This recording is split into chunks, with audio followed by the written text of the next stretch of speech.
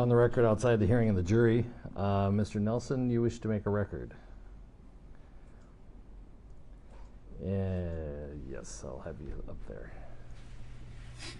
Yes, Your Honor. Just very briefly, for purposes of, it's my understanding that the state is intending to start calling its medical experts this morning. All of the experts ultimately rely on some degree on Dr. Baker's autopsy and his findings and that information. I don't have a problem calling Mr. Baker or Dr. Baker out of order for purposes of foundation. However, I just wanted to make sure that the record reflects that the state does intend to call Dr. Baker. So in other words, your lack of objection to any foundation is based on the state's representation that they will call Dr. Baker? Correct, Your Honor. Is that correct, Mr. Blackwell? The state is going to call Dr. Baker? Yes, Your Honor, we intend to do so tomorrow. All right, thank you. All right, anything else for the record before we bring back the jury? All right, can we get my computer and we'll get the jury.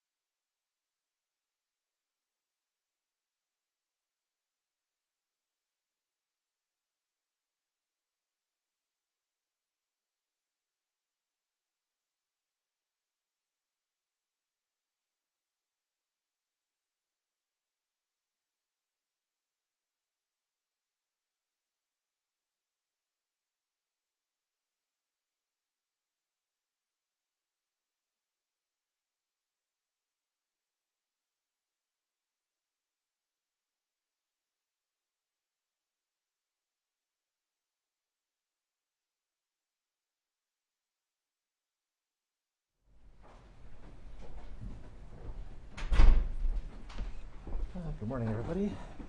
Mr. Blackwell.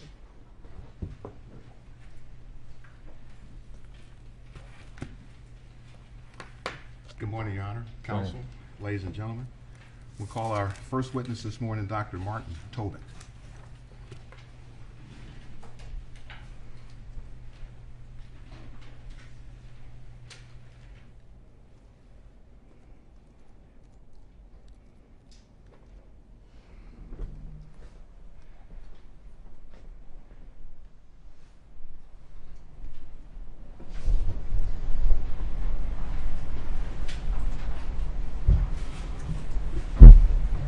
Raise your right hand, please. Do you swear or affirm under penalty of perjury that the testimony you're about to give will be the truth and nothing but the truth?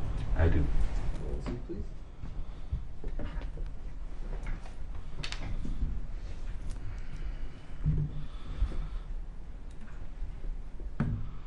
And doctor, if you wouldn't mind removing your mask for your testimony. Yep.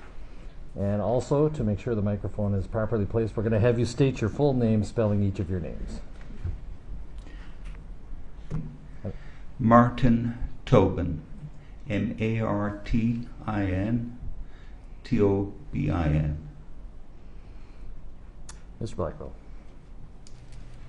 Good morning, Dr. Tobin. Good morning, Mr. Blackwell.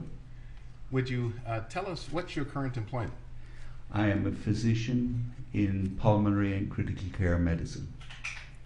And whereabouts? In Chicago at Hines VA Hospital and Loyola University Medical School. And is Hines VA Hospital a large facility? It used to be the largest VA hospital in the country. I think it's now been superseded by one or two others. And you specialize in pulmonology? I specialize in pulmonology and in critical care medicine. Would you tell the jury what pulmonology is? Pulmonology is the study of the lungs. It deals with all diseases that affect the respiratory system. So the lungs, the chest wall. So what are the various elements, components of the respiratory system other than the lungs and chest wall? I mean, the respiratory system begins at the nose and the mouth. It goes down through the back of the throat, down through the windpipe, out through the bronchial tubes, and then down at the bottom, down to the alveolar air sacs. These are the small grape-like structures at the bottom where all the gas exchange takes place, where oxygen gets in and carbon dioxide is removed. So this is the system for getting oxygen into the body. Correct. That is the prime purpose, to get oxygen in. Now at Hines Hospital, do you work in the intensive care unit? Yes, I work in the medical intensive care unit. And that's considered critical care? Same as critical care. These words all have the same meaning. Is critical care different from emergency medicine? Yes, it's very different than emergency medicine. Emergency medicine is kind of the front door of the hospital. That is a triage area where you separate out where people need to go, whereas the critical care is where you take the very, very sickest people. What kind of patients do you see in the ICU? In the ICU, probably more than half of them are patients who are requiring mechanical ventilation, so they're on a respirator to help them with their breathing. Then another substantial number will not be on a respirator, but their primary problems relates to their lungs, so that might make up 70% or so. And then the remaining patients will have drug overdoses, alcohol withdrawal, diabetic coma, sepsis, things like that. Do you only see the patients in need of respiratory care? No, once they come into the ICU, they're our patients. I'm the primary care physician for everybody who comes into the ICU. And how long have you been a physician, sir? I've been a physician for 3 months short of 46 years, so over 45 years. And where did you go to school? I went to medical school in Dublin, Ireland, and I took my degree there. Not that anybody noticed the accent, but but are you from Dublin? No, I'm not from Dublin. I'm from a small village called Freshford in County Kilkenny in rural Ireland. What degrees do you hold? I'm sorry? What degrees? The degree I hold is the MB degree, which is the Irish equivalent of the American MD, and then subsequently I got an MD through research. Are you currently licensed? Yes, I'm licensed in the state of Illinois. In the past, I was licensed in Ireland and England and a number of US states, but I've let them all lapse because the only place I'm practicing is in Illinois. Are you board certified? Yes, I'm board certified in internal medicine, pulmonary medicine, and critical care medicine. So you still are actively caring for patients? Yes, I was taking care of patients in the ICU last week, and on Monday I go straight back into the ICU again. How long have you held positions at Loyola University School of Medicine? I've been at Loyola and Hines for 32 years almost. Before going to Loyola, were you practicing medicine somewhere else? Yep, I spent 7 years at the University of Texas at Houston. Did you also set up a sleep clinic in Houston? Yes, I did. That would have been in the early 80s, so I set up one of the very first sleep labs in the United States for evaluating patients with obstructive sleep apnea. So how do sleep disorders fit within your expertise? Because this is related again to breathing and the problems with sleep, particularly people who snore. And the people who snore during the nighttime, they occlude their upper airway and they can totally stop breathing 500, 600 times a night, and during that time the level of oxygen in their blood will go very low. And the basic problem in sleep apnea is because the soft palate, I mean, the roof of your mouth is your hard palate, and then just if you look in the mirror, It's that little piece that's hanging down at the back, and that's your soft palate and uvula, and that jams in against the back of your throat, and it gets occluded 500 times a night in somebody who has sleep apnea. And does that kind of research or science or medicine relate to your work in this case? Yes, it's extremely pertinent to the case of Mr. Floyd, because obviously in sleep apnea the problem is at the back of the throat, and as we will see in Mr. Floyd, the central problem of where the obstruction is occurring is in the hypopharynx, which is again at the back of the throat. So it has an awful lot of overlap to patients with sleep apnea. We'll come back to the hypopharynx in a little bit. Are you also engaged in medical research? I'm sorry? Are you also engaged in medical research? Yes, I do. I've been doing medical research since the early 80s, since about 1981. What kind of research have you been doing? All of my research is related basically to breathing. So it is kind of looking at breathing in patients with lung disease, people who have lung disease who walk in the door to the clinic, and also patients who are in the ICU, and particularly patients who are requiring mechanical ventilation. But then I do a lot of research that has absolutely nothing to do with clinical medicine, just to know how people breathe. Have you authored a textbook on the subject of ventilation? Yes, I've authored a large textbook on mechanical ventilation that's called The Principles and Practice of Mechanical Ventilation.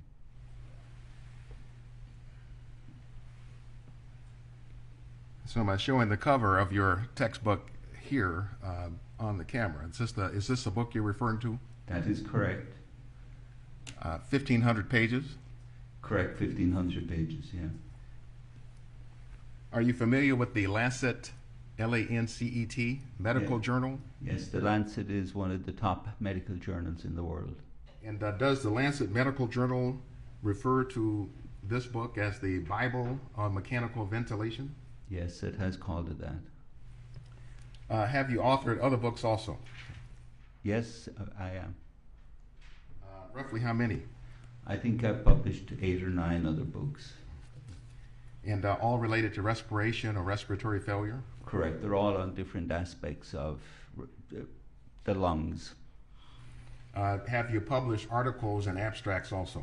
Yes, I have. Approximately how many of those? I lose count, but I think I've published more than 750 probably, or something like that.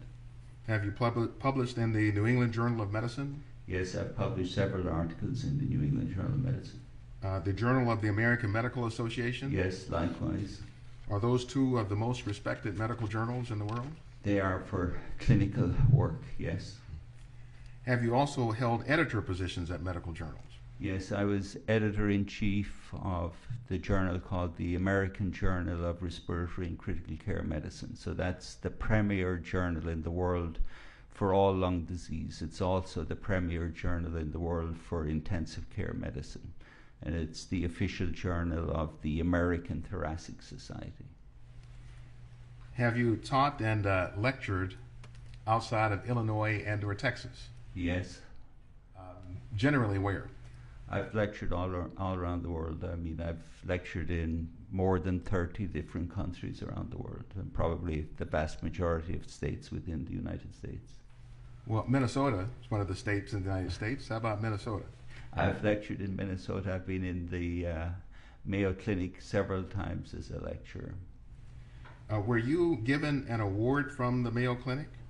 Yes, I was given an award called the Balfour Lecturer in the Mayo Clinic, and they give it out to one doctor every 10 years. And it's only to one doctor. It doesn't matter what specialty. So it could be around neurosurgery, gynecology, whatever. They just pick one person every 10 years. And was it for anything in particular that you were recognized by the Mayo Clinic? No, just for my work in as a researcher in clinical medicine. Have you also published in basic science journals, such as the Journal of Applied Physiology? Yes, I've published a lot of work on basic science that wouldn't necessarily be directly related to medicine. in the Journal of Applied Physiology. The jurors may not be familiar with what physiology is as a science. Could you generally explain it? Yeah. I mean, physiology is basically how the body works. You want to know the science of how it works. You want a deeper understanding of what are really the mechanisms that make the body does what it does. Within the field of physiology, is there a particular focus or interest you have?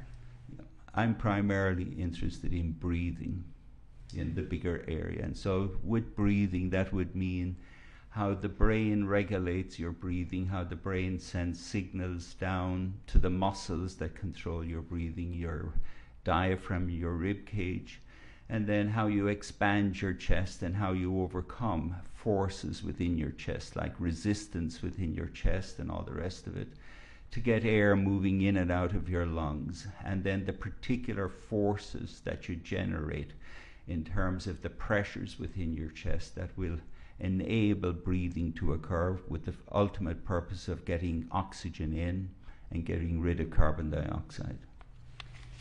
And you consider this a part of the study of medicine? It's not quite as part of the study of medicine. It's really quite separate, because it's more the basic physiology. So it's more in the realm of math and physics, but then it's applied over, because to be a good doctor you need to have a good knowledge of science, but the science part is really separate from the medical part, and it's to try and hone down on the science as best as possible. How long have you been working in respiratory physiology? Since 1981, so 40 years. And what exactly drew you to the physiology of breathing? I mean, because I was going into pulmonary, at that stage I knew, as already directed, I had spent 5 years doing lung disease, and I just wanted to really know how you breathe, and I wanted to come up with new knowledge, because everybody thought everybody knew everything of how to breathe, and I thought it would be fun to find a lot of new stuff. So, doctor, do you know of others kind of in your field who have been studying respiratory physiology for 46 years? No, I mean, I know an awful lot of them along the way, but I mean, I would know no more than a handful or less of people who are still doing physiology at the patient's bedside. No. After 46 years.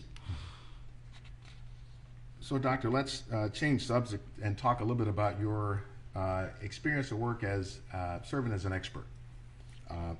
Have you served as an expert witness before? Yes, I have. What types of cases? Practically all of them have been in medical malpractice. So I've done it for both the plaintiff, for the patient side, and I've done it for the defense, for the physician side. Have you ever been involved in a criminal case before? No, I have never been involved in a criminal case. Have you testified in court before? I've testified in court. I don't keep track of the numbers, but I suspect I've been in court about 50 times. Would you tell the ladies and gentlemen if you're getting paid for your time in this case? No, I am not getting paid. And why is that? Well, when I was asked to do the case, I thought I might have some knowledge that would be helpful to explain how Mr. Floyd died. And since I'd never done this type of work in this nature before, I decided I didn't wish to be paid for it. So did you volunteer to the state of Minnesota, or did the state of Minnesota call you? The state of Minnesota contacted me. What were you asked to do, Dr. Tobin? I was asked to review the medical records related to the case. These were medical records from Hennepin County. Then there were a number of interviews of people that were interviewed. I was given a long list of these, and primarily it was related to looking at a large number of different videos.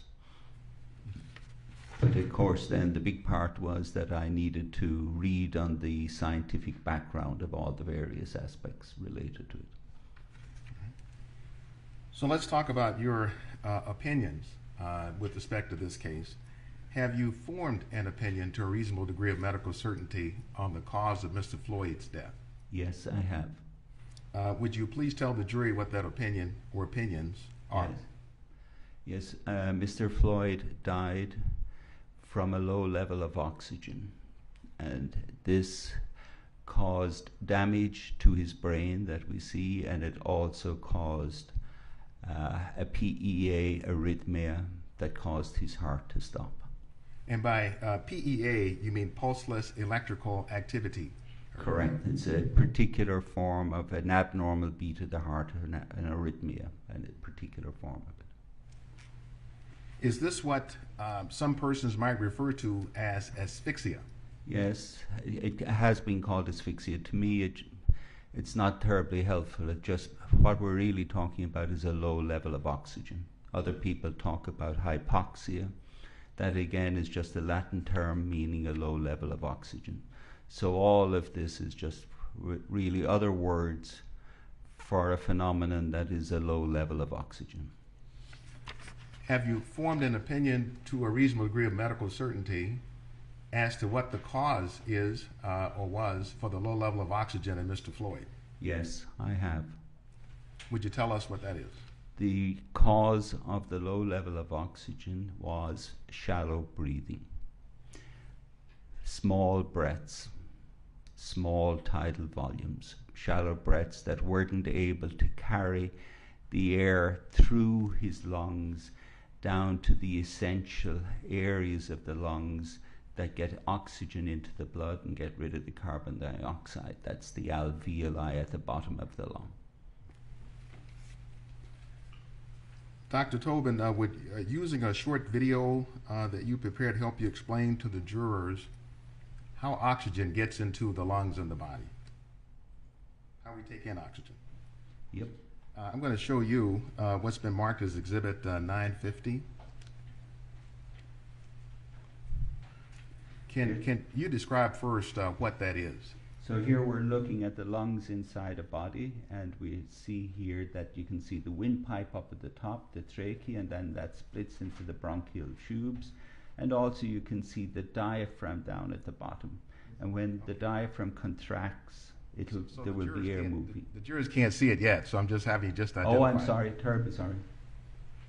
I apologize.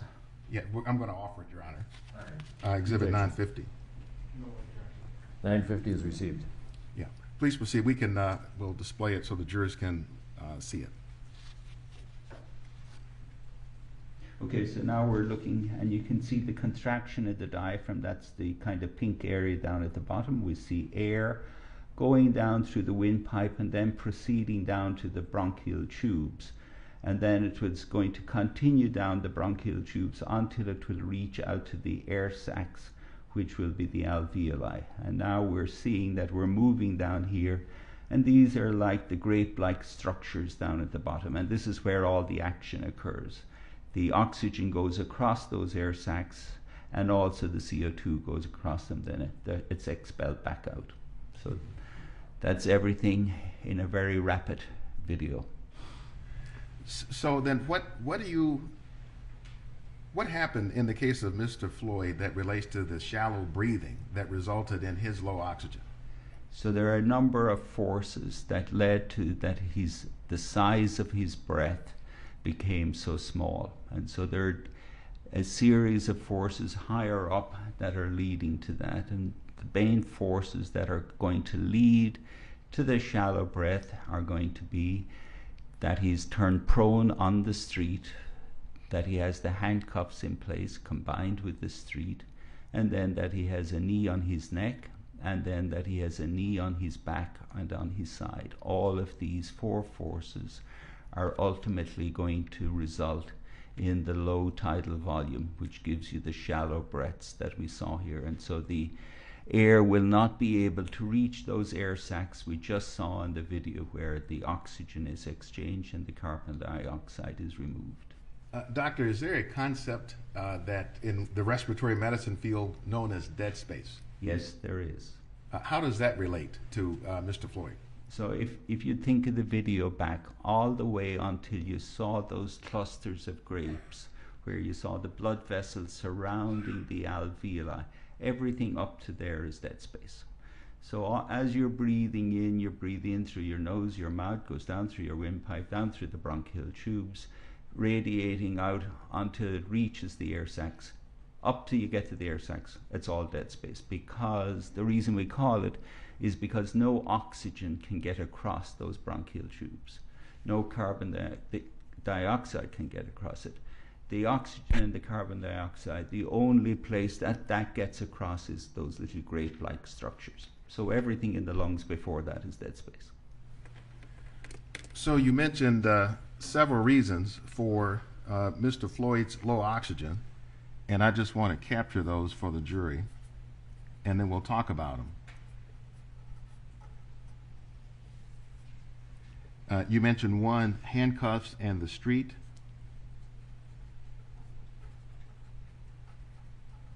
Right? Correct? You mentioned knee on the neck. Yep.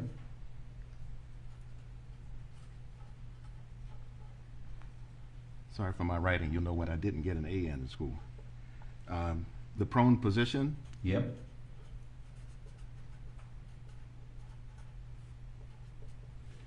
And then the knee on the back, arm inside. Were those the four? Yep, these are the four. Okay.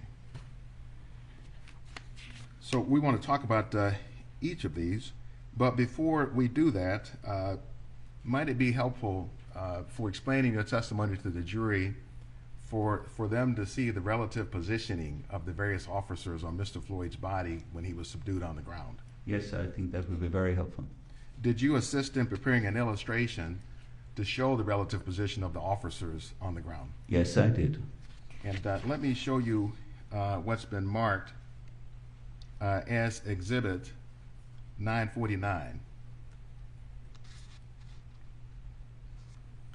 Could you just tell us, describe generally for the record what it is? I mean, I watched the videos and certain segments of the videos hundreds of times, and it's very difficult to kind of get an overall view of where everybody is positioned, because you're seeing different videos from different angles.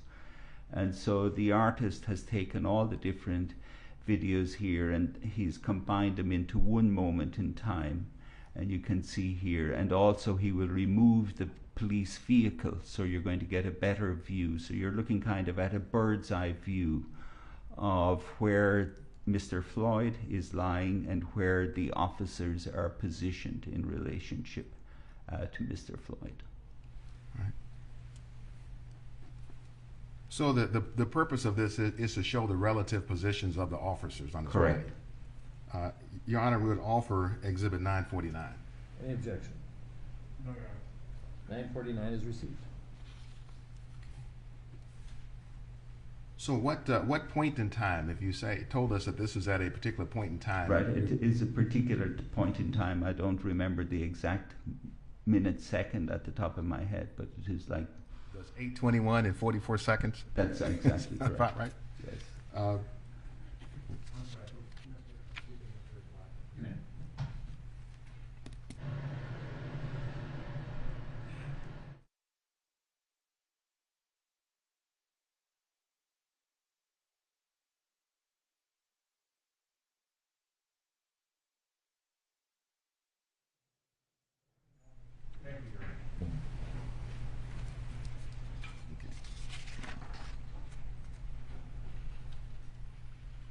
Okay, so let's walk through Exhibit 949, Brad, if you could advance. And Doctor, tell us what we're seeing. Okay, yep. Now you can see the car is being rotated. You're able to see Officer Chauvin, you're able to see Officer King, and then Officer Lane down at his feet. You see underneath Mr. Floyd, and now the car is being rotated. Now the car has been removed. And so you're able to see how they're positioned at different points. In terms of, with Officer Chauvin with his left knee on the neck, his right knee on Mr. Floyd's arm and chest, and then you can see here Officer Lane holding his legs, and then you can see Officer King with his knee on his torso. So this represents a snapshot in time, as you told us.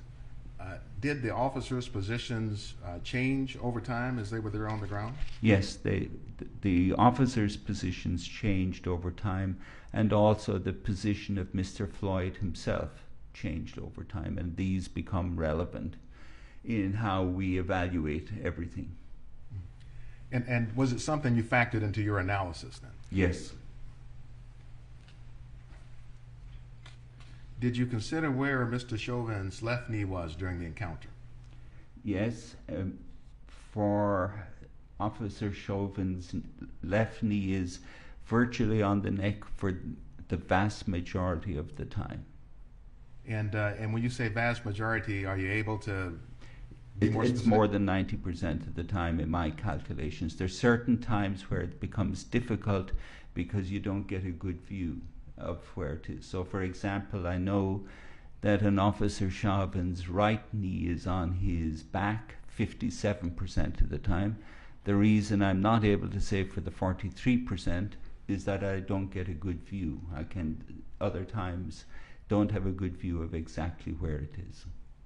So did you focus on the first 5 minutes and few seconds? Yes, I focused on the first 5 minutes, 3 seconds, because that is up to the time that we see evidence of brain injury. So if Mr. Chauvin's right knee was on his back from time to time, at other times it was placed where, in your observation? It was placed on his arm and then rammed into Mr. Floyd's left chest. So really, whether you're making a distinction of whether the knee is on the chest per se, or whether it's on the left arm and rammed in against the left chest, from the point of view of breathing, the effects are extremely similar. So let's turn to the number one on the. Oh yes, they're on the dot cam. So I wanted to turn back to the notes that the number one here that written down for the reasons you told us for Floyd's low oxygen, Mr. Floyd's low oxygen, handcuffs and the street, to talk about the first Yep. one.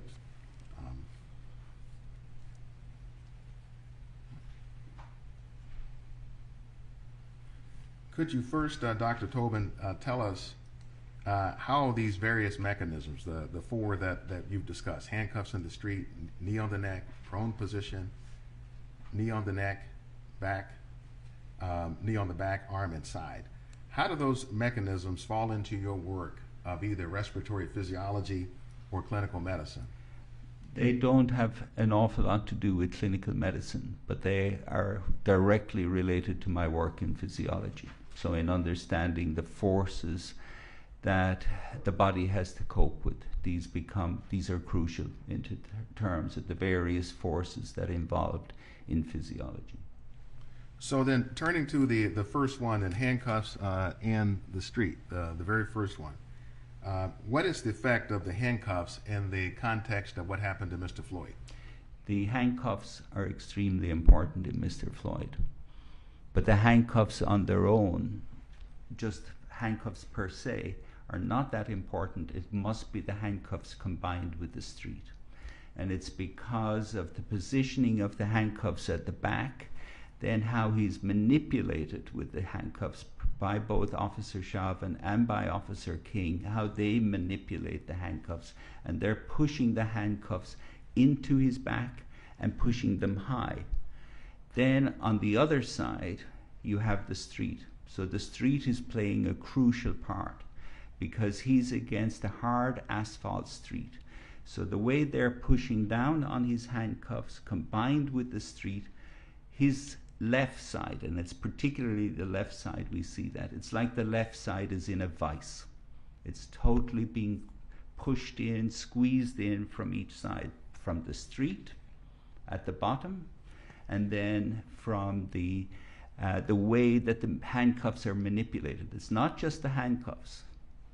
It's how the handcuffs are being held, how they're being pushed, where they're being pushed, that totally interfere with central features of how we breathe. So Mr. Floyd then is pancaked between the pavement underneath him and then force on top of him. Precisely. Now, could you help us to explain how this mechanism, the handcuffs and the street, how does that explain the shallow breathing that you've described? Yeah. So this gets back to how we breathe. And this is fairly simple. So the way we breathe, we have two big muscles that help us with breathing. We have the diaphragm and we have the rib cage muscles. The diaphragm does about 70% of what we need for breathing, and about 30% of it comes from the rib cage. And when the diaphragm contracts, or the rib cage contract, they expand the chest. And when you expand the chest, then air flows in from outside, and it's coming in. And that's all that happens on inspiration. But to expand the chest, there's two crucial actions that have to happen. And we refer to these by the terms pump handle and bucket handle. So if bucket handle is simple. So if you have a regular bucket that you carry water with, and you lift up the handle of the bucket, the handle comes up like this. And so when you contract your diaphragm, you are performing a bucket handle movement on the rib cage. So you contract your diaphragm like that, and each time as you inspire, you can see it yourself. As you inspire, each of you there in the jury, you inspire, you see that your rib cage is going outwards like that. That's a bucket handle movement. The second movement that you have is called the pump handle. And this reflects to an old water pump that would be in the yard for pumping out water. And so you have the handle at the top of the pump, and you lift up the handle of the pump each time, and the water comes out the spout at the bottom, so you're filling up get your container of water. So with that action you're lifting up here, this refers to the front to back movement of the chest wall. So with the pump handle, your chest goes out with each breath. And so you can do it yourself. As you take a deep breath, you can feel that front to back, you're expanding your chest. The front to back expansion of your chest is with your pump handle. At the same time, you're doing both of them at the same time. At the same time you're doing that, your chest is expanding from side to side, and that's with your bucket handle. So both of these are occurring, and these are vital. Without these, you can't breathe. If you don't have the bucket handle working and the pump handle working, there's nothing happening. There's no air going to get in there. So, Doctor, do you have a photograph that you brought that would help to better understand the pump handle and bucket handle? Yes. Let me show you what's been marked as State's Exhibit 951. Do you recognize what this photograph depicts? Yes. Is it an accurate portrayal of a certain incident, disaster? Yes. Yes. Would it help to explain the testimony? Yes. So this is an event that happened in England. Dr. Tobin, just one moment. I apologize. Yeah, I need to offer sooner, Your Honor. We offer Exhibit 951. Any objection?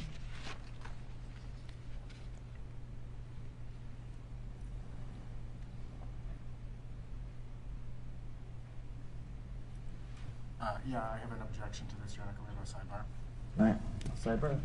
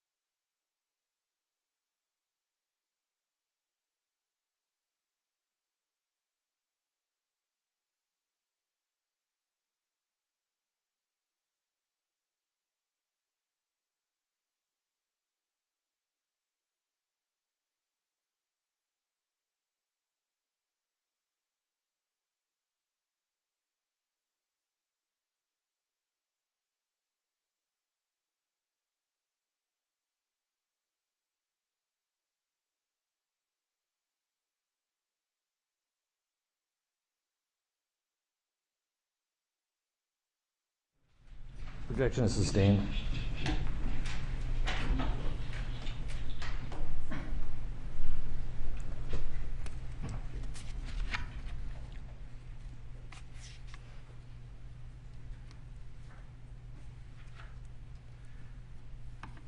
Doctor, in this case, were you able to observe whether Mr. Floyd's breathing was impacted by the handcuffs and the placement on the street? Yes, I was. What did you observe, Dr. Tobin? What I observed is particularly is in terms of the hands of the police and the handcuffs, particularly on the left side. So they were forcing his left wrist up into his chest, forcing it in tight against his chest, forcing it high up. And you have to keep in mind that the opposite side of this is the street. So he was being squashed between the two sides. And so this meant that he couldn't exert his pump handle, because, I mean, the street totally blocked his pump handle. There was no way he could do any front to back movement. And again, the way they were pressing in on the back, there was absolutely no way that he could do any front to back movement.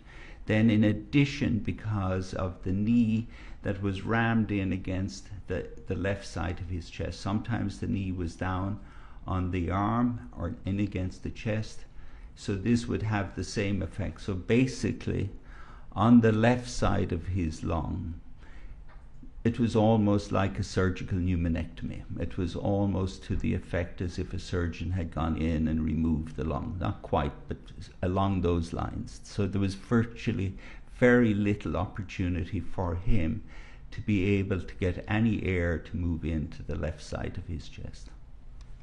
So he was going to be totally dependent on what he'd be able to do with the right side.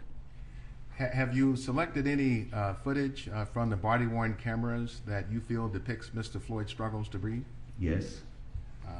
I'm going to show you what's been marked as State's Exhibit 944. And first, would you describe what it is? What you're seeing here is on the... Dr. Tobin, the jurors aren't seeing it yet. It's just describing it for the record. This is just for foundation on what it is. They will not see this. I'm describing what I'm seeing. For now, yes. Yeah, okay, that's fine. What I'm seeing is that his left hand is being grabbed by the police officers. So that's a handcuffed left hand, and it's being pushed into his chest. So he's just not able to expand that. In addition, what I'm seeing... All we said was the foundation for Oh, I what it apologize. is. I apologize. I didn't. So let's hold off and turn it Okay, back. I'm Thank you, sorry. Judge. My misunderstanding. Your Honor, we'll offer State's Exhibit 944. Any objection? 944 is received. All right. Now, Dr. Tobin, the jurors can see it. Okay. So would you- I apologize. No, it was quite all right. Would you tell us what's Yeah. the significance? So I mean, now you're able to see here with the yellow arrow, you're able to see that the officer is holding Mr. Floyd's left hand. He's holding it very firmly. There's a very firm grasp on it. And then Mr. Floyd's left hand is being pushed in against his chest.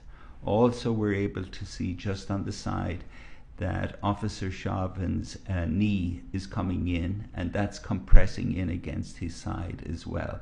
So the ability to expand his left side here is enormously impaired. And also you're seeing that the size of the chain between the two, the right side and the left side, is very short.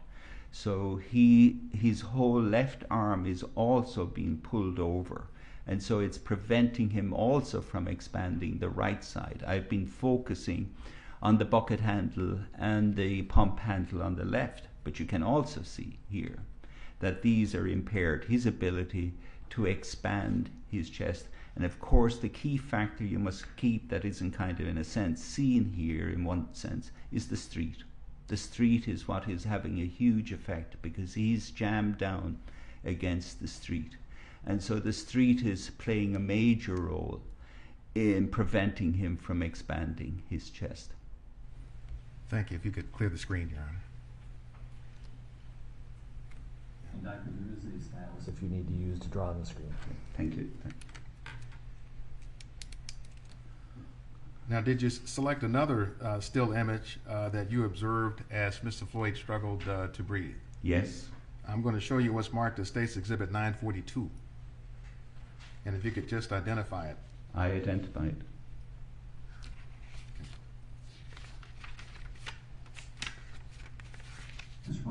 Need on foundation if you wish. Yes, thank you, Your Honor.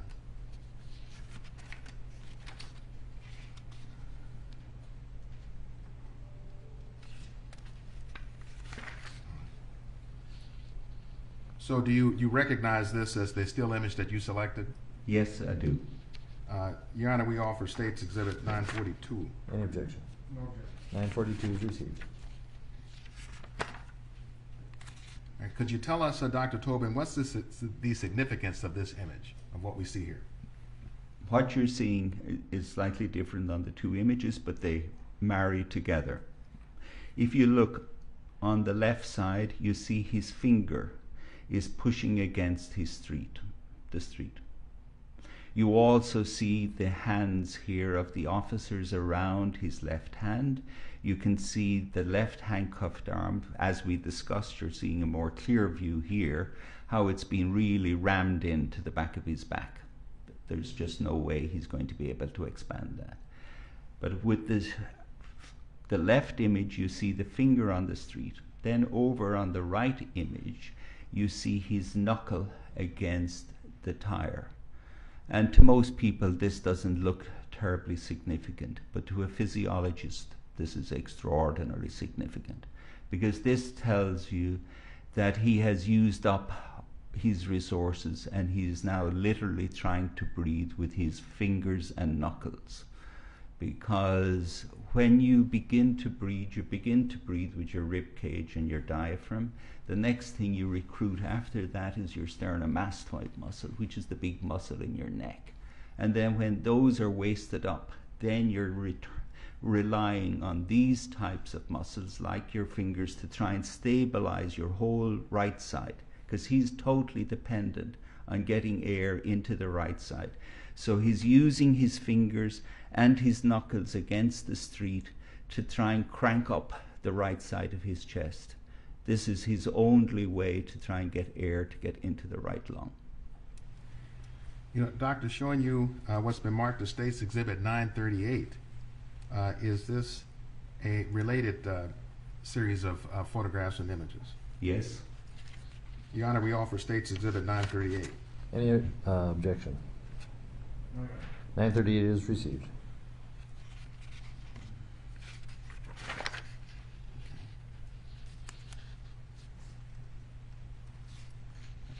So, Doctor, tell us what we see here in Exhibit 938.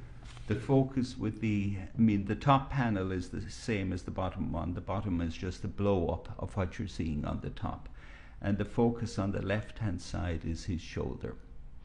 And again, as I mentioned, when you have difficulty in breathing, you begin with the diaphragm, the rib cage, you go on to the accessory muscles like the sternomastoid. One of the very last muscles that you will use is your shoulder. You don't really use your shoulder for breathing, but if you look here on the left-hand side, the shoulder is extremely prominent. So this would be what like people in a gym would call sculpting of the shoulder muscles, and you're seeing them standing out very prominently. So at this point on the left-hand side, he's taking a breath in, using his shoulder to try and get a breath in. And then on the right side, you see between a breath where he's relaxing. He's breathing out. And it's the two of them are shown, so as you see the marked effect on the left. But again, you have to realize that the shoulder is a very ineffective way of breathing, because at that stage, the chest is all so expanded. So when you contract your shoulder, because the chest underlying it is so expanded, you get very, very little air in. It's a very poor way of breathing, but it's what you have to do when everything else is failing. When you're in extremis, you will call on the use of the shoulder to try and breathe. So, Dr. Tobin, have we covered the first item, that is handcuffs and the street? Yes. So let's talk about number two, the knee on the neck. Explain why the knee on the neck is so significant. The knee on the neck is extremely important because it's going to occlude the air getting in through the passageway.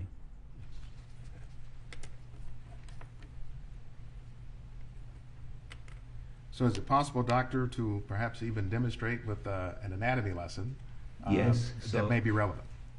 To understand the knee on the neck, you need to examine your own necks, all of you here in the jury, like I'm doing now. And so, I mean, the first thing is if you put your index and thumb up here at the top of your neck, the first big thing you're going to find is your Adam's apple.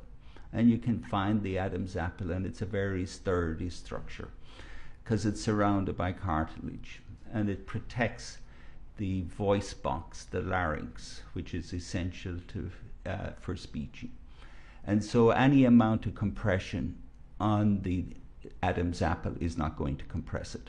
This is an extremely strong, sturdy structure. It's not going to be compressed by a knee on the neck. Then you go down from your Adam's apple and you feel the little bumps beneath that. And these are the rings of cartilage of your trachea, or your trachea. So this is your windpipe here. And so that's, again, because of the cartilage there, a knee on the front of that part is not going to cause compression, okay? But then bring your finger up to the top of your Adam's apple. And up at the top of your Adam's apple, you're now directly over the hypopharynx. And the hypopharynx is the crucial area in Mr. Floyd. So this here is where the hypopharynx is located on your surface anatomy.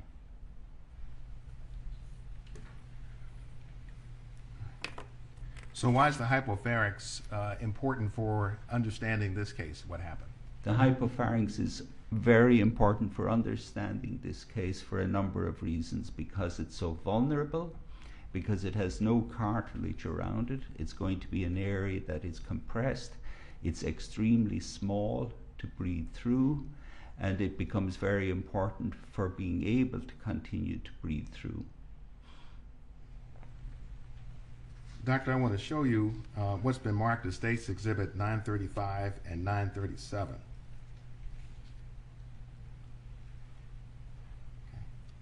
Could you identify, just for the record, tell us what's depicted Yes, there? I'm looking at 937, which is the hypopharynx. And then 935, there we go. And 935, which I'm which is looking it? at 935, which is the hypopharynx with a coin. And do these two images fairly and accurately depict the hypopharynx? They do. Your Honor, all for State's Exhibit 935 and 937. 935 and 937 are received. We can show them to the jury. So, Doctor, using Exhibits 937 and 935, could you help us to better understand what the hypopharynx is and what it does? Right. So what you're looking at here, I don't know if this works. Yeah, it does. So here at where I've drawn in red is the top of your tongue. Okay, and that's the tongue there. And then above it is an empty space, and then above that is the top of the hard palate. So that orientates you there. And say then the tongue comes down along here, and the critical structure in this case, because the act of speech in Mr. Floyd becomes very important, how he was able to speak and all these different things. So the structure that gives us speech are the vocal cords right here. And they're in the voice box and in the larynx. And then we have a little area here called the epiglottis. It's a little sliver. And that comes back to prevent food going the wrong way when we're swallowing, because we use the hypopharynx both for swallowing, for eating, and we use the hypopharynx for breathing. So when we're breathing, the air is going to come in through your nose or your mouth, go on down through the hypopharynx, then through the vocal cords and into the windpipe, into the trachea, and go on down into the lungs. Whereas when you're swallowing, that trapdoor of the epiglottis will prevent the food going into the air passages and will direct it into the food tube at the back of the esophagus. The area of the hypopharynx then is exactly from the base of the epiglottis, the first yellow arrow, down to the second yellow arrow, which is the larynx. And it's just that little area that is the size of the hypopharynx. Could we see 935, Brett? And so we know that the cross-sectional area of the hypopharynx in adult people, I have it here in the millimeters, 199 to 303, which are obviously difficult to remember, those type of millimeters. But in fact, right in the middle of this would be the size of a dime. So a dime is basically the size of what the hypopharynx, and it tells you how small and how vulnerable is this area. So if it's going to be decreased in size, it's a very tiny area. And so why is the hypopharynx important in the case of Mr. Floyd? Because the hypopharynx is going to be the area that will be vulnerable to occlusion from the knee on the neck. But in addition, the hypopharynx has another aspect, and that is the hypopharynx is also controlled by the size of your lungs. As your lungs expand, you increase the size of the hypopharynx with every breath. And so there's a regulation of that that's going on. Was Mr. Chauvin applying force or pressure to the hypopharynx of Mr. Floyd that you observed? At different times. It varied from time to time.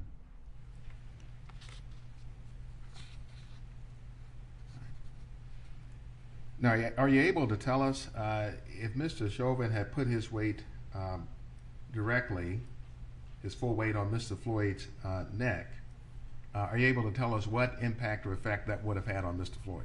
Right. If Mr. Officer Chauvin had placed his knee directly on the hypopharynx, just that area of the dime, and it never varied from there, and it kind of came in like a bullseye on that particular area, then you would expect that this area would become totally occluded. But it mean he varied the position. Mr. Floyd varied the position of his head, and Officer Chauvin also varied the position of his knee. So it varied over time. And if it had become totally occluded, then what? If it had become totally occluded, within seconds you were going to drop the level of oxygen to a level that will be produce oxygen deprivation in the body, resulting in either a seizure or a heart attack, one or the other. Do you have another photograph taken from footage at the scene that would help the jury understand this point? Yes. I'm going to show you what's marked as State's Exhibit 941.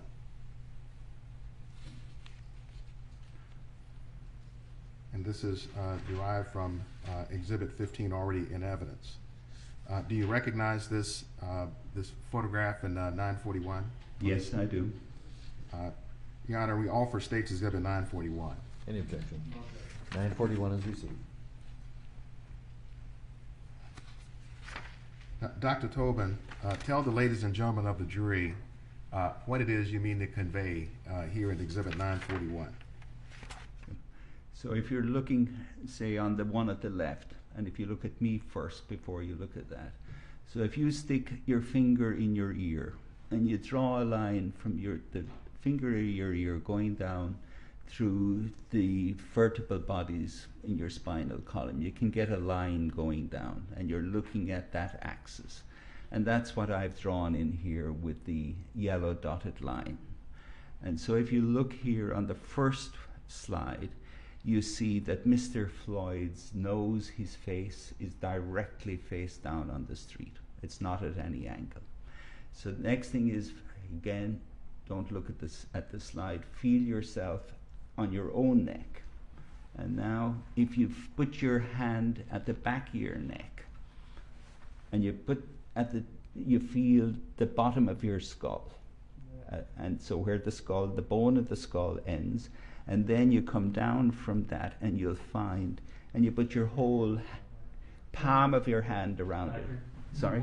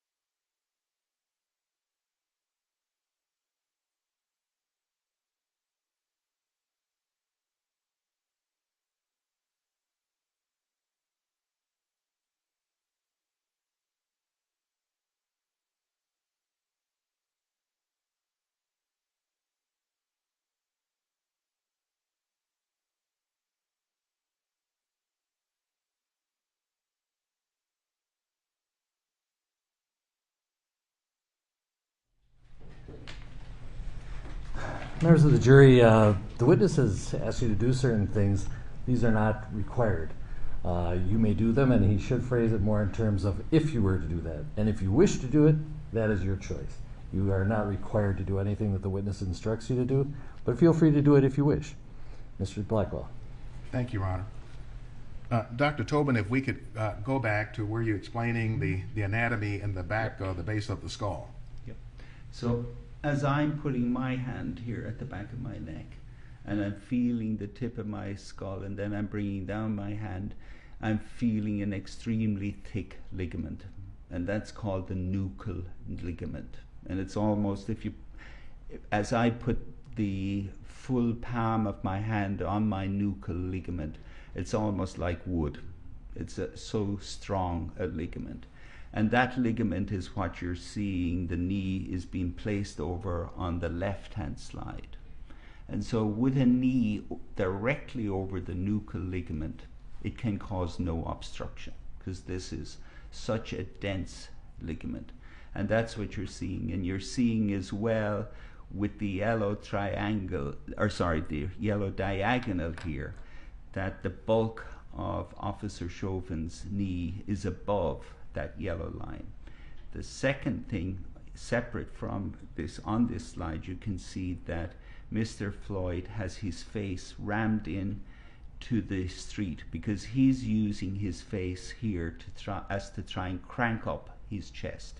He's actually using his forehead and his nose and his chin as a way of trying to help him get air into the right side of his chest. There's another way to crank up his chest. And how do you contrast that to what we see in the photograph on the right in Exhibit 941? On the right-hand side, you can see now the orientation of Mr. Floyd has changed, and also you can see the position of Officer Chauvin's knee has changed, because it's come down below the yellow diagonal, and in this position there's going to be far greater compression of the hypopharynx in this region here compared with what you were seeing on the left side. On the left side there's no compression of the hypopharynx, but on the right side, and if you watch the videos over time, you will see that there is a variation over time as to where exactly is the location of Mr. Floyd's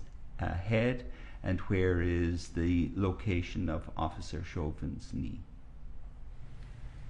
And in the photograph on the right, the knee is exerting, Dr. Tobin, greater force on the hypopharynx? Correct. Is it possible to calculate the amount of force? Yes, it is.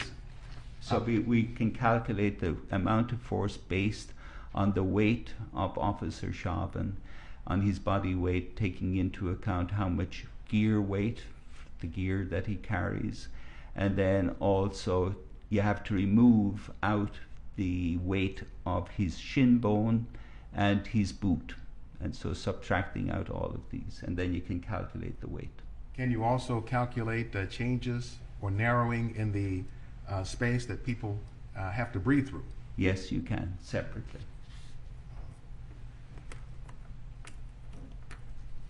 Would this be in any way akin to breathing through a small opening like a straw? Yes, it would. So, I mean, when you have to breathe through a narrow passageway, it's like breathing through a drinking straw. But it's much worse than that, because breathing through a drinking straw, I mean, is somewhat unpleasant, but not that unpleasant. And then it gets much worse than that. So as the space narrows, is it more difficult than to breathe through? Enormously more difficult, and we know that from physics. And through physics, then, is that something that can also be calculated? Yes, that can also be calculated. And that type of a calculation, would it be specific per se to George Floyd? No, it wouldn't. This would be for anybody, for we know in terms of what happens physiologically when you have this level of narrowing, this is going to happen to everybody. Can you please explain to the jury what those calculations would show about the effect of the narrowing on the airway on breathing? Right, yes. I believe there's an exhibit that relates to that. Let me then show you what's marked as States Exhibit 940 and 939.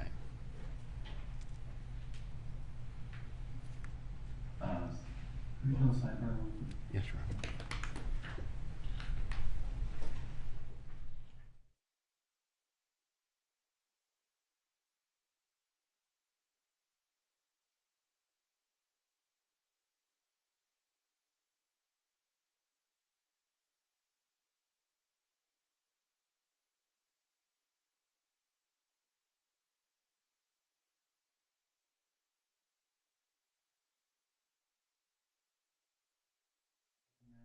Have you offered those, Mr. Blackwell? Yes, I do offer those. Any objection?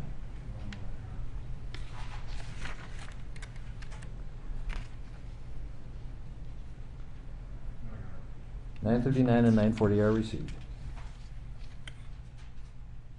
So let's start with Exhibit 940. Dr. Tobin, tell us what's depicted here. Describe this for us. Yep. So this is a physiology experiment, and what it's looking at is what is the effort to breathe. That's what's shown along the y-axis of the plot, and then it is with different levels of narrowing. And so the very bottom one with the white triangles, the lowest curve, that's normal. There is no narrowing. And so we see that as the flow varies, and shown in red is what would be the normal flow rate in a 46-year-old man. And we can see what is the work that is done. If you look at the normal one, and then you look at 60% airway narrowing, and this is much more narrowed than breathing through a straw. And you can see there's really no bigger increase in the effort to breathe. It's hardly different from what it, in terms of normal. But then if you get 85% narrowing, now you see that the effort to breathe increases 7.5 times compared with what it was with no narrowing. And so you're seeing a huge increase in the work that is required. It becomes far more difficult to breathe as the narrowing becomes more narrow. And doctors, let's look at Exhibit 939. So this is the science behind that plot before I showed you. And this is just the equation in physics that tells you how that works. And the key thing when you look at an equation like this, for me as a physiologist, is I focus on the square sign of the stricture. That tells me here when I see a square sign on top of it and it is below the level on the equation, it is the denominator. I know with that you're going to be fine all along for a period of time, and then suddenly everything is going to increase enormously. You're going into what we call an exponential increase. And that's exactly what we see on the experiment that was done, where we're seeing there's really nothing happening at 60. It's nothing much. But then at 85%, it suddenly takes off. And if you had beyond 85%, it would be even more and more. And so based on the formula here, you can tell that as you're narrowing and narrowing, the effort to breathe is going to become extraordinarily high and at some stage unsustainable. You're just not going to be able to do it. So in this case, in the case of Mr. Floyd, the narrowing was of his hypopharynx? It was in the hypopharynx, yes. Did the Mr. Chauvin's knee on the neck then cause the narrowing of the hypopharynx? Yes, it did. So given the changes that you observed in Mr. Chauvin's knee on Mr. Floyd over time, were any of those changes significant from the standpoint of placing pressure on the hypopharynx? Yes, they're extremely significant. Let's look right at Exhibit 947.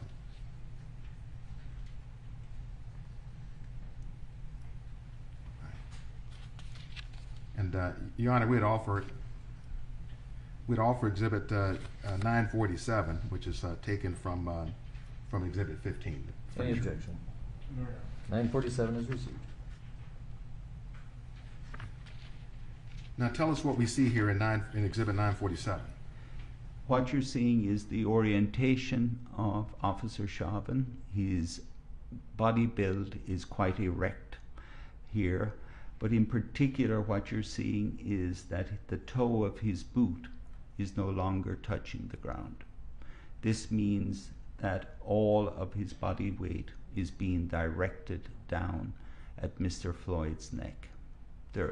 Because in many of the calculations, I excluded the effect of his leg and his shoe because some of it was touching the ground. But here you can see none of it is touching the ground. So we're taking half his body weight plus the weight of his half the gear, and all of that is coming directly down on Mr. Floyd's neck.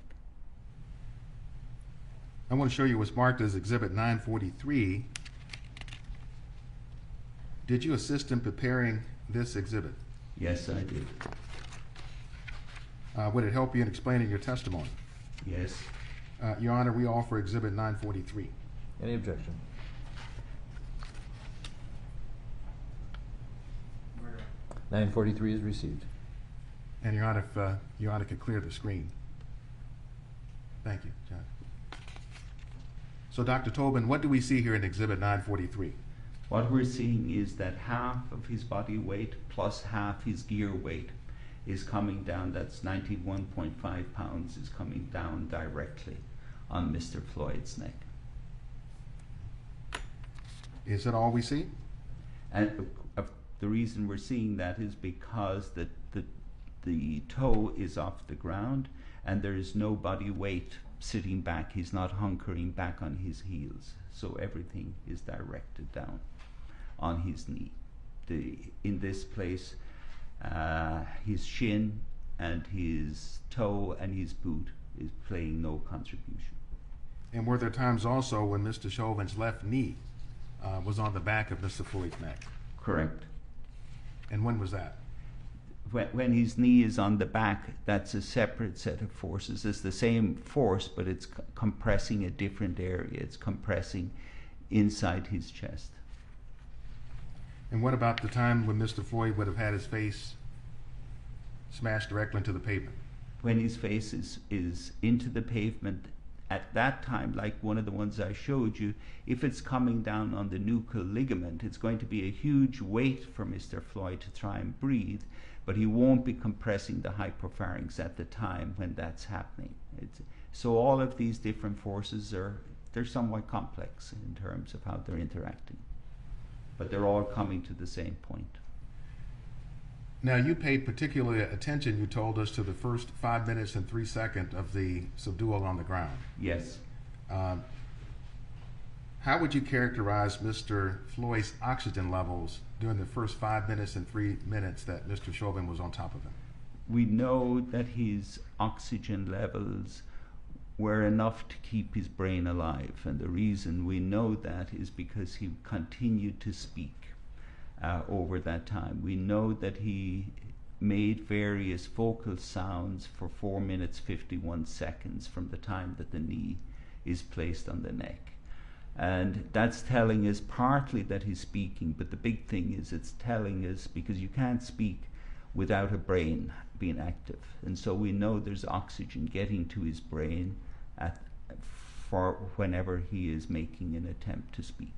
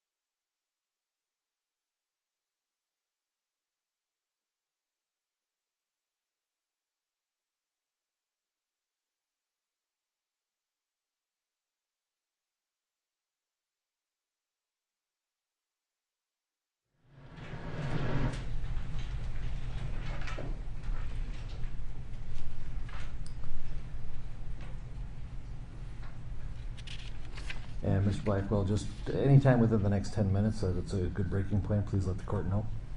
Your Honor, this would probably be a good time. All right, for a break. let's take our 20-minute mid-morning break.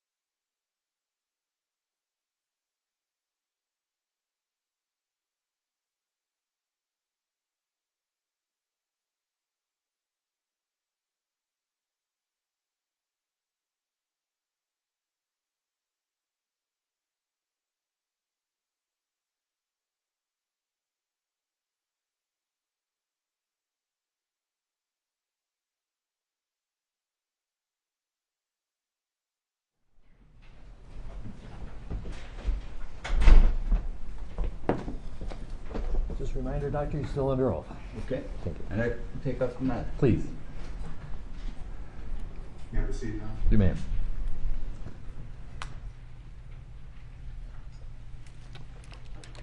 Doctor, turning your attention back to Exhibit 943 and focusing on the restraint on the ground. Yes. You were focused on the first 5 minutes and 3 seconds, in particular, that Mr. Chauvin was applying his weight to Mr. Floyd's neck. Correct. And why was the time period after the first 5 minutes and 3 seconds less significant to you? Because at that point where he extended his leg, that we see happening, at the point we see that happening is at 24:21. That is when he has suffered brain injury. We see, and we can tell from the movement of his leg, that the level of oxygen in his brain has caused what we call a myoclonic seizure type activity. They're just medical terms, but basically it means that he has kicked out his leg in an extension form, that he has straightened out his leg. And that is something we see as clinicians in patients when they suffer brain injury as a result of a low level of oxygen. We'll talk about that more in a moment, Dr. Tobin. But is it significant to you whether Mr. Chauvin moved his knee off of Mr. Floyd's neck after Mr. Floyd was unconscious? No, the movement happens around at different times, but obviously the key thing is everything up to the time that we see the hypoxia, the brain injury that's occurring. And where Officer Chauvin moved his knee after that really is not going to have a material impact on the case. Would you help the ladies and gentlemen of the jury understand that if Mr. Chauvin is applying pressure on the side of the neck, as we see here in Exhibit 943, how does that translate into narrowing of the hypopharynx? Again, it's going to depend on what is the orientation of Officer Chauvin's body, what is the orientation of his leg, and then also in particular into what is the orientation of Mr. Floyd. Where exactly is the orientation of Mr. Floyd's head? Because if it's the nuchal ligament is underneath Officer Chauvin's knee, there's going to be very little compression of the hypopharynx in this region. Then if it moves to the side and Officer Chauvin's weight is coming down on the side of Mr. Floyd's neck, then you're going to get huge compression of the hypopharynx. And again, looking at Exhibit 943 and focusing on the first 5 minutes, was his knee overarchingly on the side, or was it on the back of the neck? For the first 5 minutes, the left knee is on the neck virtually all of the time. The right knee, by my calculation, the right knee is on his back 57% of the time. The reason I can't say that it's on 100% is for the most of that other time I don't get a good view. The cameras move around, it's the body cameras, and so I can't see it. But for that period of time, the crucial period of time of the 5 minutes and 3 seconds, I can see Officer Chauvin's knee on his back for over 57% of the time. Let's talk about the third mechanism, the prone position. Would the fact of Mr. Floyd being placed in the prone position also had an impact on the narrowing of the hypopharynx? Yes, placing him on the prone position has several different effects, but particularly it also causes narrowing of the hypopharynx, among other things that the prone position does. Is there a concept in physiology referred to as lung volumes? Yes, there are. What is that? What does that refer to? That's just the way that we lung specialists, we measure how big is the size of the lung in different patients, and we quantify out in different areas, what level of the lung there is, whether it is different segments of the lung behave in different ways. Do you have an illustration you brought to help us better understand this concept? Yes, I have. I'm going to show you what is marked as Exhibit 929 and have you first just identify it. Yes, identify 929. What is it? This is it shows you lung function and it shows you tidal volume. And is it an accurate illustration Yes, of it is. lung function and tidal volume? Yes, it is. Your Honor, I offer Exhibit 929. Any objection? 929 is received. All right, so if we could start at the beginning of it, Mr. Altini. So do I go ahead and describe? Yes, would you please? Yep. Hold on. Oh, Also, let's not talk over each other. We're getting into that bad habit. So, Right. if you could ask the question again, Mr. Blackwell, I forgot. Thank you, Your Honor. I'm just going to ask you, Dr. Tobin, if you would explain to us what we see in Exhibit 929. yes. We're looking here at the lung inside the chest. The chest is in gray, and then we see the lung inside it, and surrounding it is the pleural space. And we're seeing that as you were looking at breath going in and out, it generates a tidal volume. The tidal volume is shown as a waveform down at the bottom, and so that's what happens in somebody with regular breathing. All right, let's see if we can get our tidal volumes to tide. So here you can see that the chest is expanding. Like on the front, you're seeing the pump handle action of the chest. And then with each breath, you can see air going into the lung, and that produces the tidal breath. So this is the tidal volume. And then on exhalation, it's going back out. Dr. Tobin, is there a standard or normal size of breath? Yes, there is. In virtually all adult people, it's about 400 cc's is the size of a tidal volume. Same for men and women? Same for men and women, and it's the same for teenagers and grandparents. So can lung volumes be calculated? Yes, then you can calculate all further additional lung volumes in addition.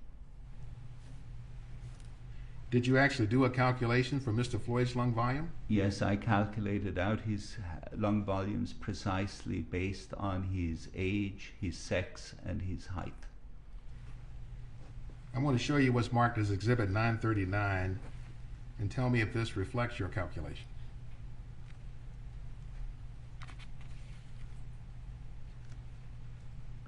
Yes.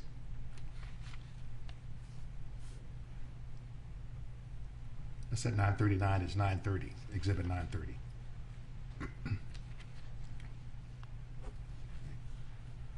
So would using this be helpful to explain your testimony? Yes, it would. So, Your Honor, I want to offer Exhibit 930. Any objection? 930 is received.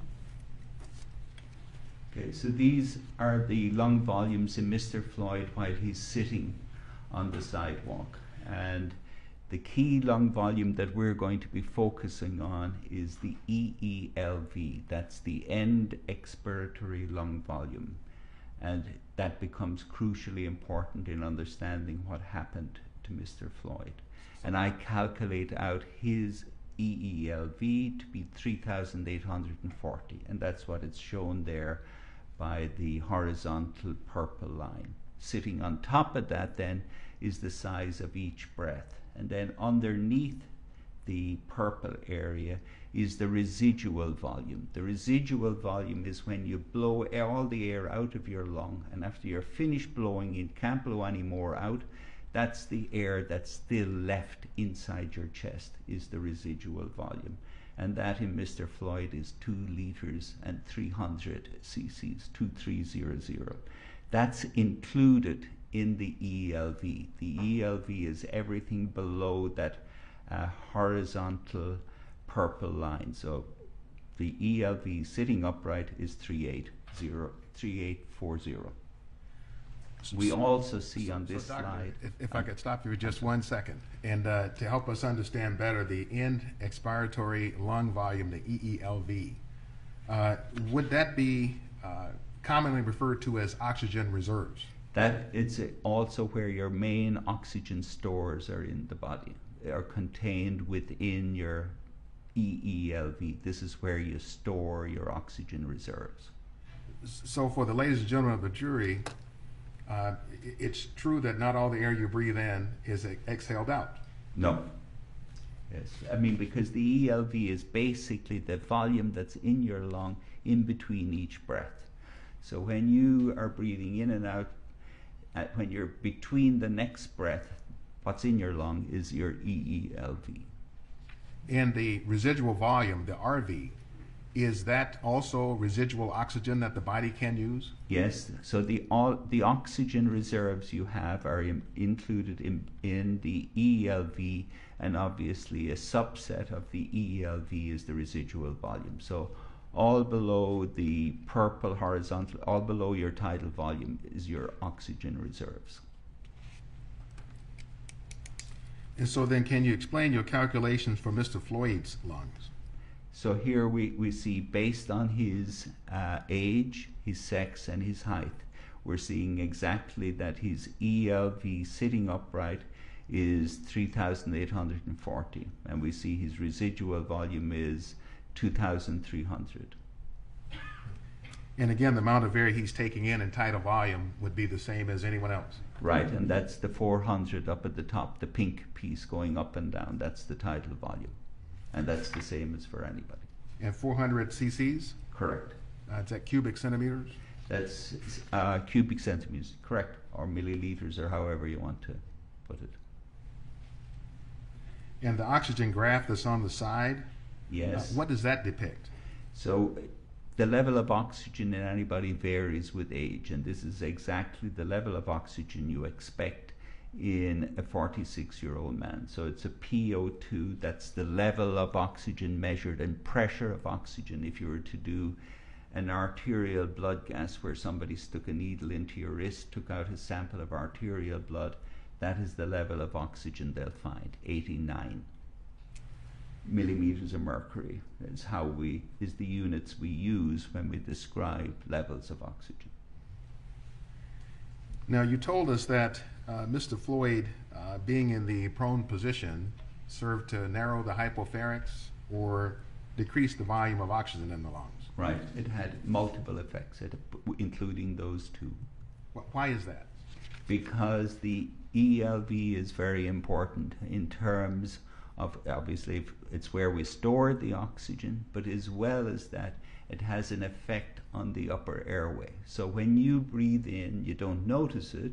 As you're expanding your lungs, you're aware of expanding your lungs, but at the same time, the size of your hypopharynx also widens out because there's attraction forces that are occurring between it. It's just part of normal breathing that you, as you inhale, you expand your lungs, but you also expand that little area that you have, the air has to go down through. And so that is influenced by the size of the ELV. Likewise, when the ELV gets less, then the size of the opening of the hypopharynx will also get less. It's going to collapse down as your ELV goes down. Did you actually calculate the reduction in lung volume for Mr. Floyd due to the prone position? Yes, I did. Brett, could I show Dr. Tobin Exhibit 927? Doctor, is Exhibit 927 the calculation that I'm referring to? Yes. Your Honor, I offer Exhibit 927. Any objection? Yes.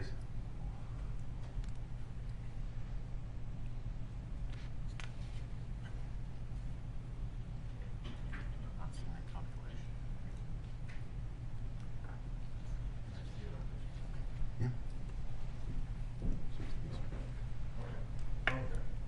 927 is received.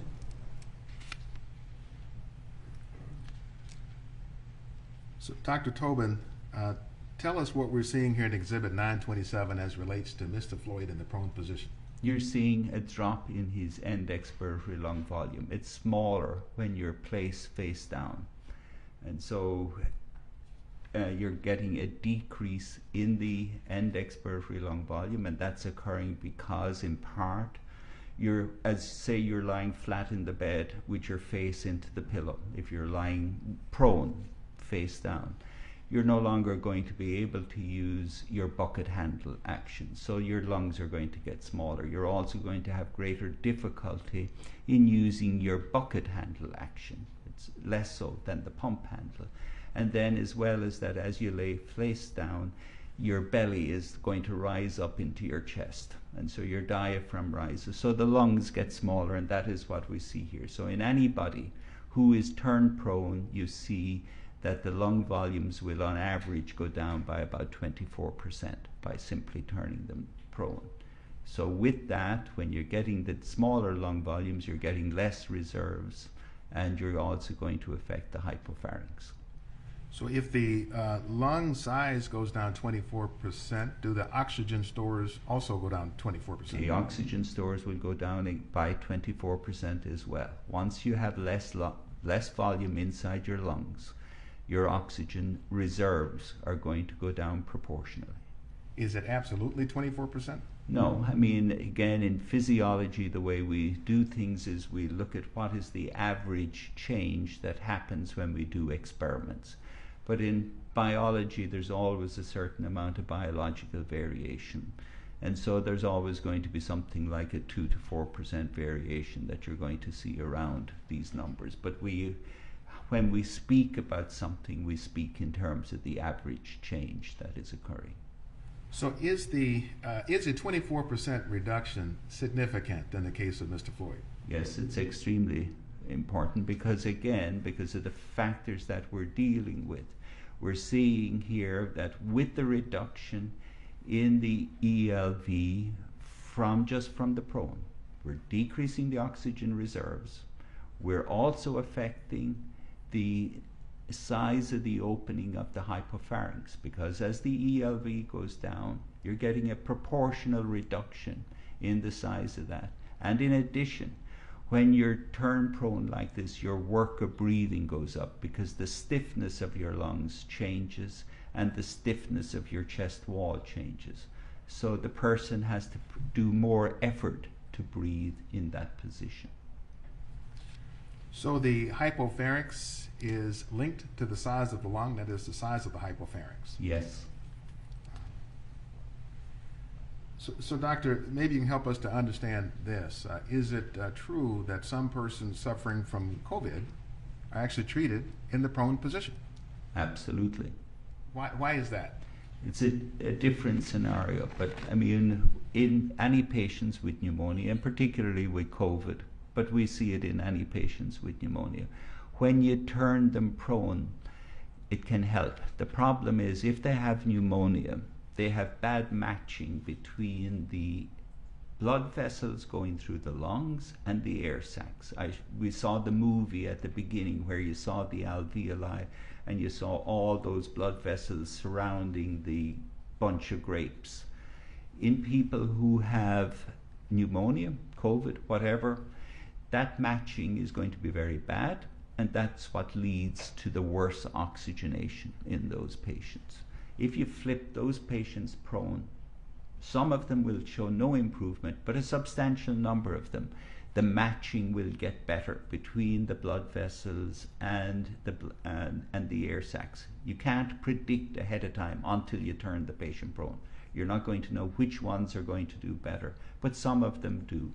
And so this is why prone has been very valuable in patients with COVID, but that is in people with pneumonia. This does not apply to people with normal lungs. It's not happening. So, Dr. Tobin, also a lot of people sleep in the prone position. Yes. Is that dangerous? No, because again, for the average person, you have so much reserves. So I mean, for a drop of 24% for you, it's not going to have any impact because you have a huge amount of reserve. It's not going to matter. But if you have somebody who drops the lung volume by 24%, and then that person is going to have to cope with the knee on the neck, and is going to have to cope with having the arms pushed up and being unable to move the left lung. Then it's a whole different kettle of fish. Thank you, doctor. So have we covered the third mechanism, the prone position? Yes. Then let's talk about the fourth one, which is the knee on the back, arm, or side. Yes.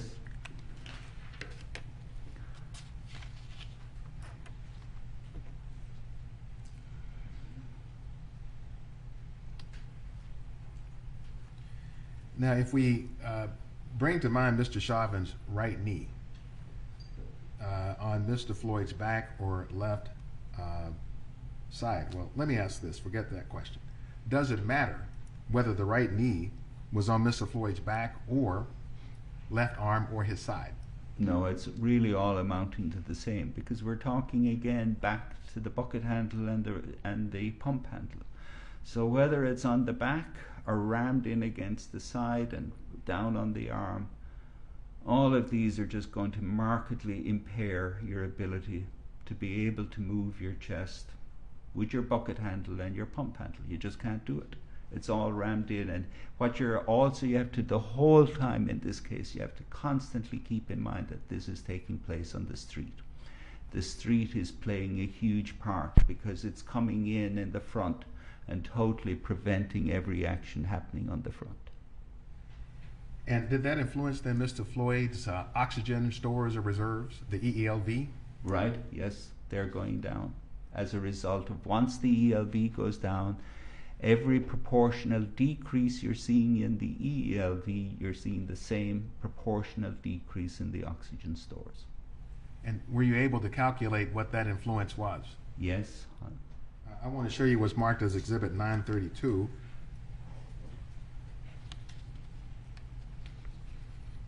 And I ask you, Dr. Tobin, does this reflect the calculations that you did? Yes, this does. So now you see with the effect. One moment, I'm Doctor. sorry. One moment. Going off. Your Honor, I apologize. I offer Exhibit 932. Any objection? 932 is received. Now, Doctor, please tell us what we see here in 932. So what you're seeing here now is that now it's no longer just prone. Now you have the knee on the back in addition, or the knee on the side. And so this is going to further compress down the EELV. And so here you're seeing that the ELV has now been really squashed down. So it's by the combination of turning him prone and also having the knee on the back, you're seeing a 43% reduction in the ELV, which means that there's also a 43% reduction in his oxygen reserves, which means there is also a huge reduction in the size of the hypopharynx, because this is directly linked to the hypopharynx, and you will see how this is linked. And so when you decrease the size of the ELV, that's going to cause it. And then an additional effect is that your work of breathing goes up, because when you're turned prone and with the knee on the back, now the work that Mr. Floyd has to perform becomes huge, because he has to, with each breath, he has to try and fight against the street. He has to try and fight with the small volumes that he has. And then he has to try and lift up the officer's knee with each breath. And also remember, he has to try and also lift up the effect of the other officer pumping in his arm with the handcuffed arm. They're pushing it into his chest. So he has to make all these efforts to try and breathe against that. So doctor, when you tell us about a 43% reduction, 24% of that is just being in the prone position. Correct. And the other 19% then is the contribution of the knee on the neck and back. Yeah, exactly. The other 19% is, so 24% from being prone, another 19% coming from the knee on the back. And just so we're clear for the jury, how does this again translate into difficulty in breathing? So again, I did calculations of this, And basically you're looking at more than a threefold increase in the work of breathing in terms of just from the effect of nothing else. That's even leaving out the effect of the knee on the neck, just from looking at what's happening within the chest. So there's a huge increase in the work that Mr. Floyd was performing just to try and cope with what was happening below the neck, leaving aside what is happening above the neck. Doctor, I want to show you exhibits 922 through 926. And after you have a chance to see them, I want you first just to identify just what you're seeing in those before we show it to the jury. Yes, I identify. Tell us, please, what it is for the record. We're looking at the effect of the lungs on the hypopharynx, beginning with Mr. Floyd sitting on the sidewalk. Your Honor, we offer exhibits 922 through 926. Any objection?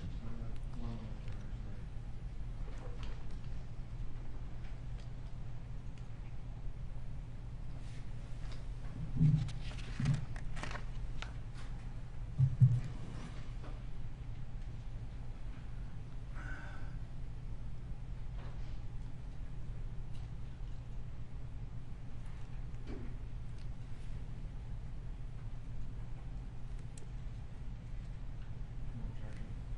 922 through 926 inclusive are received. So, Doctor, if you will walk us through these to help us to understand the narrowing of the hypopharynx in the case of Mr. Floyd. Right. Before you look at the hypopharynx, just look down at the lungs, and you see that the lungs, as you would expect, are expanding with each breath. You see the diaphragm going down. You can see the pump handle action. The lungs are getting bigger front to back. But then you see that exactly as the lungs are expanding, if you focus up in the yellow boxed area, and then the yellow boxed area is enlarged over on the right side. And you can see that as you inspire, the size of the hypopharynx is also enlarging. So you're seeing both of these happening. So it's the effect of the lung volume, how it influences the opening of the hypopharynx. And this is sitting on the sidewalk. So looking at exhibit 922, what do we see here now in the prone position? Right, so now we see Mr. Floyd after he's turned prone, and now we can see the lungs are smaller than they were because they fall, we know when you turn prone.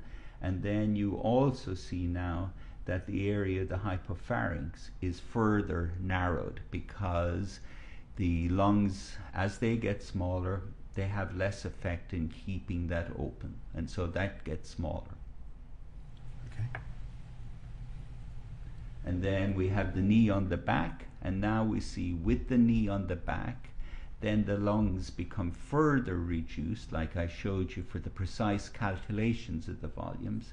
And now you see here is the size of the hypopharynx further is shrunk as a result of it. So the opening through the hypopharynx is impacted by the knee on the back.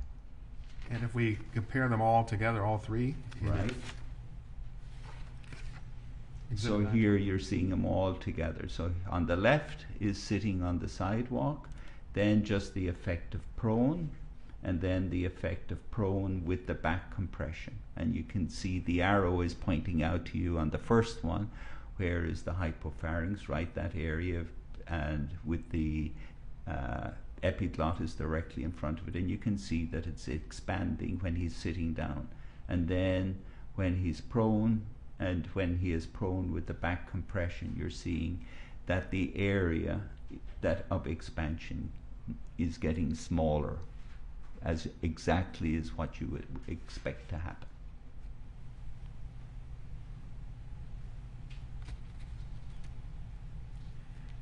Going back to Mr. Floyd's lung volumes, Dr. Tobin, is there a point in time when you determined that Mr. Floyd did not have enough oxygen in his stores even to remain conscious? Yes, there is. And when was that? The time in terms of the loss of consciousness was 24:53. We can tell it precisely. in terms of where the absence of consciousness occurs. And can you tell by facial features or anything? You can tell, because I mean, this is something I do not as a physiologist, but as an ICU doctor. I mean, we're always looking at facial features to be able to tell how conscious somebody is. And we can tell by how you flick your eyes or how you move the muscles in your face. And that you'll be able to tell, is the person conscious or unconscious? It's a very important sign in patients as we're taking care of them, to be able to monitor that, and the primary way we monitor it is by inspecting it. So I would have done this millions of times. And do you know, Dr. Tobin, what his oxygen level would have been at the time he went unconscious? Yes, we also know that at the time, if you have somebody who is in the situation who is at risk of trouble with oxygen, we know that the moment at which you lose consciousness, the level of oxygen in your blood will be 36. That's the number that's associated based on very hard scientific data telling us that. And again, the normal level of oxygen was? In Mr. Floyd was 89 for him. In a 46-year-old man, you expect the normal level of oxygen is 89. The level at which you will have an absence of consciousness then will be 36. Doctor, I want to show you Exhibit 928. If we could clear the screen, Your Honor.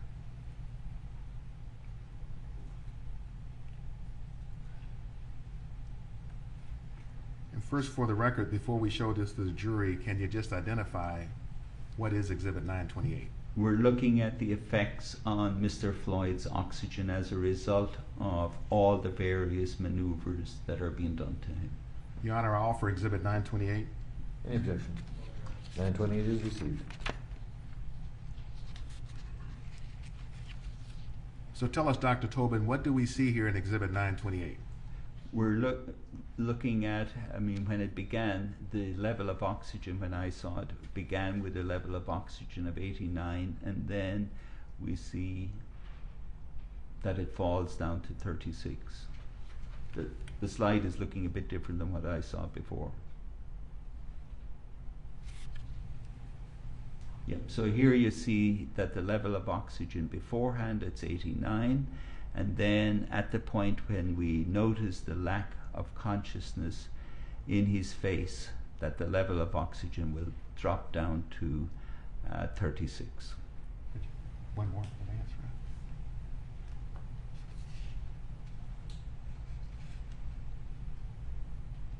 And so that tells us there, it tells us the time for the loss of consciousness.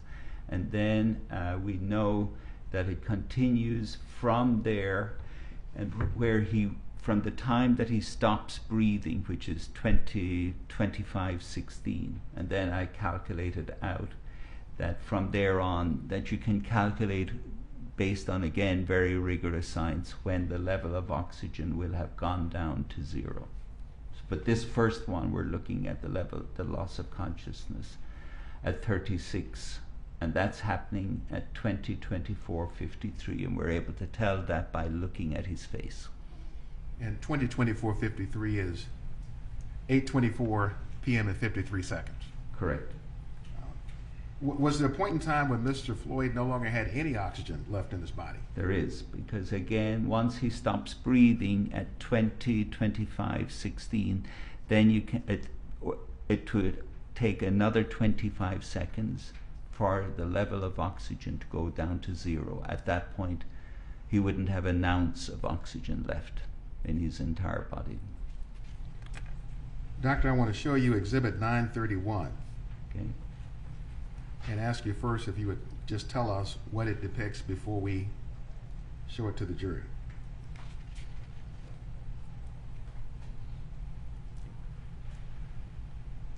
Yes, that's showing exactly. What do we see in 931? So what we're seeing in 931 is that his level of oxygen has gone all the way down to 0. All right. So we're going to show this to the jury, but first let me move to admit Exhibit 931. Any objection? 931 is received. Now, Dr. Tobin, would you explain to the jury what we see here in Exhibit 931? Right. we're seeing that the level of oxygen has gone down to 0. That there is, at that point, there's not an ounce of oxygen left in his body. And again, this is totally, you can figure this out with very precise science, looking at once somebody stops breathing, what will be the rate of decline in the level of oxygen, how long it will take to reach 0. And this is, so we see here that he reaches a level of 0 of oxygen at 20, 25, 41. And so at that point, there's not an ounce of oxygen left in his body, in his entire body, at 20, 25, 41. And so was the knee then lifted off of his neck at the point there was no more oxygen in his body? No, the knee remained on the neck for another 3 minutes and 2 seconds after we reached the point where there was not a 1 ounce of oxygen left in the body. Thank you, doctor. Are you aware of studies suggesting that putting someone in the prone position and putting a weight on the back is not dangerous? Yes, I'm aware of these studies. They largely come out from San Diego, from the group of Dr. Chan and Vilke and his colleagues. Are you able to generally characterize the nature of these studies for the jury? The bottom line is they're highly misleading.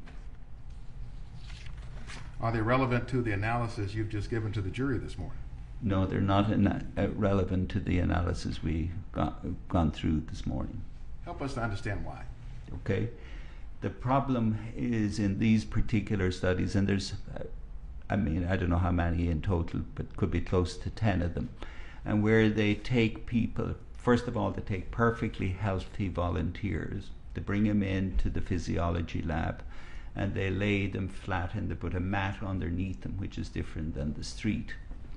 And then they measure, they put weights on top of them, so that weights could be lead weight in bags, or else in many of them they use kind of the barbells that you see in a gym, like an Olympic wheel that you'd see in a gym for weightlifting, and they place those on the back of the subjects, and then they measure various lung volumes. So typically they'll measure what we call vital capacity or maximum voluntary ventilation. These are specific types of lung function tests that you don't need to bother with, but they're showing a decrease in lung availability of around 35%. That's a substantial decrease in your lung volumes that you're finding. And then they conclude in virtually all of their studies that that level of decrease in lung volume doesn't matter because there's no change in the level of oxygen. And so therefore it's not clinically relevant. The problem is, in doing a study like that, oxygen is the exact wrong yardstick to be using in a study like this. What they needed to do is continue to measure out the changes in lung volume like the ELV, showing what happens to this.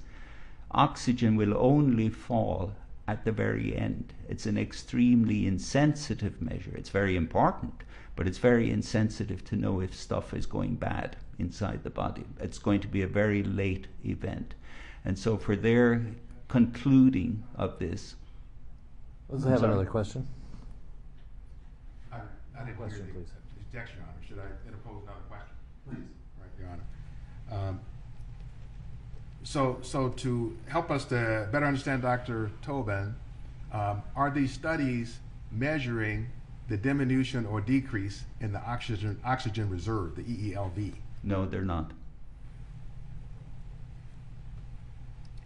I want to show you what's marked as Exhibit 948.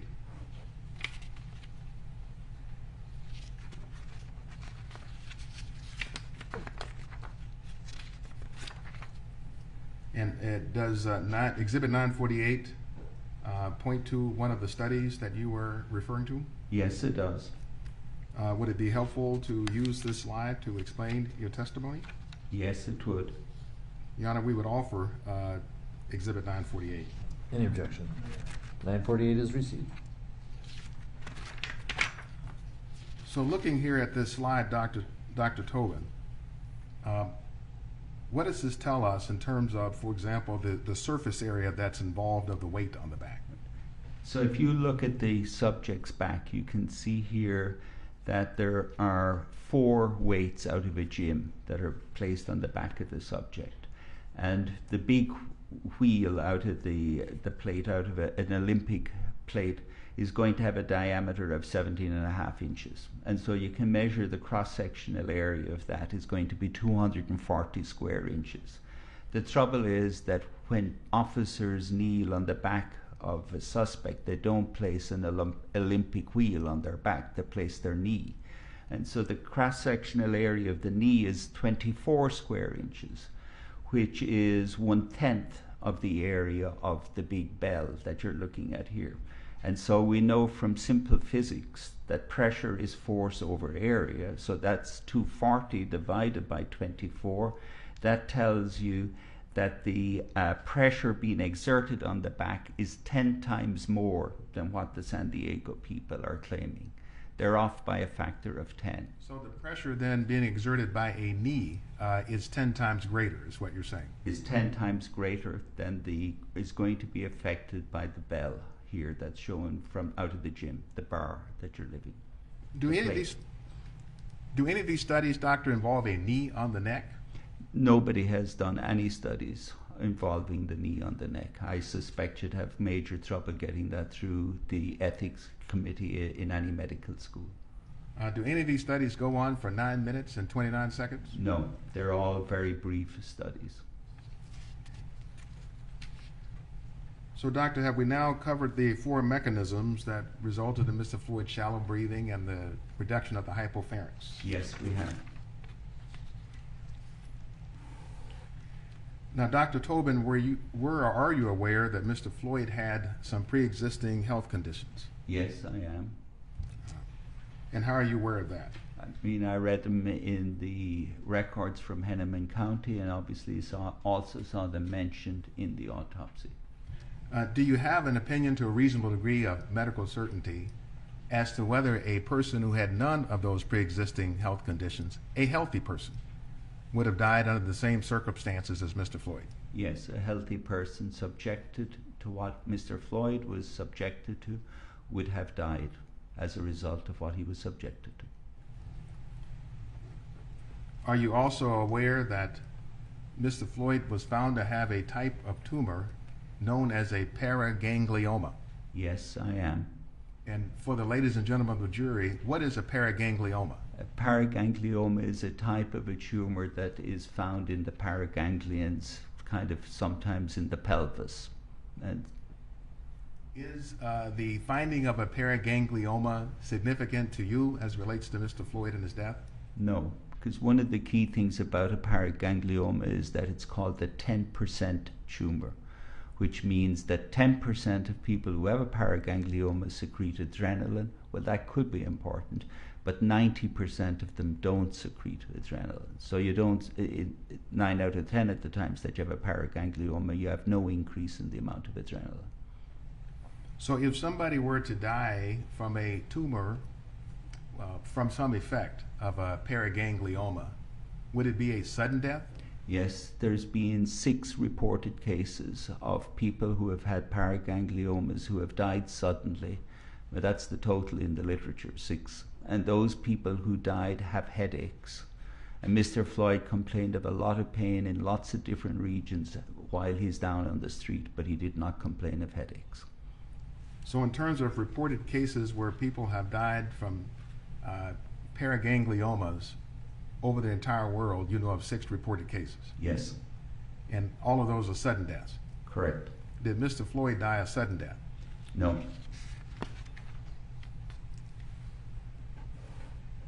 I want to talk to you about a different subject. The jurors may have heard one of the officers say, if you can speak, you can breathe. Yes. Is that a true statement? It's a true statement, but it gives you an enormous false sense of security. Certainly at the moment that you are speaking, you are breathing, but it doesn't tell you that you're going to be breathing 5 seconds later. So let's talk about kind of why this is significant. So could you tell us about something that may seem obvious, that is, what's required for speaking? Right. So I mean, for speaking, you only speak when you're exhaling. You have to blow air out, and then you vibrate the vocal cords. And that's all there is to speech. So it's air going across the vocal cords, they vibrate, and you speak. But to speak, there's two things important. One is you cannot blow air out if you didn't take a breath in beforehand. So you must have had an inspiration in to speak. The second thing is you cannot speak if your brain is not alert. Okay, so when you see somebody speaking, you know they have had an inspiration momentarily before they're speaking, and that there is oxygen going to the brain at the time that they are speaking. And by inspiration, you mean that it had to take a breath in directly before they're speaking. Yeah. Was the timing of Mr. Floyd's speech during the restraint important to your analysis? Yes, it was. Why so? Because it tells us that for the time that he's speaking, and he continues to speak for 4 minutes 51 seconds from the time the knee is placed on his neck, it tells us that there could not have been complete compression, could not have been total occlusion of the neck at that time, for that time, because he's continuing to speak for 4 minutes 51 seconds. Dr. Tobin, is the brain sensitive to oxygen deprivation? The brain is the most sensitive area to needing oxygen. So what percentage is the brain of body weight, and how much oxygen does it consume? So the brain is relatively small. It's only 2% of our body weight, but it takes in 20% of all the oxygen that we take in. So the brain eats up oxygen at 10 times the normal level. It needs a huge amount of oxygen because it's sending out millions of nerve signals every second. So it needs a very high supply of oxygen. Then how long can the brain go without oxygen? That's well worked out. If you stop the flow of oxygen to the brain, you lose consciousness in 8 seconds.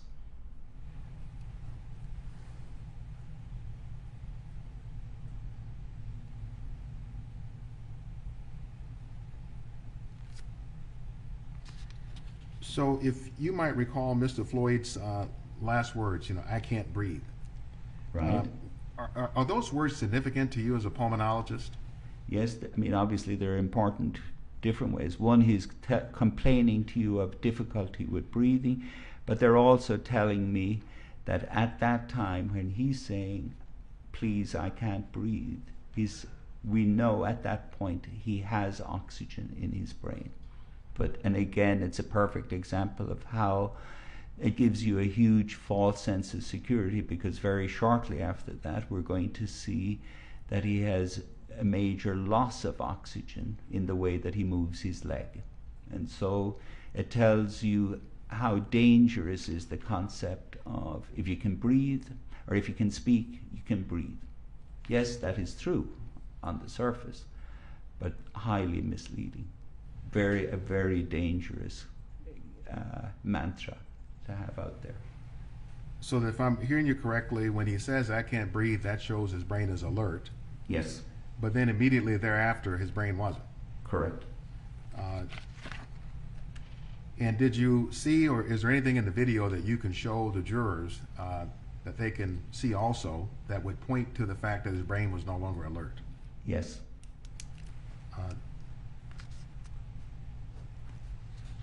Let me pull up Exhibit 47, already in evidence, at 2024.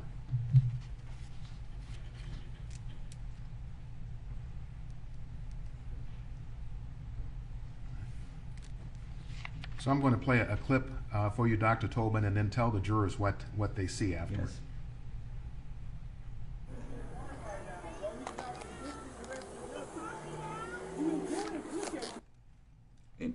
So there's a key finding that you're seeing here, and that is when you see his leg going up. And you have to keep in mind he's prone, so he's facing down. So this is his leg coming up backwards. And so that's what we call as clinicians, that's an extension movement of the leg. And that is something we see when somebody suffers major brain lack of oxygen. And it tells us at that point he's having what are sometimes called a myoclonic seizure, sometimes called a hypoxic seizure. There's different terms that are used, but really they all amount to saying that you're seeing here fatal injury to the brain from a lack of oxygen. It's sometimes also called an anoxic seizure.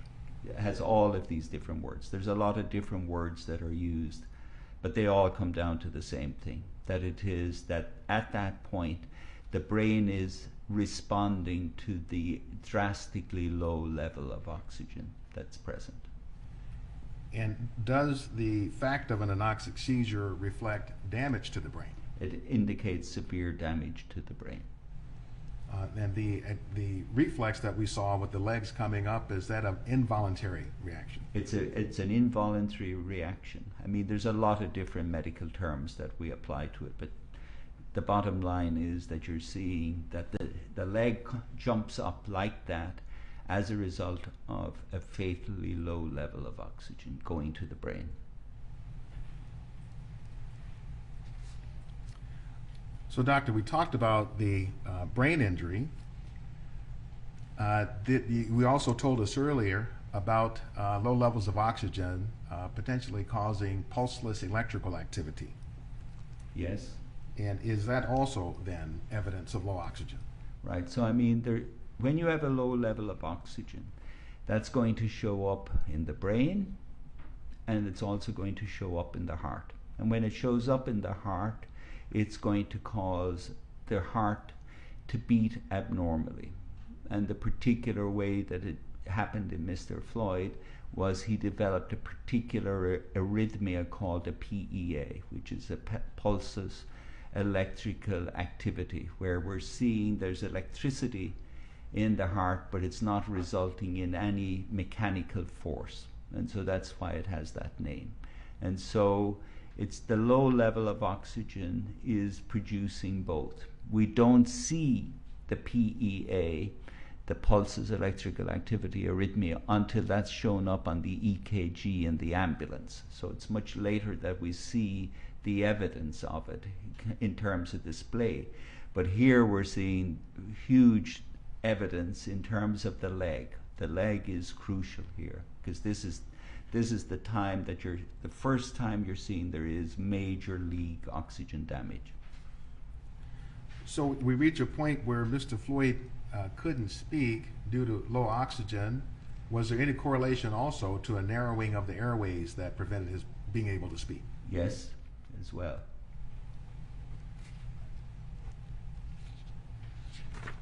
I want to show you what's marked as exhibits 934, 936, and 933. And just tell us, what are these images in general? So we're seeing again the same MRI, but at a different view of it that we looked at before. Your Honor, all for exhibits 934, 936, and 933.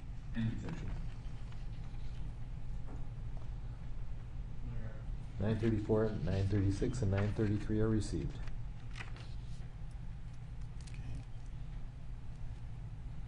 So, doctor, tell us what we see here, starting with the first. Right. So this is the same MRI that you saw before, but what your attention is drawn to by the yellow arrow is the vocal cords, and the vocal cords is simply how you speak. So to speak, you must inhale, you must take air into your lungs, and then when you let the air out, you're going to vibrate those little vocal cords there, and that's what makes the sound of speech.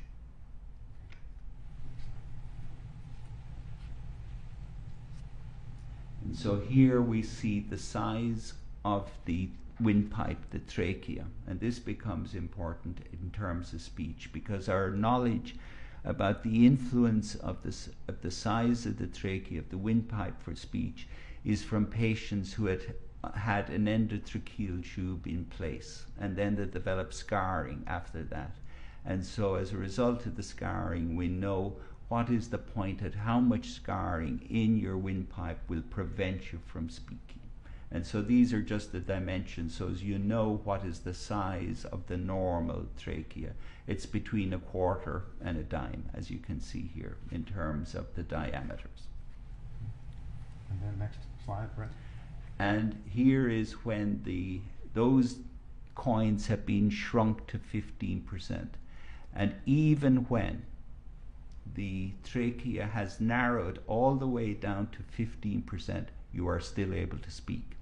Even when the hole through your windpipe is just this size, as I've shown here, where I've shrunk the size of the coins, you are still able to speak. So it tells you how dangerous it is to think, well, if he can speak, he's doing okay, because at this point you will be able to speak. But again, if there is a small increase in the amount of narrowing here, not only will you not be able to speak, you won't be able to breathe, you won't be able to live. And so it's a very dangerous thing to think that because you're able to speak, you're doing okay. And so, doctor, you're not able to speak, breathe, or live once the airway narrows to below 15%. Correct. Once you'll go from the 15%, you'll still be able to speak, and then as it gets lower from that, initially you'll be struggling, and then at some stage you just won't be able to do anything. Brett, if we could show Exhibit 940, it's already invented. So again, this is exactly, because this is the same experiment I showed you before. And it just so happens, this is pure coincidence.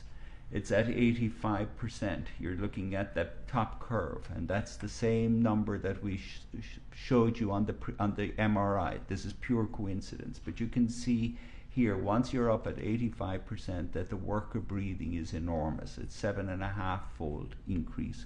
And then as that narrowing would get further and further, then the work will become unbearable. So again, it just emphasizes at the point where you can't speak and you are in deep trouble. Doctor, I'd like to transition now from talking about the physiology of breathing to talk about your work as a clinician, taking care of patients with respiratory troubles. Does that experience factor into your opinions today also? Yes. Did you do anything to try to understand Mr. Floyd's actual rate of breathing? Yes, I did. Why was that important to do? Because a major part of my work as a lung specialist is looking at people's breathing. You get an awful lot of information by looking at how they breathe, by looking at how they use their chest wall. All of this is extremely informative. And at the lowest level, one of the simplest things to do that is especially informative is simply to count how many breaths somebody takes in. It's one of the vital signs, like with blood pressure, pulse rate, temperature, is the respiratory rate. It's one of the signs that tells us, and it gives us a lot of clues as to what is happening inside the body. Is this something you've done before? I've done it millions of times. Do you train others in how to do it? And I've trained nurses, respiratory therapists, medical students, doctors in how to do it. And so you're counting the breaths. Do you observe the muscles and things also? You separately from counting the breaths, you're going to look at the different muscles they're using, whether they're using their sternomastoid, what type of bucket handle action they have, what type of pump handle. You're looking at all of this in a glance. I mean, with somebody as old as me, I can see all of this very rapidly. So did you take this clinical experience and apply it to your observations of Mr. Floyd's breathing, in this case on the videos? Yes, I did. Was there video evidence from which you could take measurements? Yes, there is. I want to show Exhibit 43 that's already in evidence.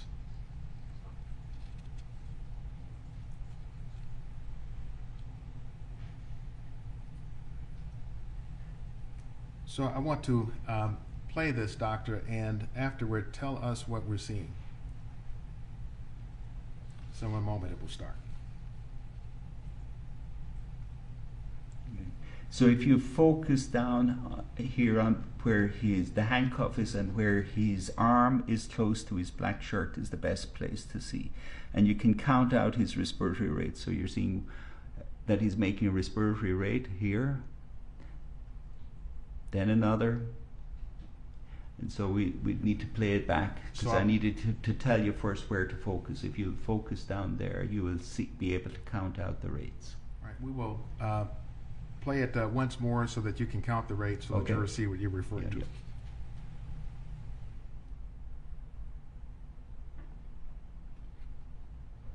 1, 2, 3, 4, 5,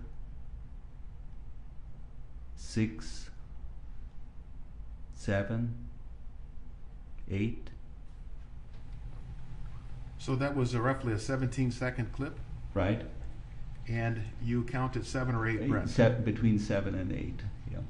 And did you use this to calculate a rate of respiration? Yes, because I mean it's simple. Once you have 19 seconds and you count out the number of breaths you have here, and if it say you count out 7 breaths, that will come out at a respiratory rate of 22. Is that number, the respiratory rate of 22, significant to this case? It's extremely significant, Why is that? because one of the things in this case is the question of fentanyl. And if fentanyl is having an effect and is causing depression of the respiratory centers, the centers that control breathing, that's going to result in a decrease in the respiratory rate. And it's shown that with fentanyl you expect a 40% reduction in the respiratory rate. So with fentanyl his respiratory rate should be down at around 10. Instead of that, it's right in the middle of normal at 22.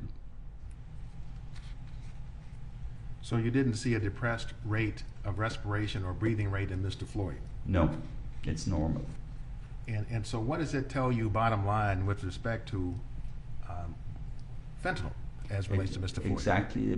In terms of fentanyl, one of the major changes you see in fentanyl is a slowing of the respiratory rate. So, and again, we would be expecting a 40% reduction in the respiratory rate with fentanyl. The normal respiratory rate is 17 breaths per minute, plus or minus 5.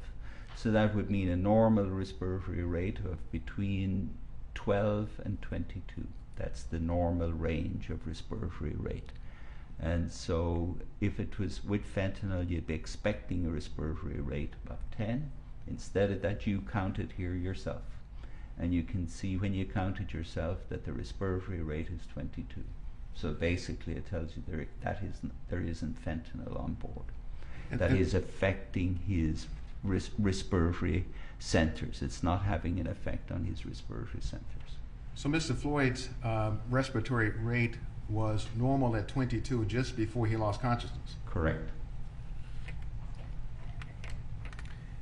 So the jury may have heard some other information in the case about the fentanyl related to an elevated carbon dioxide level in Mr. Floyd's body in the emergency room. Was that significant to you? Yes, that's very significant as well. How so? Because he's reported to have a PCO2, sorry, I take it back. He's reported to have a carbon dioxide level in the arterial blood in the emergency room of 89. That's a very high level of carbon dioxide. And so you have to take into account what are the factors that might have led to that. And there's particularly important factors in Mr. Floyd to explain why his carbon dioxide was found at 89 in the emergency room. So doctor, would you first tell us what would normal have been for carbon dioxide levels? The normal carbon dioxide level in you or me is 35 to 45 millimeters of mercury. That's the norm. You don't need the millimeters of mercury stuff, but they're the units that are given in the hospital chart. So you said that there were significant factors in the case of Mr. Floyd. Would you help the jury understand what those were? Yes, the important factors are that we know that he made his own last spontaneous effort to breathe at 20, 25, 16. After that, you can look at the videos and you see he makes no effort to breathe. He makes no breath. The last breath he took was at 20, 25, 16. Then we know after that he stayed on the street for another 3 minutes or so. Then he's placed into the ambulance, and we know that in the ambulance they attempted to put in an airway, an eye gel, and you can see that on the Officer Lane's body cam. You can see all of that happening, and then you can see the time at which they actually successfully inserted the airway and when they gave him the first breath. And that is a gap of 9 minutes and 50 seconds from when he last took a breath. And why is that significant? That's very significant because we can calculate what is the rate of increase in the carbon dioxide in somebody who doesn't breathe. If somebody doesn't take a breath, carbon dioxide increases at a predictable rate. And that rate is up to 4.9 millimeters of mercury per minute that it increases. And so he has not taken a breath for 9 minutes and 50 seconds. So you would expect, just on that basis, that his carbon dioxide level will go up by 49. So you add 49 to the normal values of 35 to 45, and then you add that and you're going to get a value of between 89 and above, and so it comes out virtually identical to the value that they found in the emergency room of 89. So doctor, what's the punchline with respect to that? What does it tell us? The significance of all of that is it's a second reason why you know fentanyl is not causing the depression of his respiration. What you're seeing is that the increase in his carbon dioxide that is found in the emergency room is solely explained by what you expect to happen in somebody who doesn't have any ventilation given to him for 9 minutes and 50 seconds. It's completely explained by that. So when a person then is not breathing, then carbon dioxide would naturally continue to build up in the body. Yes. And that's what matches what was seen in the OR for Mr. Floyd. Precisely.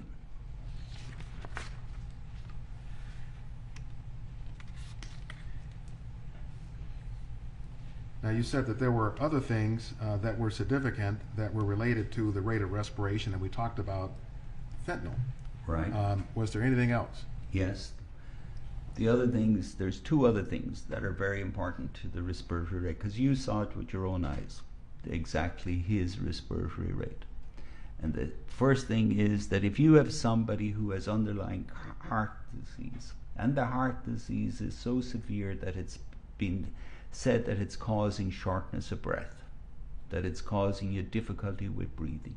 If somebody has heart disease that's causing shortness of breath, virtually all of those patients are going to have very high respiratory rates. They're going to have respiratory rates of 30, over 30, even over 40. When you have heart disease, that'll give you shortness of breath. Instead of that, we find that his respiratory rate is normal at 22. The second thing that's important about the respiratory rate of 22 is if you have somebody where the primary problem in the body is airway narrowing, where you have somebody where there is that the airways are being compressed, there's narrowing in the neck, or there's narrowing like in somebody in the chest, what the response, the physiological response to airway narrowing is a normal respiratory rate. And that is what he has. So it's but the respiratory rate that you see that's normal is the expected physiological response in somebody who has airway narrowing. So doctor, we covered the mechanisms of how low oxygen occurs. As a clinician, did you observe the results of low oxygen in the video showing the last minutes of George Floyd's life? Yes. What did you observe? I mean, in terms of what we're seeing is the changes in his facial appearance. This becomes crucially important, again, in seeing the effects of the low oxygen. And have you seen this effect in other patients as a clinician? Yes, I mean, because I work in an ICU where 40% of our patients die, so I'm extremely familiar with seeing people who die, unfortunately. And so when you see these changes, you see the changes in the face. It is the key way of noticing something happening is by looking at the effects on the face. Doctor, I'm going to show you Exhibit 15 already admitted into evidence at 404. And I want to play a clip and have you tell us what it shows.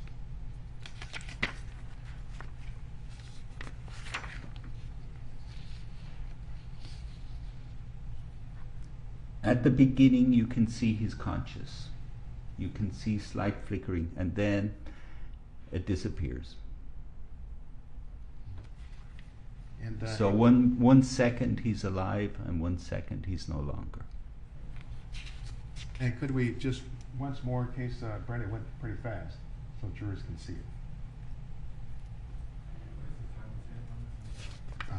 Just 1 second. It is 20:24:53 in the composite.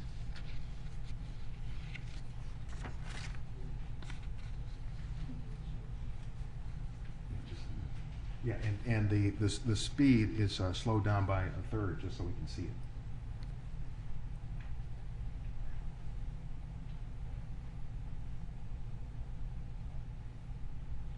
Is that the flicking Yes, you referred to? you can see his eyes, he's conscious, and then you see that he isn't.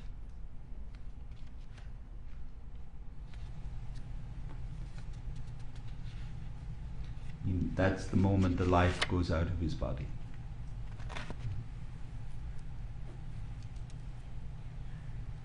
I want to also show you a clip from another body-worn camera, Exhibit 43. And for Mr. Nelson, that's the Kane one. 22.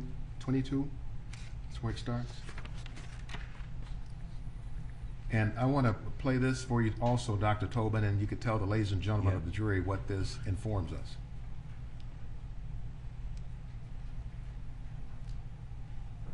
Dr. Tobin, Yep. my stomach hurts. My neck hurts. Everything hurts. So now he's rocking his right side. You can see how he's moving his hip to try and rock the right side of his body to try and get air. You can see him again pushing down on the street to get air in. And these movements of his hip you may miss, but he's having to use all his entire spine to just try and get air into that right side of the body. Keep in mind the left side is non-functional from the way they have manipulated him and pushed him into the street.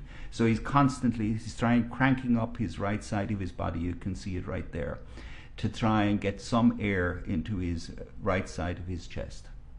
He's making repeated struggling movements. He's moving again the hips because he's using his spine to try and get those muscles to move air into the right side of his chest.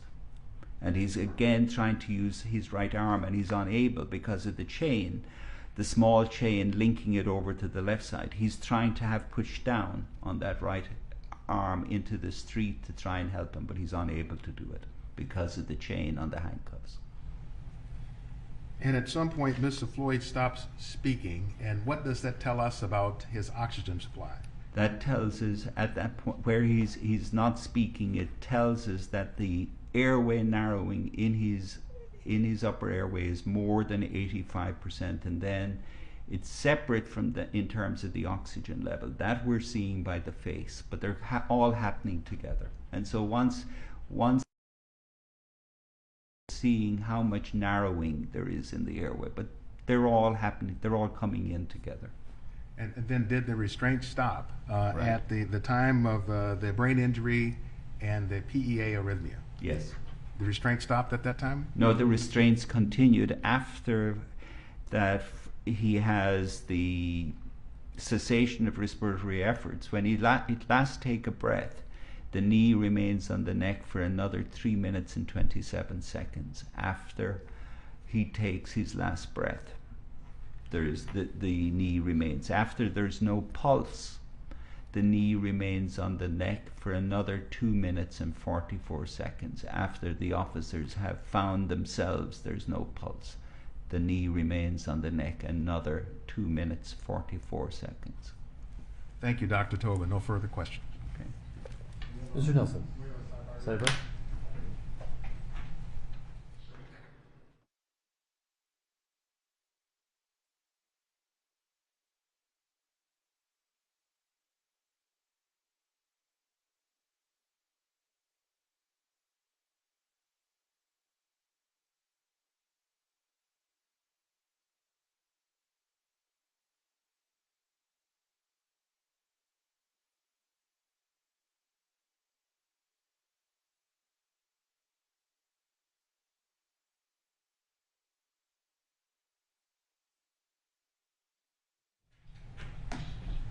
Members of the jury, we're going to take our lunch break at this time. We're going to take until 1:30. Thank you.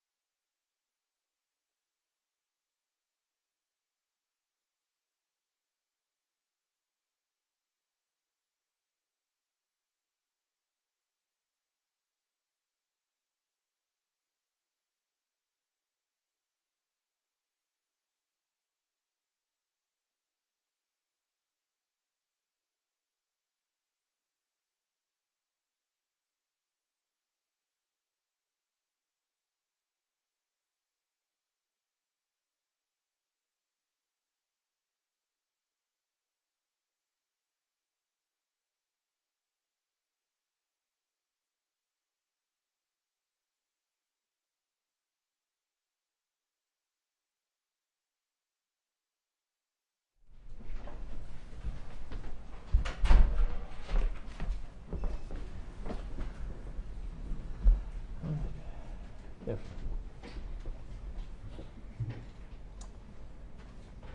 Just a reminder, Doctor, you're still under oath. Yes. Thank you. Mr. Nelson.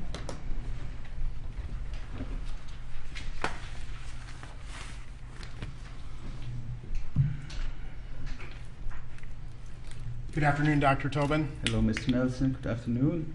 Thank you for being here with us today. We'll take a sip. Cheers.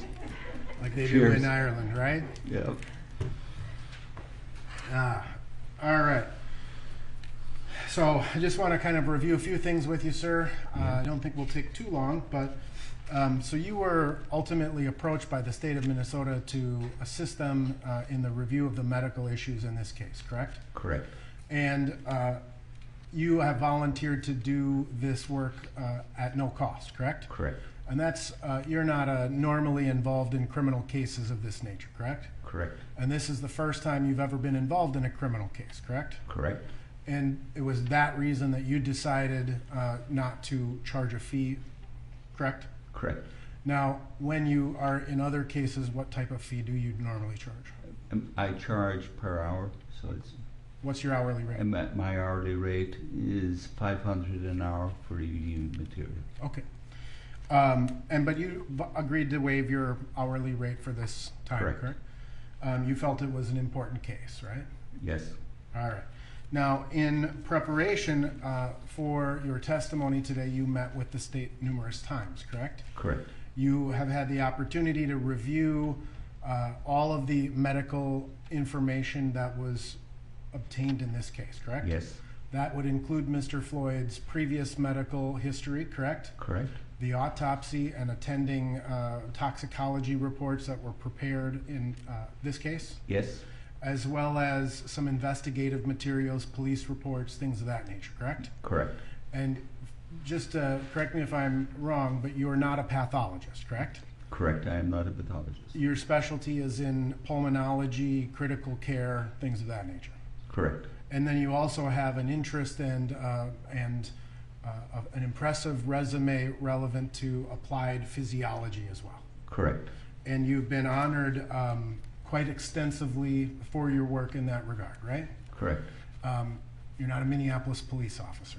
Correct. It's fair to say that the training that is provided by the Minneapolis Police Department in terms of medical care comes nowhere close to your level of expertise. Correct. You understand that Minneapolis police officers are not even EMTs. Correct. They have a basic life-saving certificate dealing with gunshots, chest seals, tourniquets, and CPR, right? Yes. Right. So you've also had the opportunity to review a lot of the body camera footage, correct? Yes. You've done, I think you testified that you've watched these videos hundreds of times. Correct. And you've watched them all from all different angles, correct? Correct. And you've had the luxury of slowing things down, moving it into slow motion, still framing various times, right? Correct.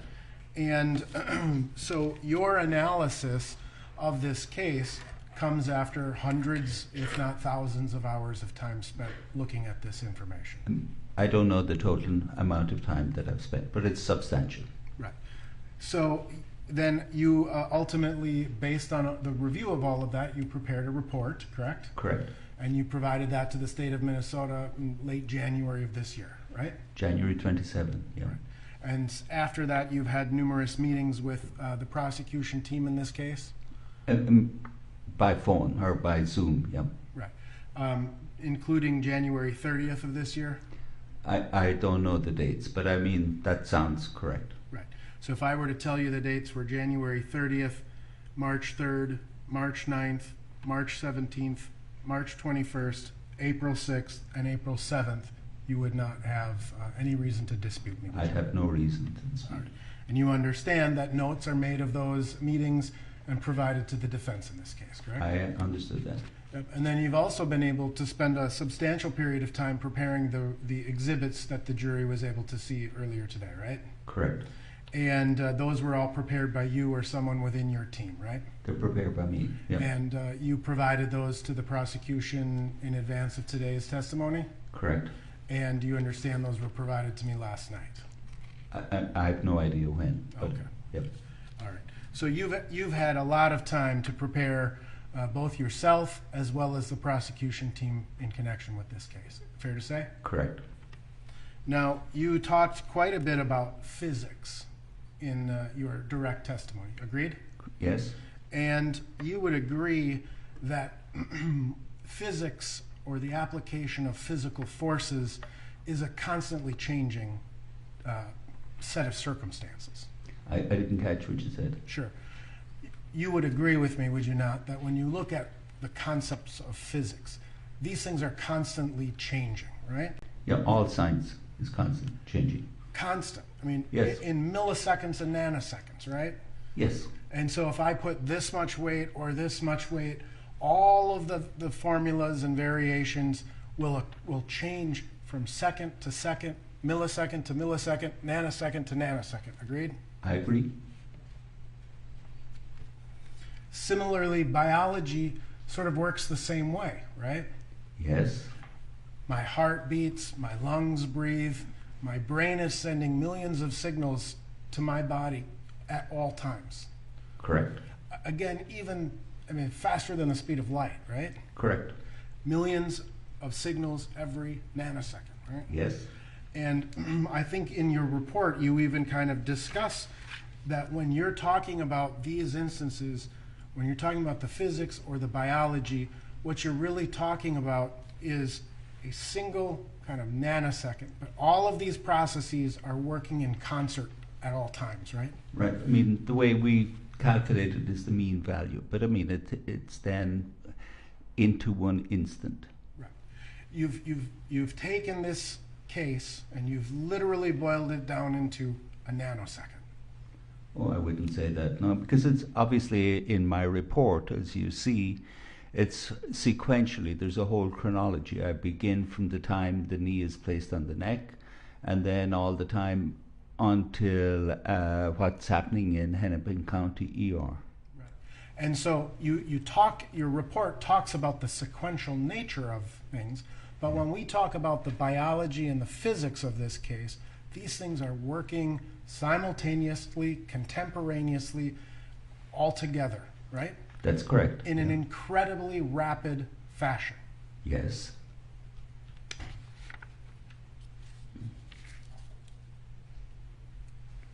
And you would agree with me that as this incident was occurring, there was nobody measuring the units of force that were placed on any particular position of any particular person at any particular moment, right? I mean, there was nobody there measuring them at the time. I agree that, but they're all calculable. Understood. And that's when you calculate them, what you have to do is you have to boil it down into what you would call the mean or the average, right? Correct. And so whenever we look at the concept of an average, there are things that are happening moments before, moments after, right? Yes. And forces will increase or decrease relative to the nanosecond of time. Agreed? Correct. Yep.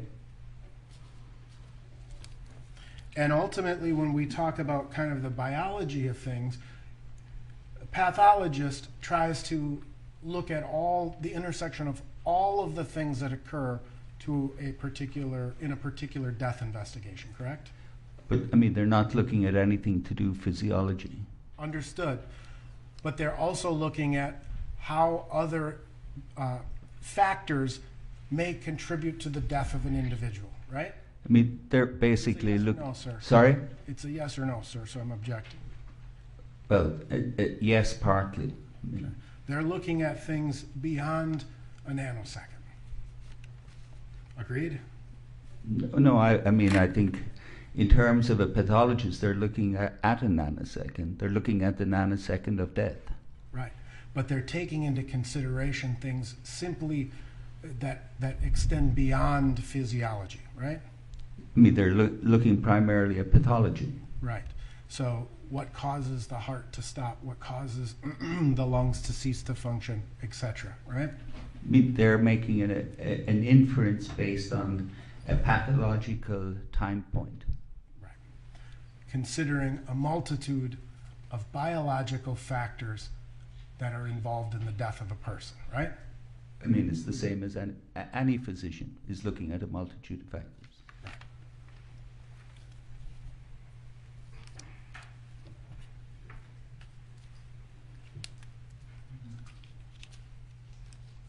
So in terms, again, of your review, you would agree that the amount of time that you've spent looking at videos, analyzing these videos from different perspectives and angles is far greater than the length of this incident. Yes. Probably to the times 1,000. I can't, I really don't know. But I mean, but it's substantially longer than the incident. Right. And ultimately, you conclude that Mr. Floyd died as a what we would call a hypoxic death. He died of a low level of oxygen. Right. That there was a low level of oxygen that caused damage to the brain, which resulted in a pulseless electrical activity, correct? Not quite. How did you phrase it? That's He had a low level of oxygen that caused damage to the brain. The brain didn't cause the pulses electrical alternance. The low level of oxygen caused both. The low level of oxygen caused the damage to the brain. The low level of oxygen separately caused the pulses electrical alternance. So it's an example of how multiple processes are occurring simultaneously. Well, not really. It's just one process. It's a low level of oxygen that's doing both. That's having an effect on multiple, the heart and the brain and the lungs, right? Not really. It's just two. Okay. The brain and the heart. The brain and the heart. All right. Now you talked about, I think you called it the, is it the nuchal ligament?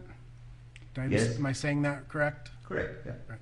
That's that space at the back of the neck that's very, very hard, right? It's not so much a space. I mean, it's a long bit, but it's roughly the palm of your hand. You stick the palm of your hand at the back of your neck, Right. and you're right over the nuchal ligament. Right. And that's you said a very, very hard surface, right? Yeah. Can withstand a great amount of pressure, right? Correct. And, and so when we talk about the placement of the knee, there would be periods of time where Mr. Chauvin's knee was placed at that nuchal ligament, based on your observation of the Yes. videos. I'm sorry. Nope, that goes both ways. And you've had an opportunity to review the autopsy, correct? I did, yeah. Right. You understand that there was no bruising either atop the skin or under the skin surfaces that were noted by Dr. Baker. Yes, I'm aware. And you also are aware, you talked quite a bit about the hypopharynx, right? Yes. You're aware that the hypopharynx was photographed at autopsy and no injury was noted. I'm aware. Now, I found it very interesting in your testimony and your report when you're kind of talking about this notion of if you can't speak or if you can speak, it doesn't mean you can, or sorry, I have to say it. If you can speak, you can breathe, Yes. right? And you described this as a very dangerous proposition, right? Yes. Yes. You described this as causing a false sense of security to people, right? That's how you Correct. Yep. And in fact, in your report, you actually write a paragraph about how physicians oftentimes have trouble with this, right? Yes. And so people who've, similar to yourself, attended medical school, Mm-hmm. right? Sorry, you have to say yes. I'm sorry, terribly sorry. No Yeah. problem. Yes. So, intelligent men and women who've graduated from college, gone on to medical school, and are engaged in the practice of medicine, sometimes have problems with this notion, right? Yes. A patient comes in and says that they're having trouble breathing, and oftentimes a physician will not believe them, essentially. It's important, Mr. Nelson, to make sure we're talking about speech or difficulty in breathing, because they're different. Right. Well, you write in your report that some doctors incorrectly consider patients to be hysterical. Your Honor, may we approach? Let's do it, Jones. Your Honor, the reference to the report is hearsay. It's not evidence. It's not proper. Overruling from it. Overruled. You wrote in your report that some doctors incorrectly consider patients hysterical and the symptoms imaginary in nature, which further aggregates patient distress. right? Yes, I recall. And you wrote that this view represents a physician's failure to understand the fundamental cause of a clinical disorder. Right, but I'm talking about a different thing there. That's hyperventilation syndrome, So somebody which comes is in. very different than the difficulty with speech. They're really apples and oranges. Okay. But if physicians, right, someone comes in and they're Yeah. hyperventilating and they articulate to their physician, Yes. I can't breathe, Yes. right? And it's hyperventilation syndrome, right? Yes. And physicians oftentimes, as you indicate, Yes, confuse this issue. correct. They blame the patient, right? Or I don't have to blame the patient, but I mean, they certainly missed the diagnosis.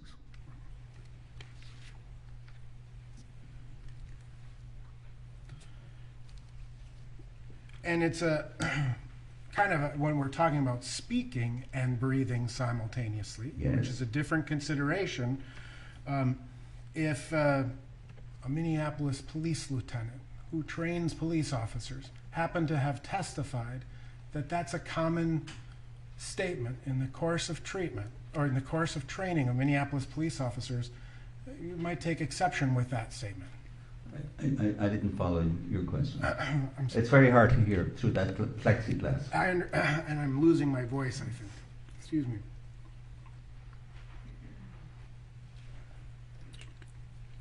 If a Minneapolis police officer, Yeah. I'll try to talk closer to the mic. Mhm. The Minneapolis police lieutenant who trains Minneapolis police officers testified that it is frequently said and trained to police officers that a person can talk, it means they can breathe. You would have a problem with that. You would, Yes, I mean, they're able to breathe at that moment in time, but 10 seconds later, they may be dead. right. And because dealing with any person is a rapidly evolving situation that can change from second to second. Yes.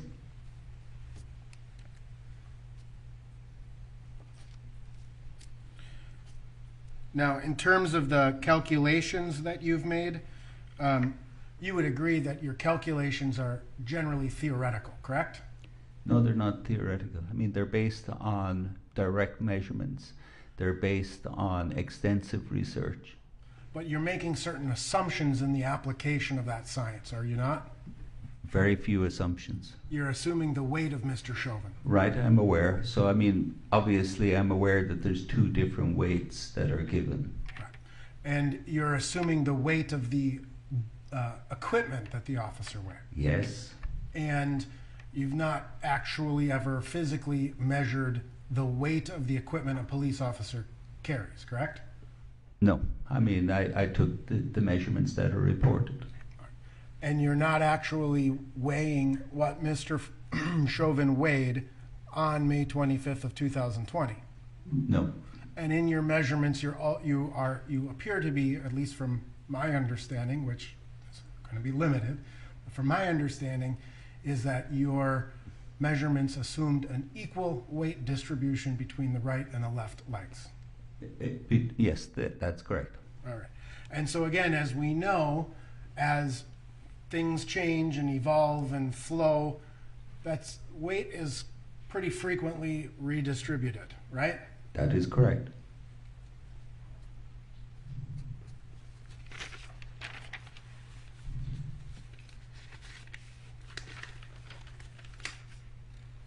And again, in terms of the EELV, am I saying Yes. that right? The EELV, that's the, can you? And expiratory lung volume. All right. You're also basing that, those calculations on the presumption that a person is a healthy individual, right? For the ELV, it's not going to change, really. But in terms of the normal respiratory rate, some of the other factors that you put into your analysis, it's all premised upon a healthy individual, right? Right, it's based on a 46-year-old person of a particular height and sex, yes. Who's healthy. Correct. And so you would agree if biology can change rapidly, that the the specific biological conditions of Mr. Chauvin and or Mr. Floyd come into play, right? Correct. And those volumes or those figures that you've assessed in connection with this case, they are conditioned upon him being a healthy individual. Right. I mean, it varies in terms of the lungs. I mean, say, for example, compliance will vary, but end expiratory lung volume is pretty robust. It just isn't going to vary. Okay, so but other factors, like you said, what was the first sentence? Lung compliance will vary from one person to the next person, but it varies different segments within the lung. They're not all monolithic. Okay. Now, and you talked about one thing in terms of, and this is a little bit of an aside, in terms of the prone position and the pushing of the stomach into the lungs, right? Yes. The size of a person's stomach has some bearing on that, right? It does. A person like myself who has a few extra inches, if I'm prone, it's going to perhaps push further or harder up into my lungs, right? Yes. A person who is healthy, physical, muscular, it's going to have less of an impact. That is correct. All right. But again, in terms of what we have learned about Mr. Floyd from his autopsy and his medical records, is that we understand that Mr. Floyd had some heart disease, right? That is correct. In fact, I believe that he had in some of his arteries somewhere between a 75 and 90% occlusion of his ventricular arteries, right? Correct. And that's going to affect blood flow in a person, right? It's going to make the body work a little harder to get the blood through the body. No, not really. It's not going to do that. Okay. How does that affect a person's respiratory? The coronary artery? Mm-hmm. If the coronary artery is affecting it, and if the coronary artery was contributing to shortness of breath, you would expect that he would be complaining of chest pain, and you would expect that he would be demonstrating a very rapid respiratory rate. We don't see either. Okay. We'll come back to the respiration. I can't say it right. I'm taken by your accent. The respiratory rate. I can't compensate for it. Appreciate it. I'll say it like you, his respiratory rate. Okay. There you go. All right. We also understand that Mr. Floyd, based on his medical records, has a history of hypertension or high blood pressure. Yes, that's correct.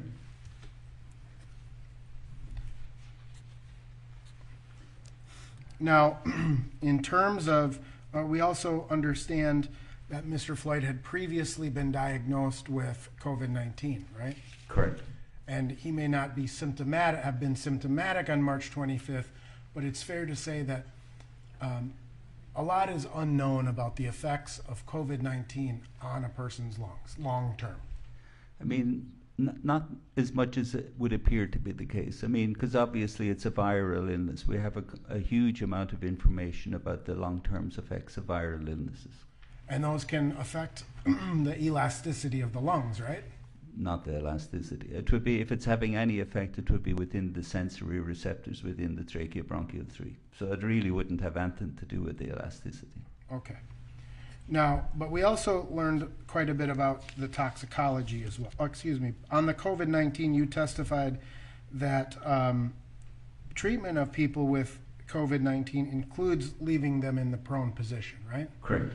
And so those people who would be treated for COVID-19 in the prone position, based on your calculations, you would have a 24% decrease in the EELV. Right. I mean, this is people with COVID where they're during the time that they have COVID. Right. But Right. that's what you'd expect, that same decrease in the EELV.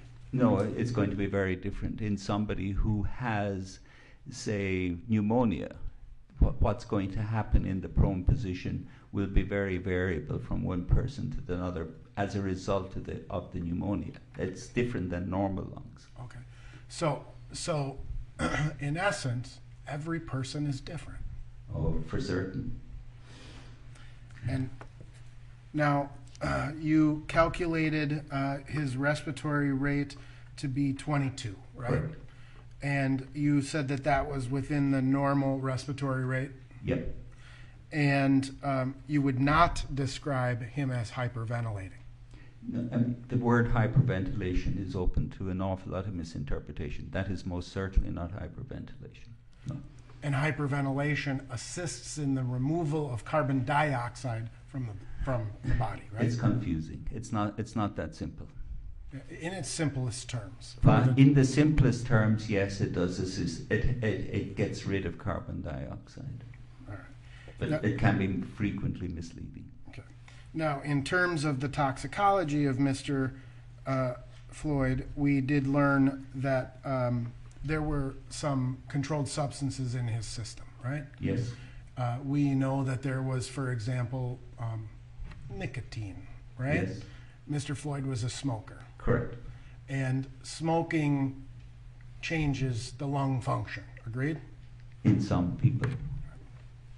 Now, we also learned more, and I'm not suggesting that all people who smoke have lung problems, right? Less than 10% do. 90% don't have any. Doctor, can I use back up A little bit from the microphone. I'm sorry. No problem. So you focused in your direct examination quite a bit in terms of fentanyl and the fentanyl's effect on the respiration rate. Yes.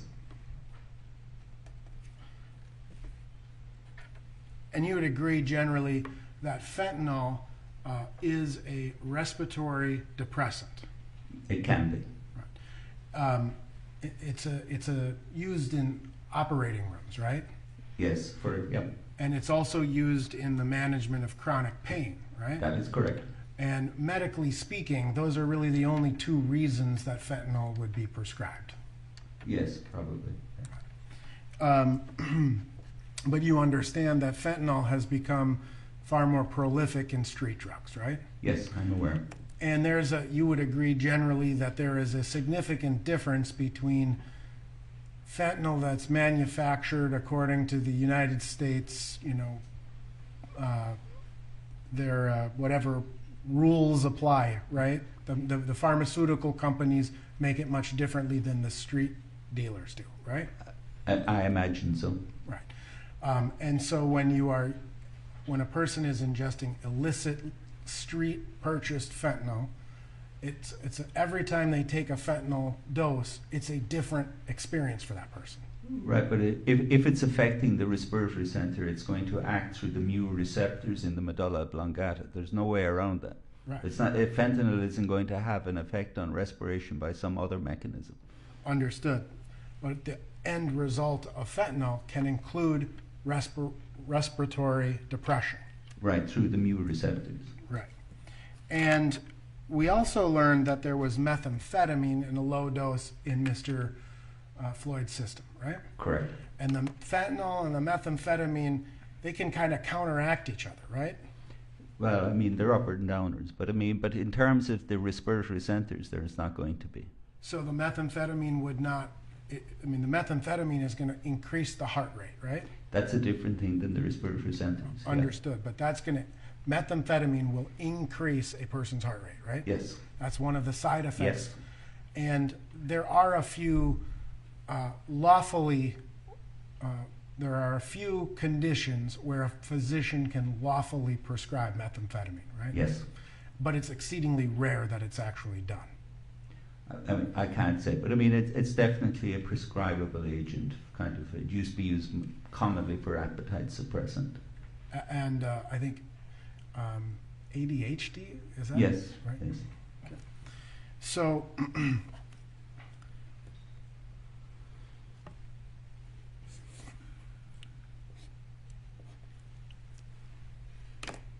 we also know that adrenaline will increase the heart rate, right? Yes. And adrenaline can be put into the body in multiple ways, right? Well, let me. There are many things that can cause a surge in adrenaline. Yes. One of those things would be getting into a fight with someone. Yes. Or being afraid.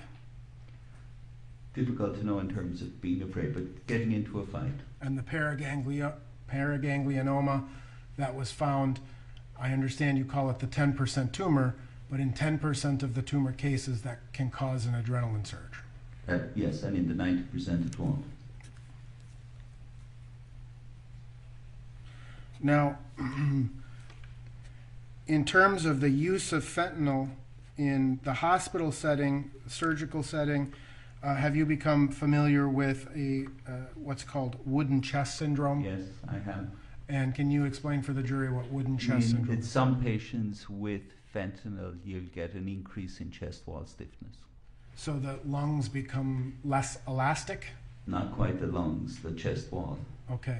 So that would prevent a chest wall chest wall rigidity will also decrease the performance of the lungs. It will impede the ability of the lungs to expand.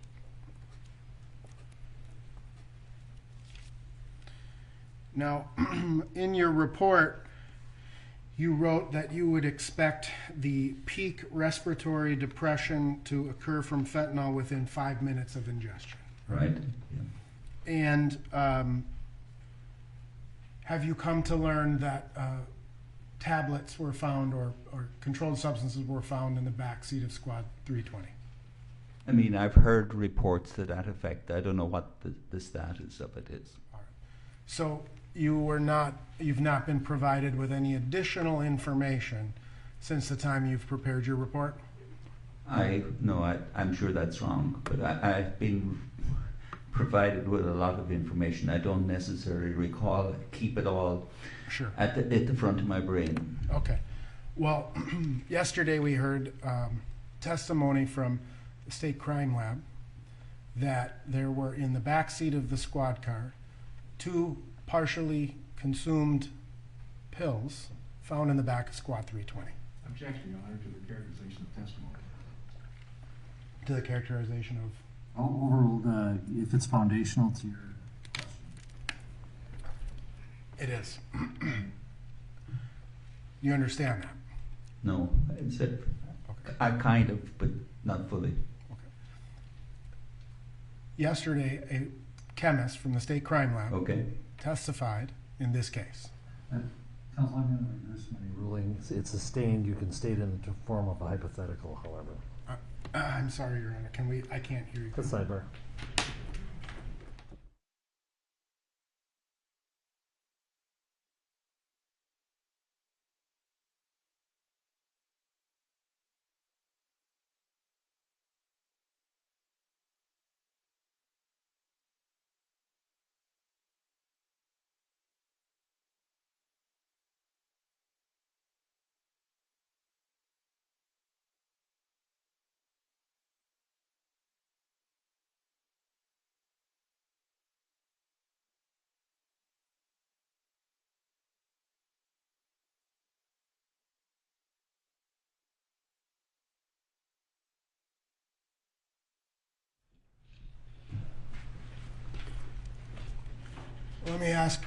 Let me ask you in the form of a hypothetical question, okay? If partially ingested pills that were determined to contain both fentanyl and methamphetamine were found partially ingested in the back seat of the squad car, and that those pills had the DNA of the deceased individual on them, meaning that they took them, and those pills would have been in his mouth at about 2018, right? Is it fair to say that you would expect the peak fentanyl respiratory depression within about 5 minutes? Right. I mean, obviously, it would depend on how much of it was ingested. I mean, just finding the pills won't tell you anything about whether any of it was ingested or some of it or anything. But if there was any amount of it ingested, yes, the peak would be 5 minutes. Right. And so if it happened at 2018 or thereabouts, when the individual was in the back of the car, you would expect that peak respiratory depression to be around 2013, right? 2023, I'm sorry. 2018 to 2023 is You're fine. trying to really confuse me, Mr. Nelson. I'm sorry. I think I can actually say it's been a long week now. Yes. So 2018 is the ingestion point. You would expect peak respiratory depression by 2023, Correct. right? That's the peak, meaning that it could continue afterwards, right? Right. All right.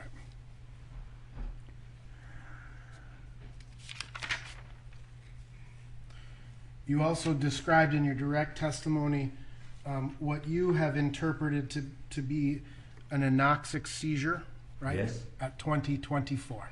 Correct. 24, 21. 2024, 21. 21. And that was in what you saw and what the jury was played was reflected in from Officer Lane's body camera, right? Correct. And it was the kick of the legs, right? Yes. And after that point, you can see Officer Lane hold the leg down, right? Yes. And you can see it kick up again, Yes. right? Once again, try not to. Talk over each other. Sorry. A tendency to go fast. That's what you recognize based on your 46 years of being a pulmonologist and an intensivist and your experience, right? Right. I mean, obviously there was additional information from the hand, but I mean, the leg was the key. Right. And would be reasonable for a police officer to interpret that same behavior as resistance. Objection, Your Honor. The foundational witness to talk about what's reasonable for a police officer. Sustained. Now, you testified that the last breath of Mr. Floyd was at 20:25:16, right? Correct. Prior to that point, to all people who were there and monitoring him, he would have appeared to have been breathing, right? It's just hard for me to hear.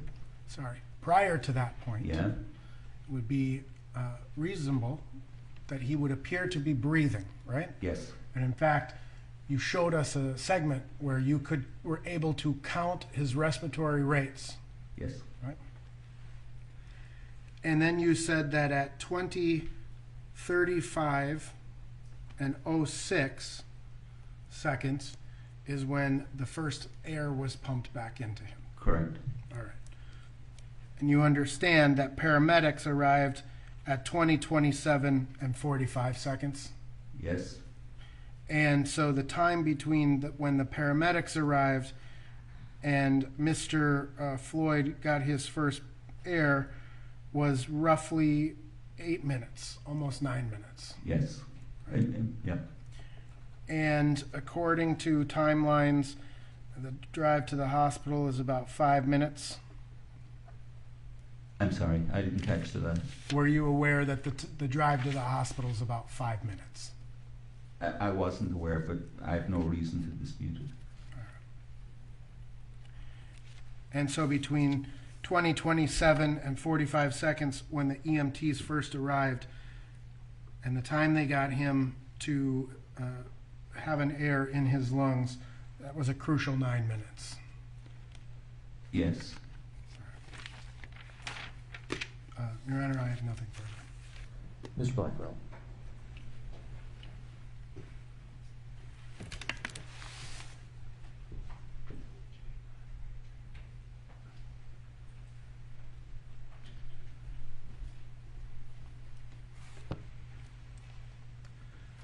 Dr. Tobin, just a few questions, just for clarification's sake.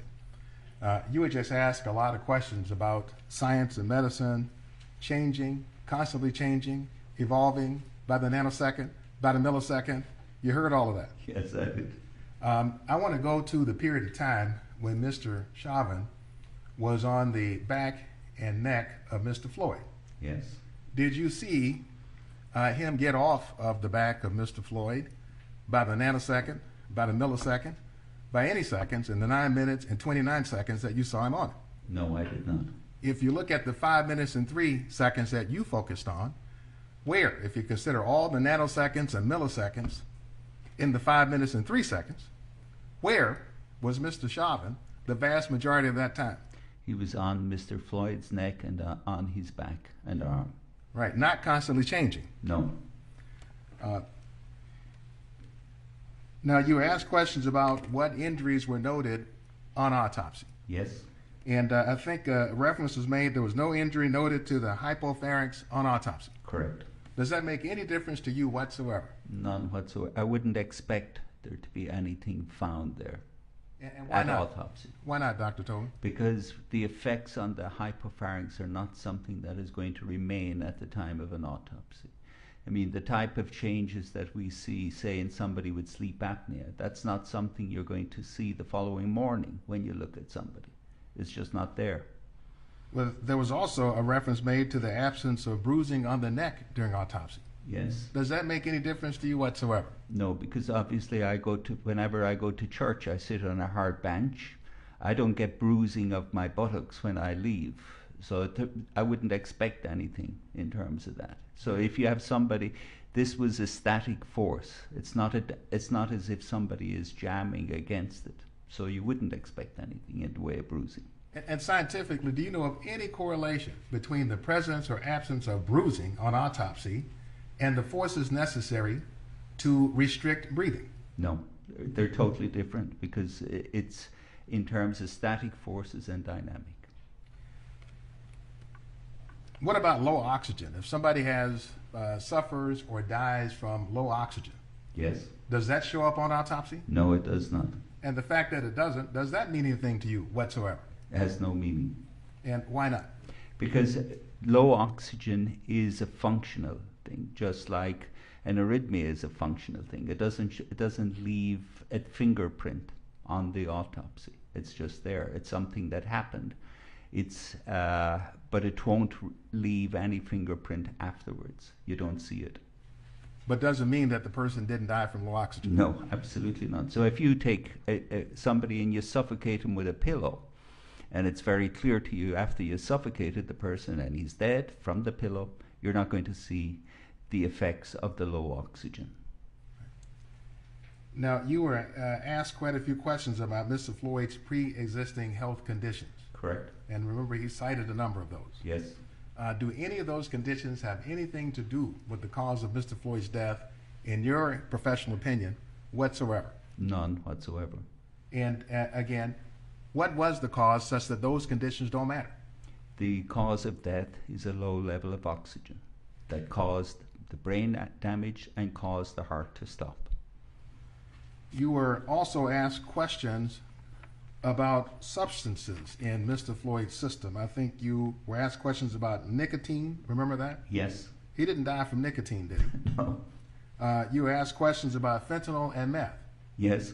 Any evidence that he died from meth? No. None. You were asked questions about whether he had ingested any fentanyl within 5 minutes of his time of death. Yes.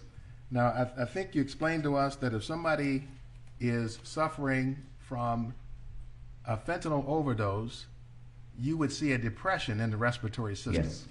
And depression means some reduction in the rate or ability to breathe. Correct. Did you see any depression in Mr. Floyd's ability to breathe whatsoever before he went unconscious? No, absolutely not. He was normal respiratory rate. Any evidence then that any fentanyl in his system depressed his breathing in any way whatsoever? No, and that's further borne out in the carbon dioxide. Thank you, Dr. Tobin. No further Okay. questions. Anything further?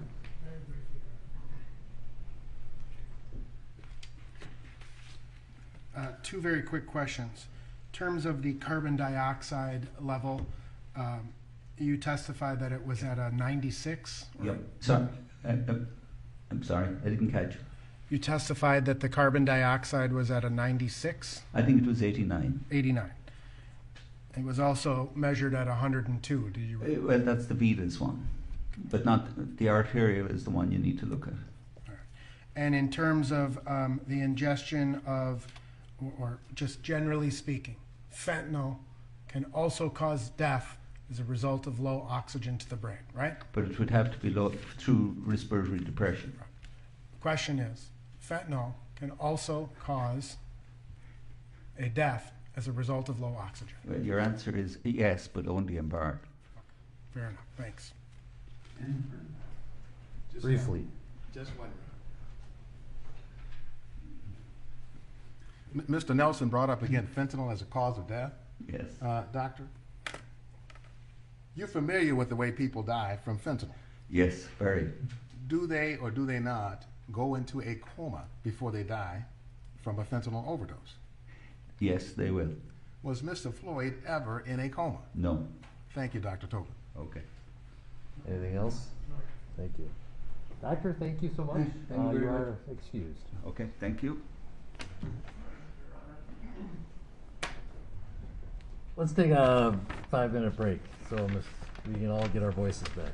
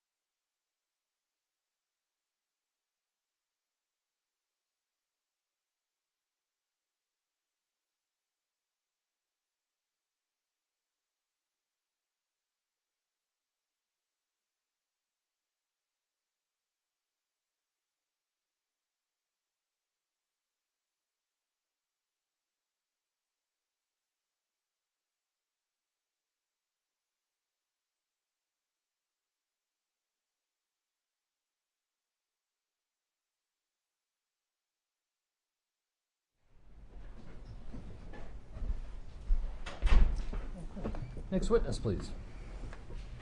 Thank you, Your Honor. The state calls Daniel Eisenschmidt.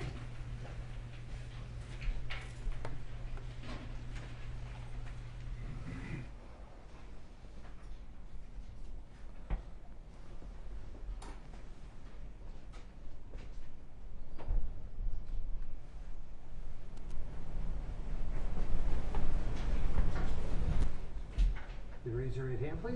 Do you swear or affirm under penalty of perjury that the testimony you're about to give will be the truth, and nothing but the truth? I do.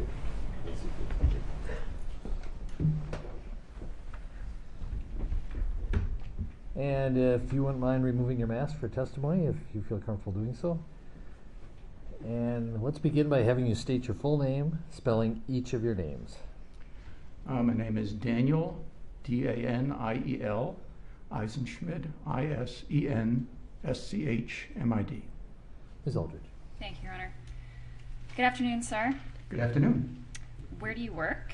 I work at NMS Labs, Horsham, And- Pennsylvania. Did you say in Horsham, Pennsylvania? Yeah. How long have you been with NMS Labs? Since 2011. What do you do at NMS Labs? I'm a forensic toxicologist at NMS. And did you have any other lab experience before joining NMS? Yes, I did. Prior to joining NMS from 1994 to 2011, I was the chief toxicologist for the Wayne County, Michigan Medical Examiner's Office. And before that, I was at Southgate Medical Lab, so I was the director of the toxicology. And prior to that, from 1982 to 1991, I was at Maryland Medical Labs in Baltimore, Maryland. Also during that period, working at some time during the, I think it was from 84 to 86 at the Medical Examiner's Office in Baltimore as well. So rewinding a bit as well to your educational background, could you just describe for the jury what your educational background is? Sure. I have a bachelor's degree in biology from Adelphi University in Garden City, New York, and that was attained in 1982. Then I have a master's degree in forensic pathology with pathology with a concentration in forensic toxicology, and that's from University of Maryland at Baltimore. That was in 1986. And then my PhD was from University of Maryland at Baltimore in forensic toxicology in 1991. Do you have any specialized certifications related to your work? I am board certified as a fellow from the American Board of Forensic Toxicology. And what are the requirements for that? So the requirements for that, they've changed over the years, but for the fellow requirement, you can apply to the board after 3 years after you have your PhD. They examine your credentials to see that you're active in the field of forensic toxicology. If you have the right references and you're active in the field, they'll allow you to sit for an examination. And then if you pass the examination, the board votes on your final certification. After that, you have to do continuing education each year and attain a minimum number of continuing education credits. And then every 5 years, you have to apply to the board for reaccreditation. And have you gone through all those requirements and satisfied them successfully? Yes, I have. And are you up to date with all of those continuing education requirements as well? I am. I'm going to get back to sort of your role as a forensic toxicologist. Could you describe sort of your day-to-day job duties as a forensic toxicologist at NMS Labs? So my primary responsibility at NMS Labs is to do case review. And what that means is when toxicology tests are performed at NMS Labs, particularly ones that require many different kinds of tests to be done, they wind up being reviewed by a toxicologist or a certifying scientist to look at them in the context of all the testing that was done. So individual tests are reviewed by analysts in the laboratory, and they're secondary reviewed as well. But the final review comes to either a toxicologist or certifying scientist that looks at everything in the context of the entire case. And then in that capacity, is it part of your job duties to author reports and sign off on all of that testing? Yes, it is. Approximately how many cases have you reviewed in that capacity as a forensic toxicologist? I review about 7,000 to 8,000 cases per year. And in terms of the work that comes into NMS Labs, are there a variety of agencies that submit samples to NMS labs for testing? Yes, we get samples from medical examiners and coroners. We get samples from police agencies for DUI cases. And we also get a lot of clinical samples from hospitals and referral laboratories. So in that capacity, does NMS receive both post-mortem or death-related samples as well as samples from living patients? Yes, we do. And NMS as a lab, approximately how many tests or samples does NMS receive for testing each day? We receive about 12 to 1,300 requisitions each day. And when you say requisitions, what is that? It would mean requests for testing. It could be multiple samples on a requisition. So thousands of tests a year. Thousands of tests a day. Yeah. Tens of thousands of tests a year. My math is bad. All right. Is NMS a licensed and accredited lab? It is. And does that include national accreditations as well? National and state accreditations. I'm going to turn to your work in this particular case. Did NMS Labs receive some samples for testing from the Hennepin County Medical Examiner's Office related to George Floyd? We did. And were there a number of different samples that were received? Correct. What were the samples that were ultimately tested by NMS Labs? So we tested the samples that were requested by the Hennepin County Medical Examiner to be tested.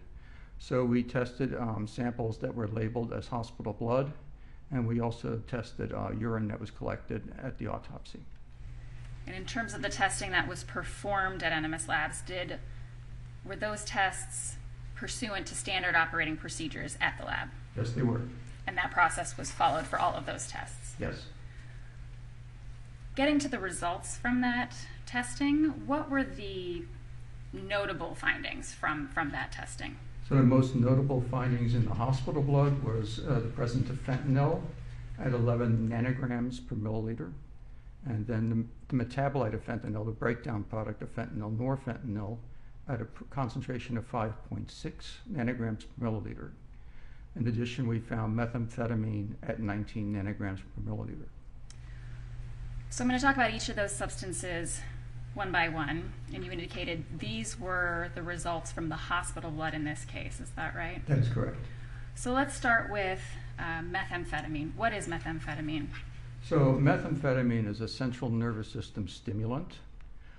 It can actually be prescribed. It rarely is, but it can be prescribed under the brand name Digoxin, and it is used for attention deficit hyperactivity disorder and also obesity. It was also experimentally used for treatment of narcolepsy. And between 2016 2018, there were about 10,000 prescriptions in the U.S. written for Digoxin that year, each year. So can methamphetamine be both a street-level recreational drug and also a prescription drug? It can. With respect to the results, the 19 nanograms per milliliter that you found of methamphetamine, what significance, if any, is there to that amount? Well, that is actually approximately the amount that you would find in the blood in somebody that was given a single dose of methamphetamine as a prescribed drug.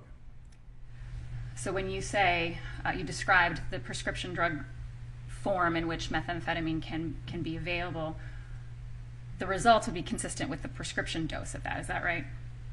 Yes, it could be. Would that be considered a low level of methamphetamine? Yes, very low. And you also talked about the fentanyl results of 11 nanograms per milliliter. First, what is fentanyl? So fentanyl is a opioid and analgesic. It's used similar to morphine.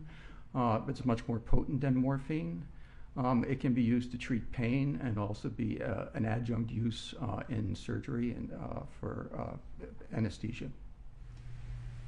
And you talked about opioids. Maybe you could just describe what an opioid is. So opioids actually include both natural, semi-synthetic, and synthetic drugs that act on a mu receptor, which are where opioids act. Opiates are natural products that are found in the poppy plants, such as morphine and codeine. So Opiates are opioids, but not all opioids are opiates. So what are some examples of opioids? So fentanyl would be an example of an opioid. Would oxycodone also be an opioid? Yes, it would. And then you talked about similarities between opioids and opiates. Is that right? Yes. And you mentioned morphine as an opiate. Yes. Is that heroin?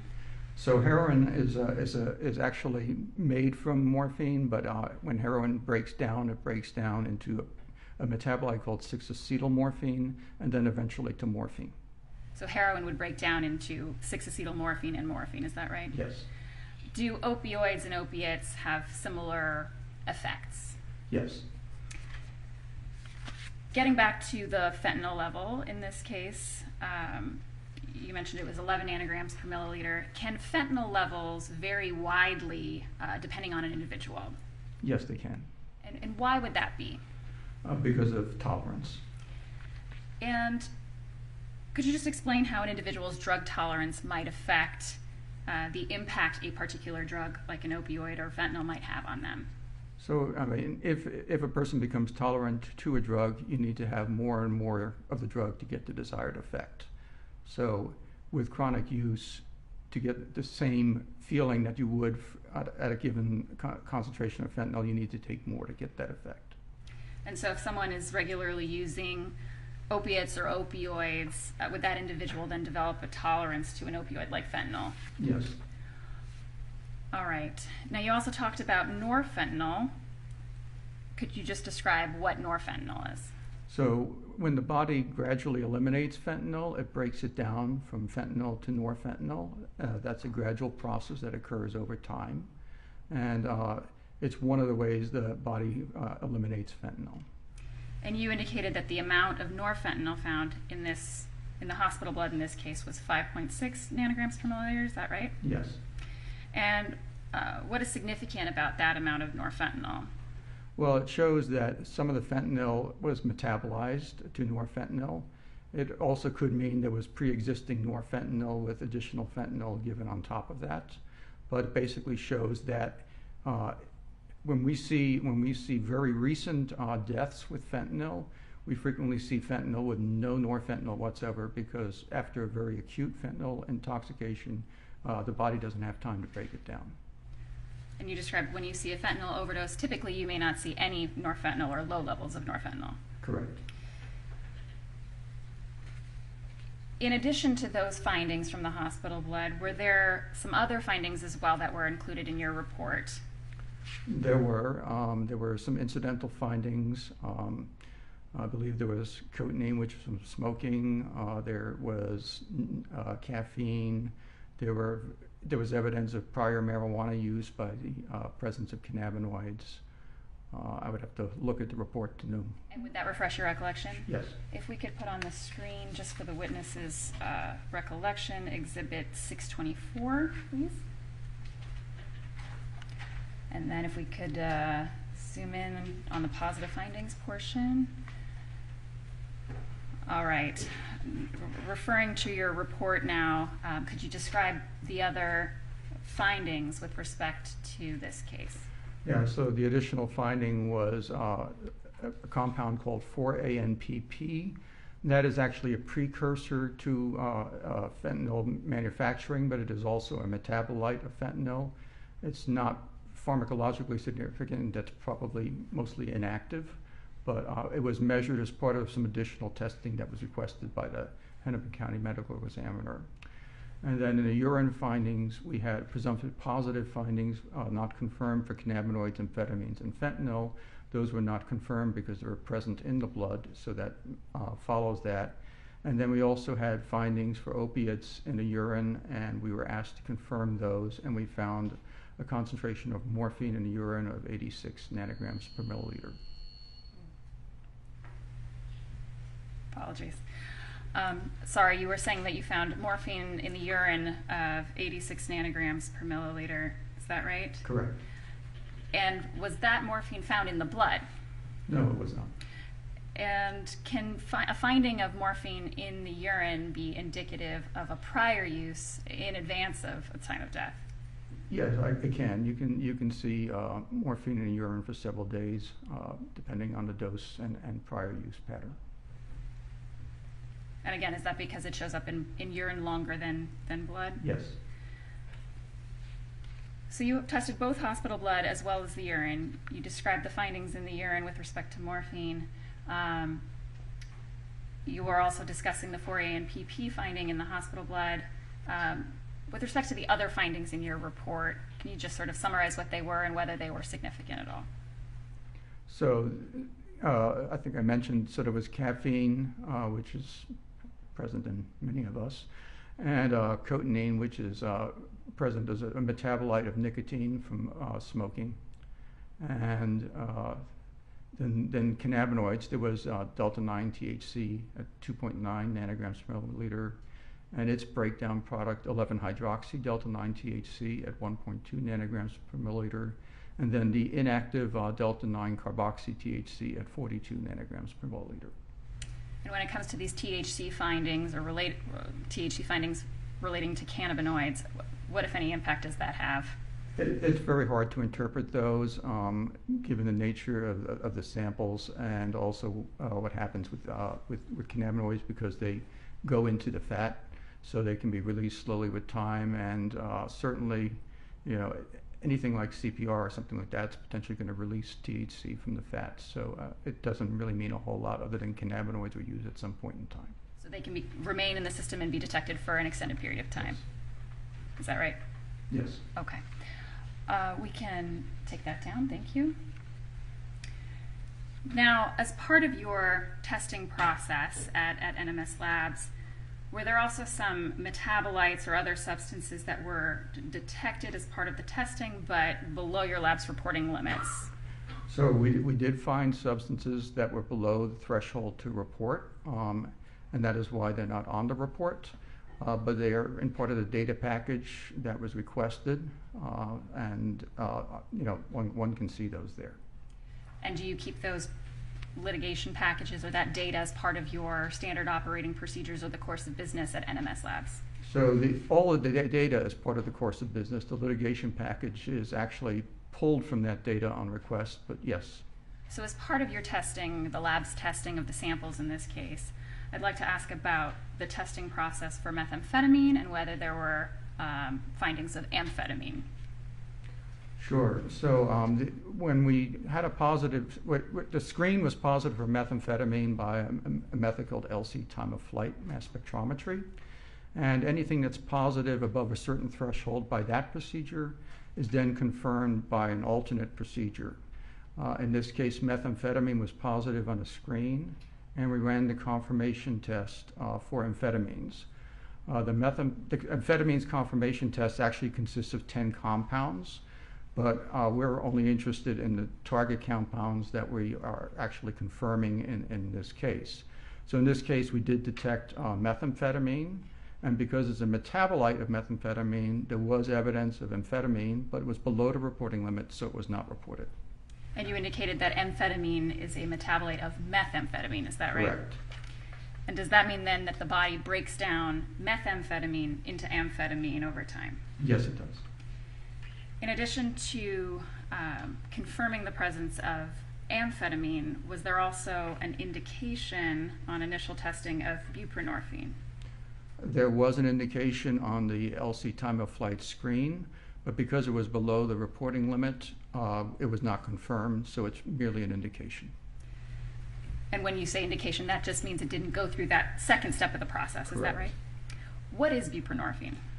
Buprenorphine is a drug that's prescribed. It's called Suboxone, and it's typically prescribed for opioid agonist therapy for people that are going through opiate treatment. And are the components of Suboxone both buprenorphine but also naloxone? Yes. And is naloxone essentially generic Narcan? Yes. Getting back to the blood that was tested in this case, you indicated that it was hospital blood, is that right? That's correct. What's significant about using hospital blood for testing? Well, hospital blood is if it's antemortem blood, is more representative of what is actually circulating in the body prior to the time of death. After death, there are changes that occur with drug concentrations, particularly in central blood, such as blood collected from the heart. And that phenomenon is known as postmortem redistribution, where drugs go from areas of higher concentration to a lesser concentration. That is less of an issue with peripheral blood samples, such as femoral blood, but it can still occur. So it's ideally you would want to try to get a sample as close to the time of death as possible. And if a blood sample is taken after death or after extensive CPR on a patient, can there be some postmortem redistribution? I think that's possible. There's a lot you don't know, but it certainly is possible, and if it does, it tends to increase concentrations. When you say increased concentrations, does that mean that the level might show higher than it actually was at the time of death? Correct. What about hemolysis? What's hemolysis? Hemolysis is the breakdown of a red blood cell. And does that, or did it have any impact on the testing in this case? No, I mean, that would have an impact on certain clinical chemistry tests like potassium, which is stored in red blood cells, but when you analyze a blood sample for drugs, you're analyzing the whole sample, so it would have no effect. So you mentioned that NMS Labs receives thousands of samples a day, tens of thousands of samples a year. Did you review and compile some data from the year 2020 with respect to NMS's fentanyl cases and methamphetamine cases? I did. And would those help you to contextualize the results in this case? Sure. Your Honor, I would offer for demonstrative purposes Exhibit 920. Any objection for demonstrative purposes?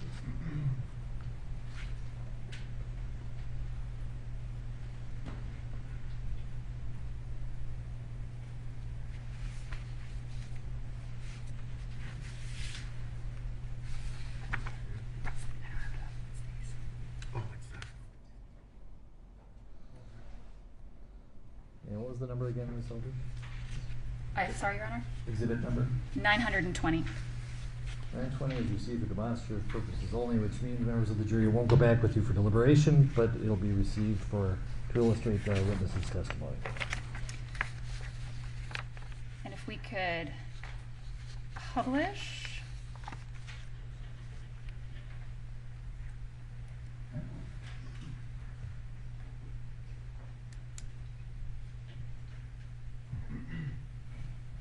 Thank you, Your Honor. All right, Dr. Eisenschmidt, I'm going to have you describe what's shown on this screen. So as of right now, we're looking at what happens when fentanyl is metabolized over time to norfentanyl. So gradually, the amount of fentanyl starts to decrease and the norfentanyl starts to increase. And that's what happens as the body metabolizes fentanyl, is that right? That is correct. Right, next slide, please. And could you describe what's shown here, please? So this is data from NMS Labs from year 2000, and we looked at the fentanyl concentrations in postmortem cases, specifically in those, and only those, that were collected in peripheral blood. Again, for the reasons I mentioned before, central blood, like cardiac blood, can have a significant postmortem redistribution. So we wanted to look at samples that have a minimal amount of that. I think you indicated the year 2000. Is this data from 2020? Sorry, 2020, my mistake. Okay. So this is from the year 2020. And we had 19,185 cases that we looked at. And in the peripheral blood, in these postmortem cases, the mean fentanyl concentration, average fentanyl concentration was 16.8 nanograms per milliliter. And the median concentration was 10, median being 50% above and 50% below. And with respect to peripheral blood, you indicated that you chose the samples that would have minimal postmortem redistribution, is that right? Correct. And why is that in comparison to this case? Because the sample that we had of hospital blood is probably going to have less issues with postmortem redistribution than we would have had it been postmortem blood. And in these cases that are represented as post-mortem cases, are these cases that you would be getting from ME's offices or coroner's offices? Correct. And where the individual would be deceased or dead? Correct. Okay, And so then we also looked at the norfentanyl concentrations, and those were 6.01 as a mean, and the median down at 2.2 nanograms per milliliter. So just to clarify, with respect to these postmortem cases, the average level of fentanyl was 16.8 nanograms per milliliter, and the average level of norfentanyl was 6.01 nanograms per milliliter. Is that right? Correct. Next slide, please. What's shown here? So this slide shows some postmortem cases with no norfentanyl, again for the year 2020. So out of those 19,185 cases, we had 15,455 that included fentanyl and norfentanyl, but there were 3,724 cases with no norfentanyl. There were 6 that were exceptions to that for reasons of testing purposes, but those were ones that were only fentanyl but no norfentanyl. So does this slide indicate that there was a significant number, this 3,724 cases, where there was fentanyl found but no norfentanyl at all? Correct. All right, next slide, please. What's shown here? So this is switching gears. We're looking at the DUI, driving under the influence, fentanyl concentrations that we found in 2020. So these are blood samples that are sent to NMS labs for people that were suspected of driving under the influence of drugs or potential other reasons of way they were driving. And in this case, we tested, we had 2,345 cases that were individuals that were alive that had fentanyl on board. Of course, other drugs may also be present, but this was specifically looking at fentanyl. And we had a mean concentration of 9.5 nanograms per milliliter, a median of 5.3. And then for norfentanyl, a mean of 5.42 and a median of 2.2. And again, just to clarify, for these 2,345 cases, those individuals were alive, is that right? Correct. And you indicated the average fentanyl level, I believe, is 9.59 nanograms per milliliter, is that right? Yes. And the average norfentanyl level for those cases was 5.42 nanograms per milliliter, is that Yes. right? Next slide, please. And what's shown here? So this is just a breakdown of the fentanyl concentrations we found in drivers that were alive. So almost the majority of them were under 5 nanograms per milliliter of fentanyl. And then we had another 26.3% that were between 5.1 and 10 nanograms per milliliter. And then the next set of data was we had 216 cases which were between 11 and 15 nanograms per mil. So that would be in the same area of Mr. Floyd's level of 11 nanograms per milliliter. And then we had several, quite a few cases that were even greater than that. We had 109 that were between 16 and 20, 81 that were between 21 and 26, 133 between 26 and 50, and then we actually had 53 cases in living subjects where the fentanyl was greater than 50 nanograms per milliliter. So comparing Mr. Floyd's level to the driving population, where individuals were alive, his level was within a quarter of the pie of the DUI cases that NMS Labs has received. Is that right? Right. He would be right in there with about the 80th percentile. And you indicated that those levels for drivers were found in 53 cases higher than 50 nanograms per milliliter. Is that right? Correct. So those individuals were alive and essentially driving at that time. Yes, pretty amazing. All right. Next slide, please. And what's shown here? So this is basically the postmortem concentrations or samples that were hospital blood samples that were submitted by Mr. Floyd, and we found fentanyl at 11 nanograms per milliliter and norfentanyl at 5.6 nanograms per milliliter. Next slide, please.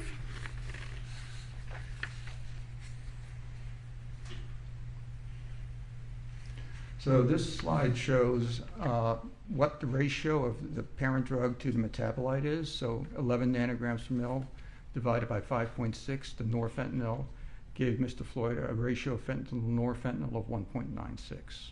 And essentially, does this slide show just the way in which you would calculate the fentanyl to norfentanyl ratio? Yes. Next slide, please. What's shown on this slide? So this slide shows the ratios of fentanyl levels between 9 and 13 nanograms per milliliter.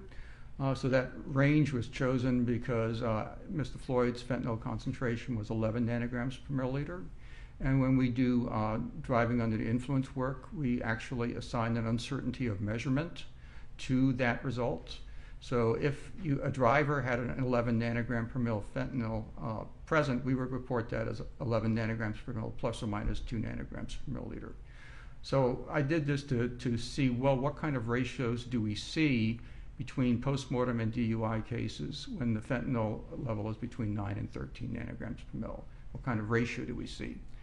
And we can see in the postmortem cases, the mean ratio of fentanyl to norfentanyl was 9.05 with a median of 5.88 versus the DUI population where the mean was 3.2, median 2.24. And then just to clarify, in the bar that shows the postmortem cases, were there 3,088 cases that you looked at between the range of 9 to 13 nanograms per milliliter? Yes, between 9 and 13 nanograms per milliliter. And the ratio in the postmortem cases was 9.05 on average, is that right? Correct. And then with respect to the DUI cases, you were looking at 275 cases between the range of 9 and 13 nanograms per milliliter, is that right? That's correct. And so the average ratio within that group was 3.20, is that correct? Yes. How does Mr. Floyd's ratio compare to that data set? So Mr. Floyd's ratio is roughly just a little bit below the median ratio in DUI. So in postmortem cases, we know fentanyl concentrations can be much higher than norfentanyl concentrations because frequently these are deaths due to fentanyl. Other drugs may be present, and there could be other reasons for the death. It doesn't say that these are all fentanyl intoxications. But just looking at it as a whole, with a large amount of data, this is what we observed. And we know with the DUI population, they are alive, but other drugs may be present as well. So it's really just to sort of look at how things look differently in the living and the postmortem population. And does this slide also show that Mr. Floyd's ratio was below the average and even below the median for that found in DUI cases? Yes. All right, next slide, please. So this slide is actually just a sort of a summary of the previous slide, but it basically shows the relationship between fentanyl and norfentanyl between the postmortem DUI cases and Mr. Floyd's. And again, does it show how norfentanyl levels essentially increase over time in relation to the fentanyl levels? As one lives and metabolizes fentanyl, yes. Next slide, please. Now, did you also look at data with respect to methamphetamine for 2020 at NMS Labs? We did. And what's shown on this slide that's up right now? So this slide shows the concentration of the methamphetamine found in Mr. Floyd's hospital sample. It was 19 nanograms per milliliter. And then, as we talked about earlier, amphetamine was below the reporting limit, so it was not reported. Not reported, but detected as part of your confirmation process. You can see it in the confirmation data, yes. Next slide, please. And what's shown here? So this slide shows DUI methamphetamine cases with amphetamine and without amphetamine as a metabolite. So we had 3,271 cases that had methamphetamine in our driving under the influence population. 2,975 of these included amphetamine, and then 296 were just methamphetamine with no amphetamine. And again, when we're talking about the DUI population, these are individuals, this 3,271 number, individuals who are alive, is that right? Correct. Next slide, please. What's shown here? So this is a further breakdown of what we see in our DUI methamphetamine cases. So the mean methamphetamine concentration in all of our DUI cases was 378 nanograms per milliliter of methamphetamine. The median was 240 nanograms per milliliter. And in the 5 to 20 nanogram per mil range, with 5 being our lowest limit of quantitation, we had 192 cases between 5 and 20 nanograms per milliliter, which is in that range that Mr. Floyd's methamphetamine was. And does this graphic also show Mr. Floyd's level of 19 nanograms per milliliter? Yes, it does. It shows on the bottom, and again, 94% of the DUI cases that we tested had methamphetamine concentrations in excess of 20 nanograms per milliliter. So in essence, Mr. Floyd's level was within the bottom 5.9%, is that right? Correct. Next slide, please. What's shown here? So this is just a further breakdown of what kind of methamphetamine concentrations we have observed in drivers in 2020. And again, other drugs may be present. But in this case, we had 196 cases between 5 and 20, 306 between 21 and 50, 399 between 50 and 100, 571 between 101 and 200, 1,010 between 201 and 500, 578 between 501 and 1,000, and then an additional 215 cases that methamphetamine was greater than 1,000 nanograms per milliliter. So again, you had 215 cases where the number was greater than 1,000 nanograms per milliliter, is that right? Correct. And the biggest piece of the pie, the 30.9% of the cases were between 201 and 500 nanograms per milliliter, is that right? Yes. So Mr. Floyd's level of 19 nanograms per milliliter, that was exceptionally low, is that right? In relationship to the DUI driving population, yes. Nothing further, Your Honor. Yeah.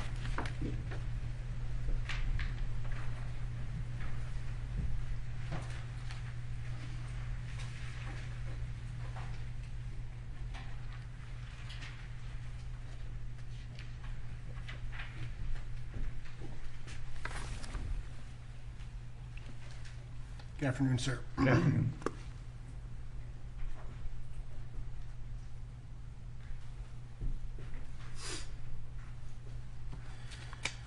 All right. It's a little unusual for you to be testifying in a death case, is not? Not terribly. I mean, I do work with medical examiner and coroners a lot, but they typically are the ones that testify as to cause and manner of death. Usually, if I'm involved in a death case, it's usually drug delivery resulting in death. Okay.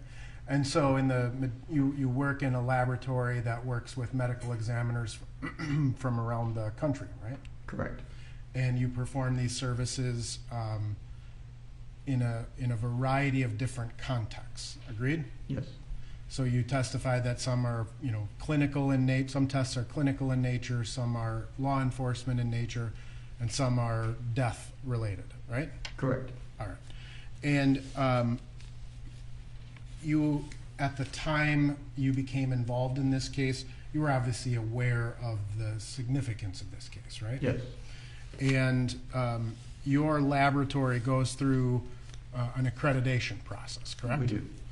And part of the accreditation process is to establish standards and reporting thresholds, right? Yes. And so the reason a laboratory will have those thresholds is to be consistent in how toxicology is reported to various individuals, right? Correct. And so one of those accreditation standards is actually to have and set this threshold that if a particular chemical component is below that threshold, you would suggest not reported, right? Or you would say it's not reported. So there are instances where a medical examiner might ask us if something was present below a threshold, and depending on what the situation is, it could be potentially reported as such. It's not common practice. In this case, we didn't do that. It's not common practice to report things that are below, or chemical components below the threshold, because it's contrary to the accreditation standards, agreed?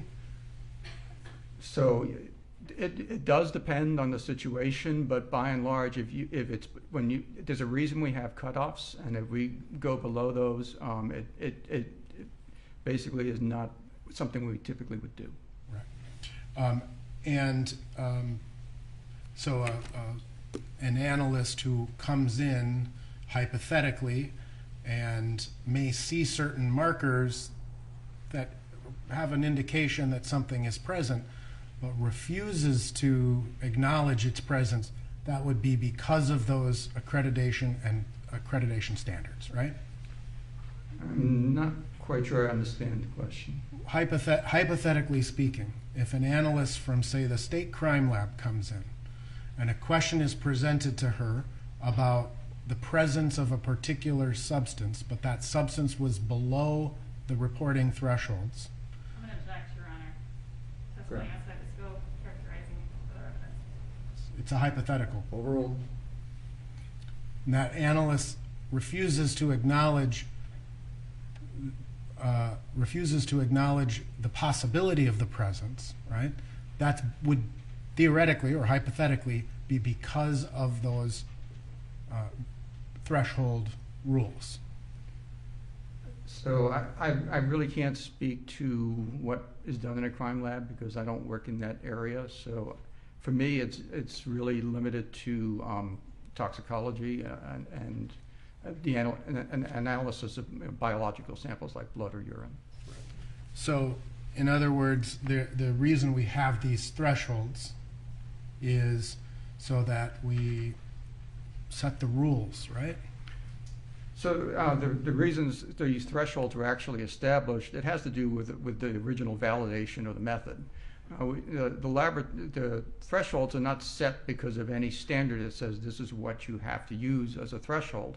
The laboratory establishes those and then writes SOPs in accordance with their validation for the procedure. SOPs being standard operating procedures. Yes. And so if the laboratory sets this standard and says, here's the standard, and then does something in contravention or reports something that is against that standard, that would be a violation of the standard operating practice, right? If it were reported without any explanation, yes. Okay. So just a few kind of follow-up questions to your testimony. You've met with or spoken with members of the prosecution team several times, right? Yes. Including February 26th, March 5th, March 12th, April 5th, and April 6th? That sounds right. I don't know the exact dates. Understood. You wouldn't disagree with me if I told you those were the dates? I wouldn't. And I was provided with meeting notes and summaries of your conversations, right? Yes. All right.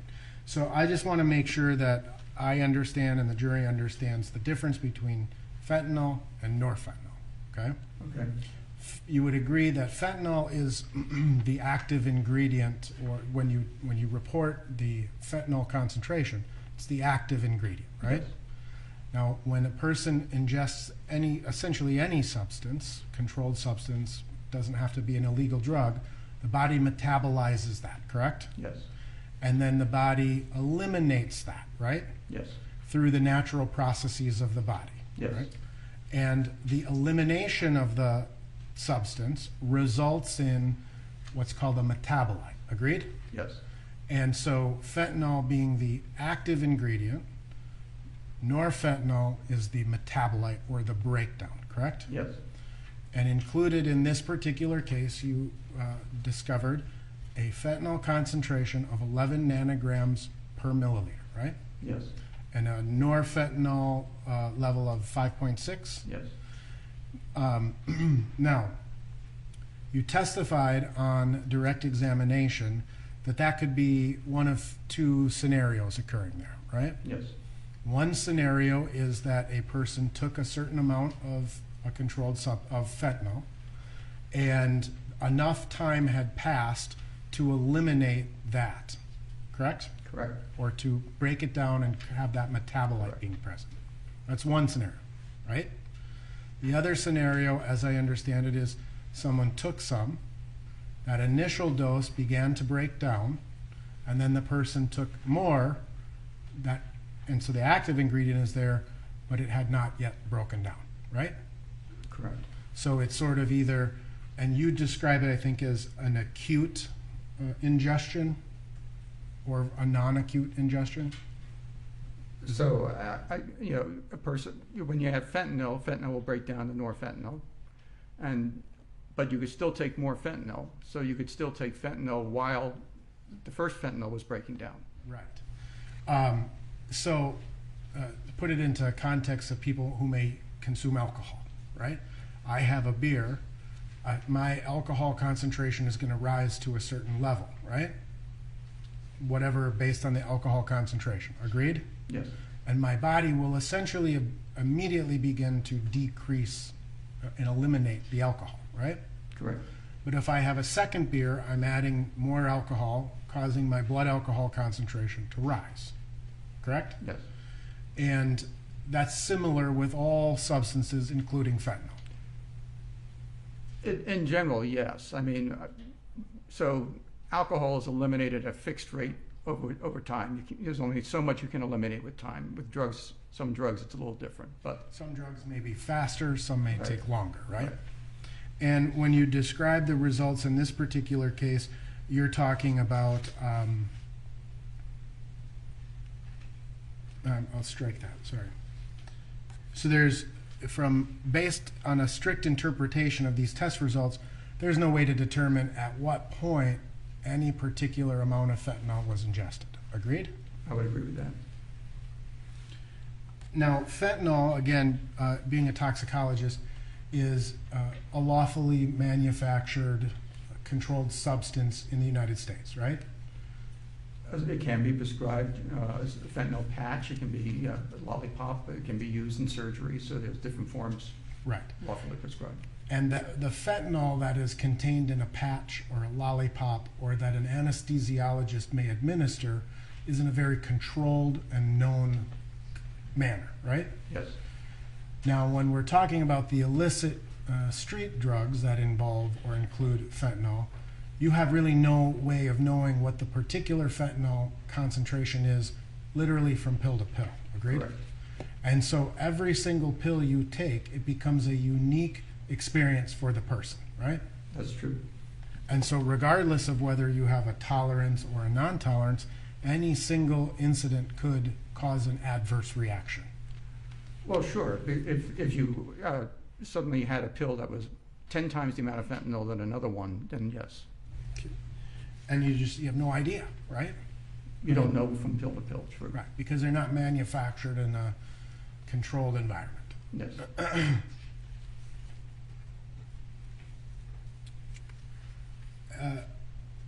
Now, in terms of,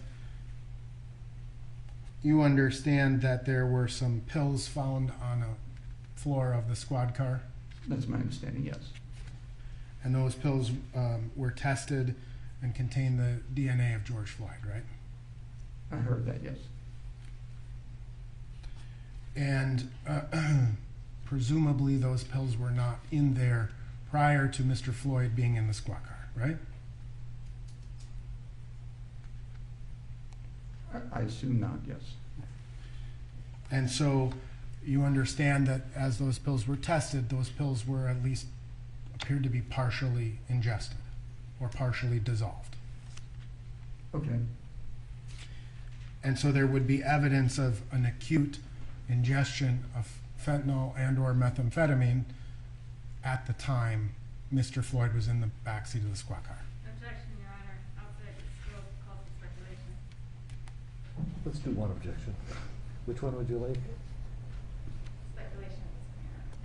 Sustained.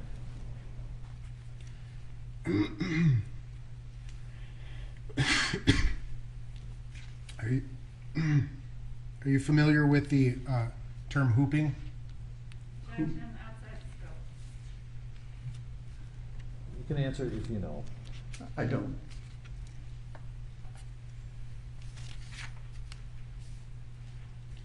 Now, in terms of your slideshow, and I don't have an electronic copy of it. Just some follow-up questions on some of your slides. You reviewed in 2020, a total of 19,185 fatal overdose cases, right? No, they're not necessarily fatal overdoses. They were cases that were from medical examiners where we found fentanyl in a peripheral blood sample. But they could have been homicides, they could have been other drugs involved. Right. So they were just basically random fentanyl concentration. Gotcha. So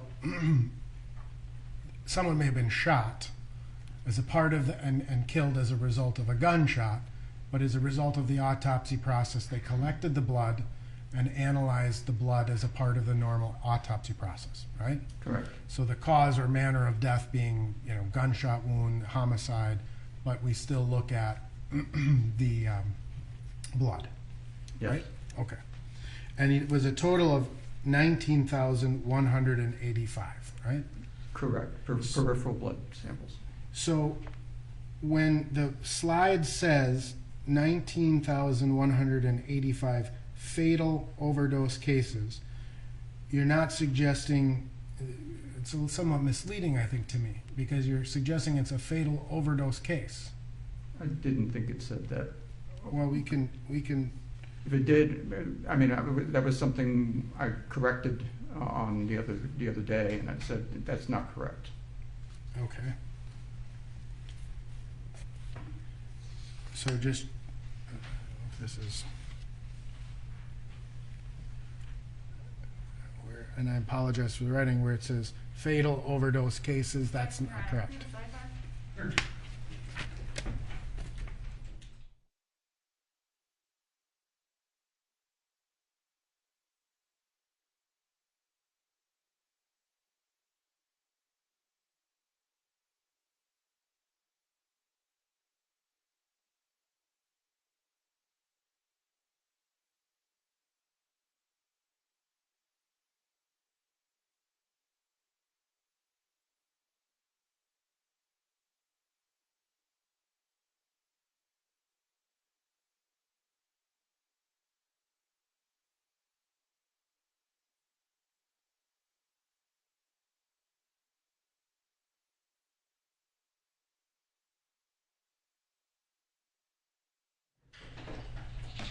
Here's the jury. We're going to take our 20-minute recess. We're going to do a little work in the break, but we'll give you 20 minutes. Thanks.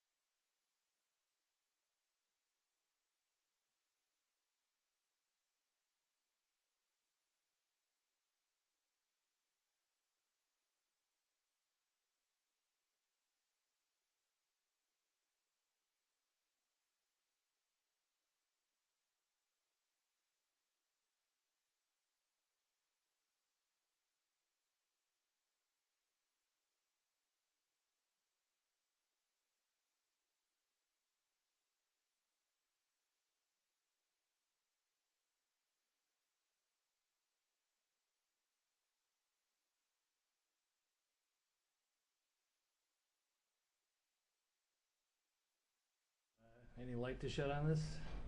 What's going on? Yes, sir. I received a bait stamp 49606, and apparently, and I printed it, and I started working on my preparation. Apparently, at some point, I received an updated copy of this same presentation, and it's 49623. So it's like 17 pages later, and I'm just trying to verify when I received that, because I was using this as preparation. This was all last night. Fair enough. Your Honor, this would have all been provided in the same course of discovery. I'm not sure if it was the same batch that went out, but obviously the witness, during our witness prep, the disclosures that were made updates, the slides were updated, the updated slides were shown to the jury. Well, at least not any prior perspective. So I understand what Mr. Nelson has was an earlier version. Witness has since updated them. You showed the jury during direct the updated version. He has both, Your Honor. Who has both? Mr. Nelson has No, I'm asking you, you showed the updated version to the jury. That's correct. All right, when was the updated version sent to Mr. Nelson? I would expect the same day that the original version was, which was, my best guess was to April 6th, but I would have to confirm. April 6th? So this Tuesday? Correct, Your Honor, it was within the same day that the other slides were sent. They just needed updates. Well, I tell you what, let's take our break and let's nail it down specifically, but I think we can hardly, there's a lot of moving parts. I don't think anybody's I think you can just acknowledge that this is what you without showing it again, that you received an earlier version, it's been updated. And that's fine, Your Honor. I mean, part of the problem that we're experiencing here is I'm getting these things in many of these items in PDF format, right? Some of them I'm getting electronically from, there's so many people involved here that I'm getting things in different formats. So if I can have a second to speak with Ms. Voss. Yeah, I guess it just seems like there's a good faith passing in the night of different versions, and nobody should be criticized, or again, let's just tell the jury this is the latest one and this is what it is. And that's perfectly fine, Your Honor, and I am happy to provide an extra copy. We are happy to provide and republish the slides that were presented to the jury, but I do want to make sure that we're not showing the jury inaccurate information, that's all.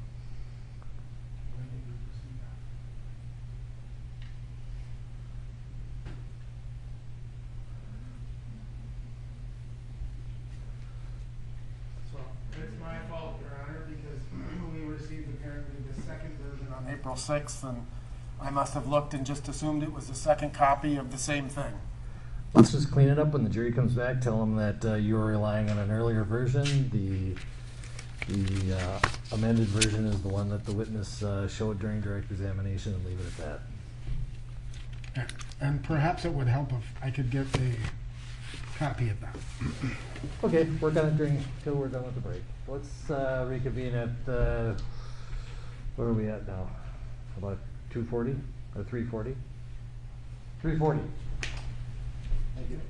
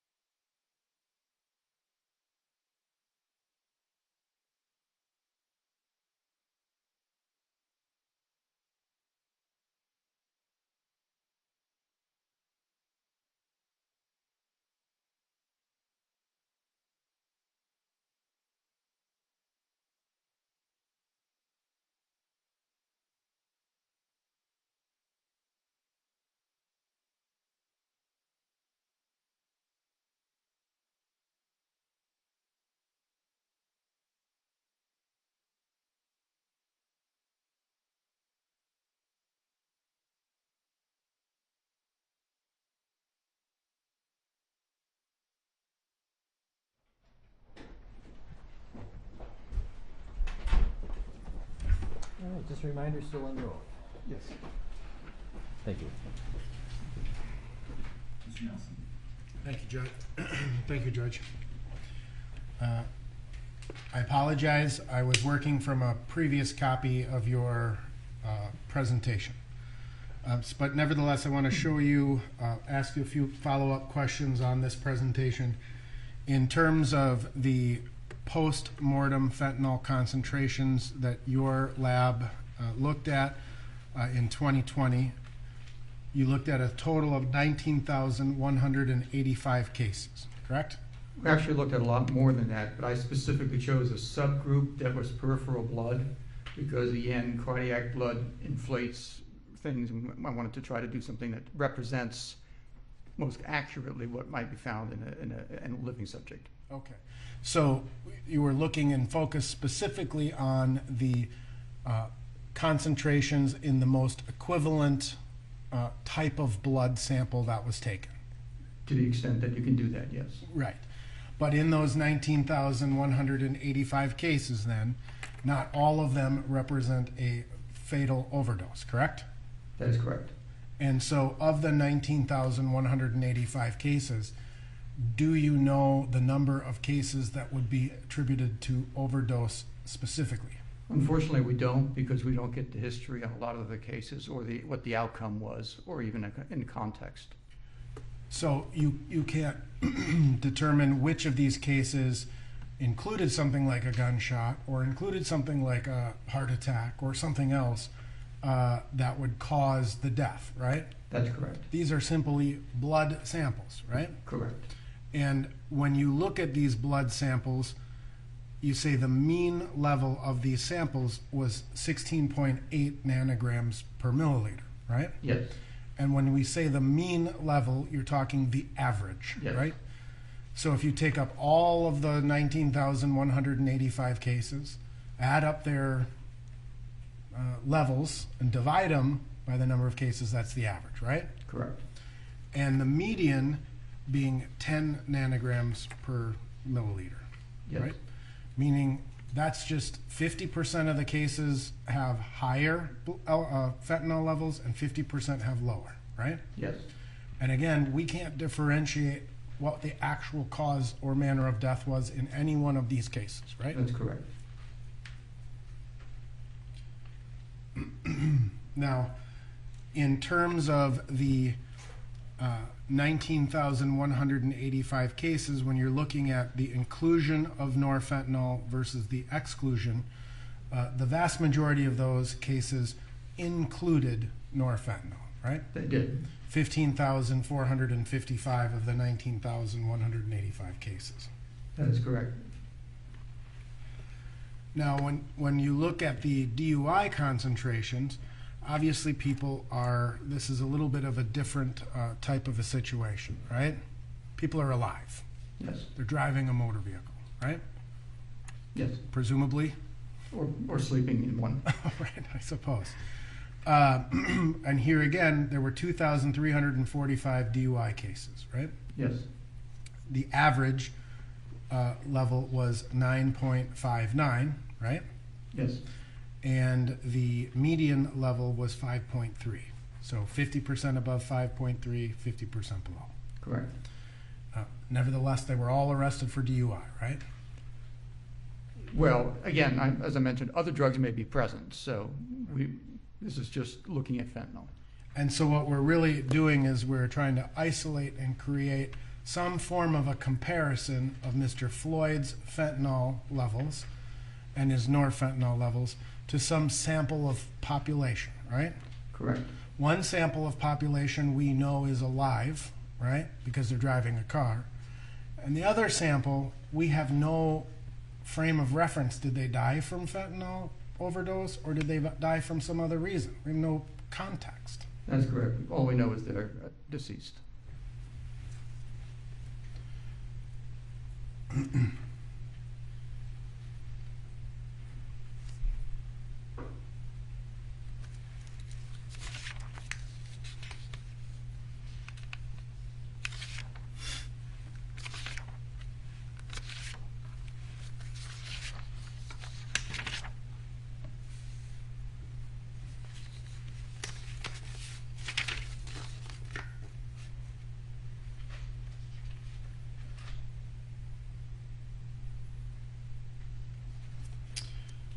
In terms of when we look at the ratio of fentanyl levels between 9 and 13 nanograms, right?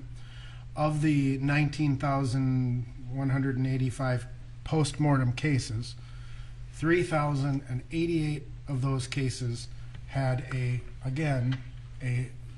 similar fentanyl concentration to Mr. Floyd, right? Yes.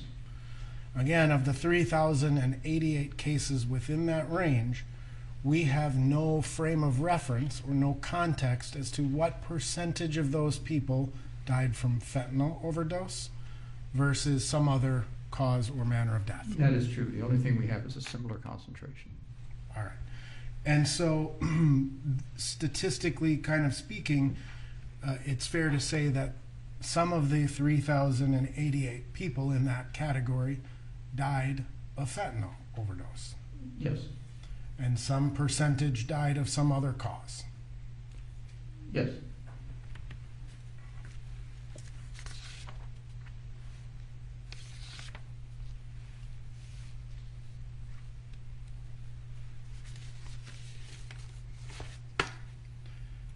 And again, in terms of the amphetamine, the methamphetamine and the amphetamine, methamphetamine and fentanyl, do you find that to be an unusual mixture of controlled substances?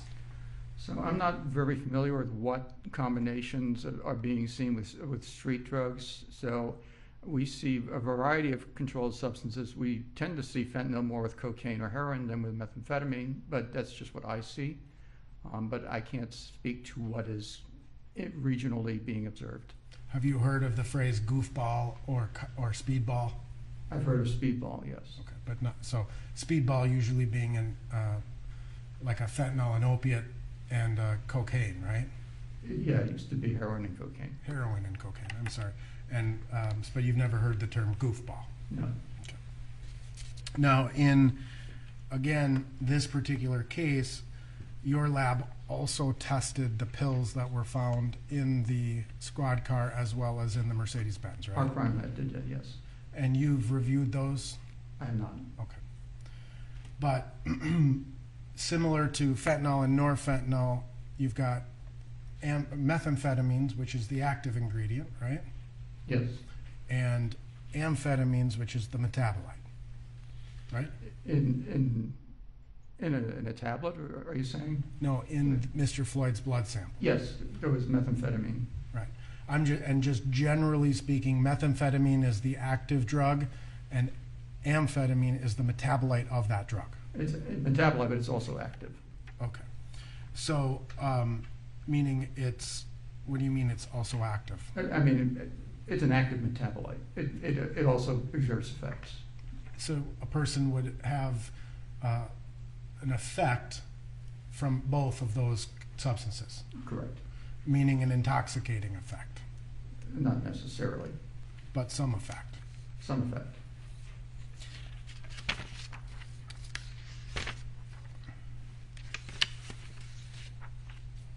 Relevant to the DUI population, Mr. Floyd's amphetamine and methamphetamine ratio was on the low side, right? So we didn't look at the ratio of methamphetamine to amphetamine with Mr. Floyd because it was below the reporting limit. It's not on the report. We didn't report it. Okay. So you can't compare the ratio, but his methamphetamine level was on the low side. Compared to the DUI population, yes. And in comparison to the DUI population, as well as the postmortem cases, again, there may have been other drugs, as you say, on board, Yes. right? Okay. I have no further questions for now. Redirect.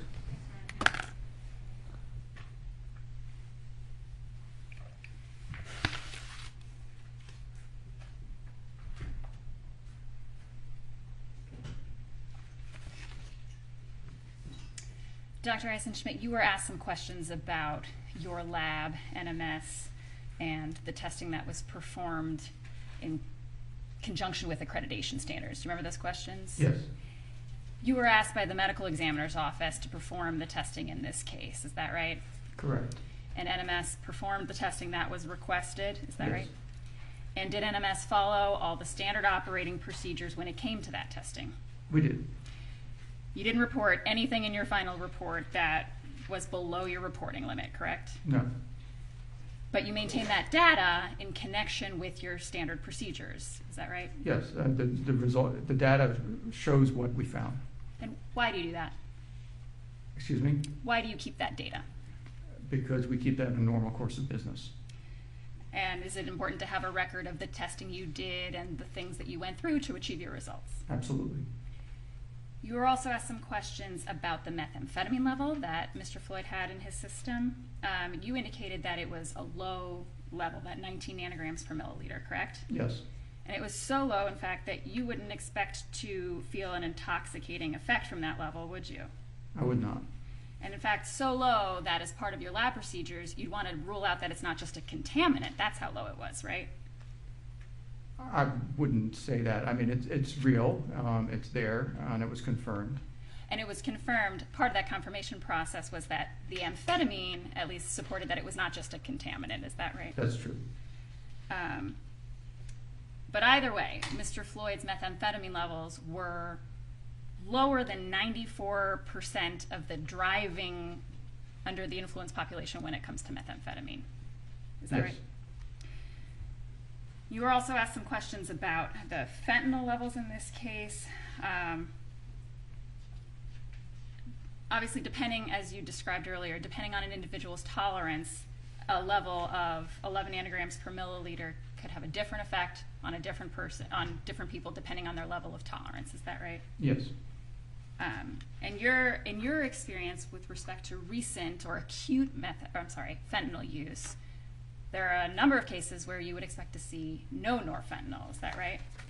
So yes, we do observe that in cases where we know something's acute, let's say with somebody that dies with a syringe in their arm or something like that.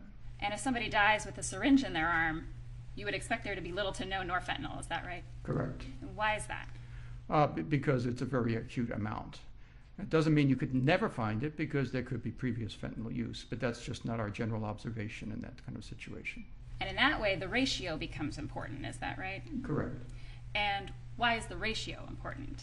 Because that basically documents how acute the fentanyl was relative to its being broken down to fentanyl, or fentanyl, excuse me. And so Mr. Floyd's ratio of 1.96, 11 nanograms per milliliter of fentanyl to 5.6 nanograms per milliliter of norfentanyl, supports that there was survival time after the ingestion of fentanyl. Is that right?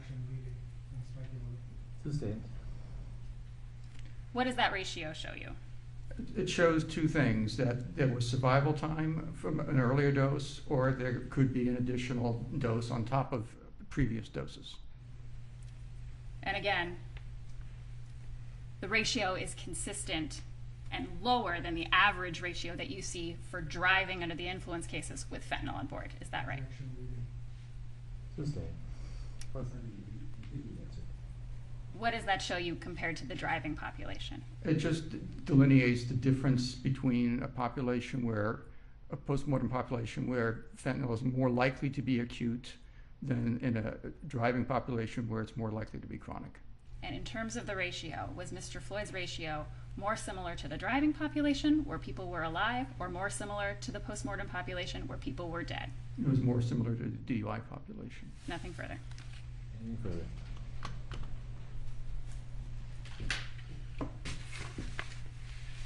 How can you answer that question when we don't know the context of how people actually died? Because we still looked at a large number of data within that population.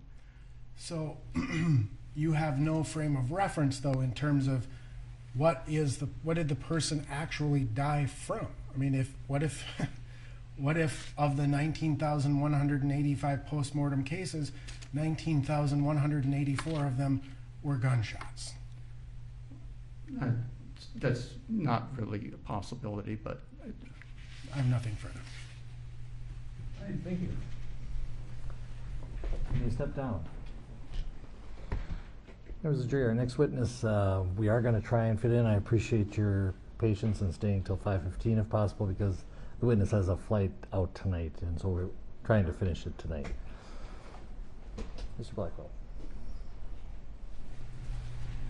Thank you, Your Honor. The state will call Dr. William Smock.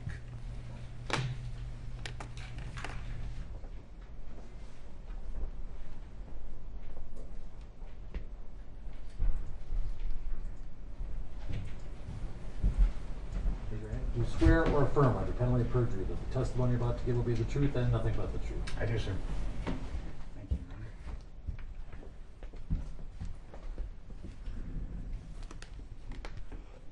And if you could remove your mask. Thank you. And let's start off with having you state and spell your full name. Dr. Bill Smock, Billsmock.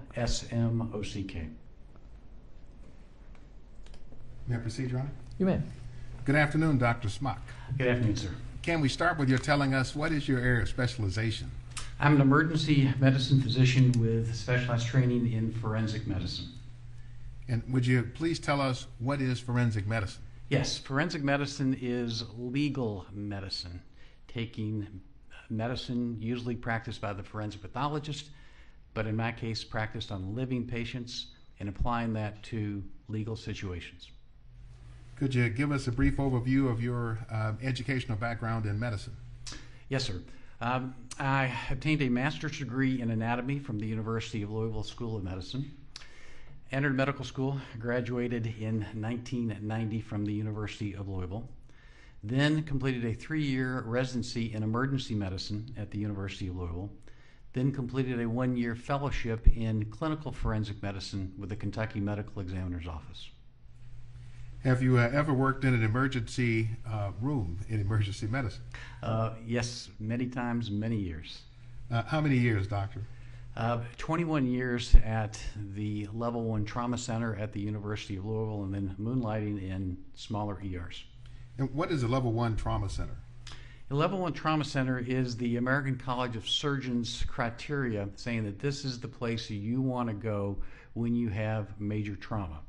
Gunshot wounds, car wreck, stab wounds, strokes, heart attacks. This is where we have physicians on duty in the ER 24/7 ready to take care of you. Are there any Level 1 trauma centers in Minnesota that you're aware of? There was one right here, sir, in Minneapolis. The Hennepin County Medical Center? It is, sir. Do you also teach in the area of emergency medicine? Yes, sir, I do. What do you teach and where? I teach emergency medicine residents, medical students, paramedics, police officers, not only at the University of Louisville, at the Louisville Metro Police Department Police Academy. I train the paramedics for the Jeffersontown Emergency Medical Service. I also train and teach all over the country in areas relating to strangulation, gunshot wounds, emergency medicine, forensic medicine. I was going to ask whether you had any special background or expertise in either asphyxial deaths or strangulation. In both, sir, asphyxial death and so looking at asphyxia, meaning low levels of oxygen in the blood in people that have died, as well as people that did not die. So you've published or edited several different books. I've edited 4 textbooks.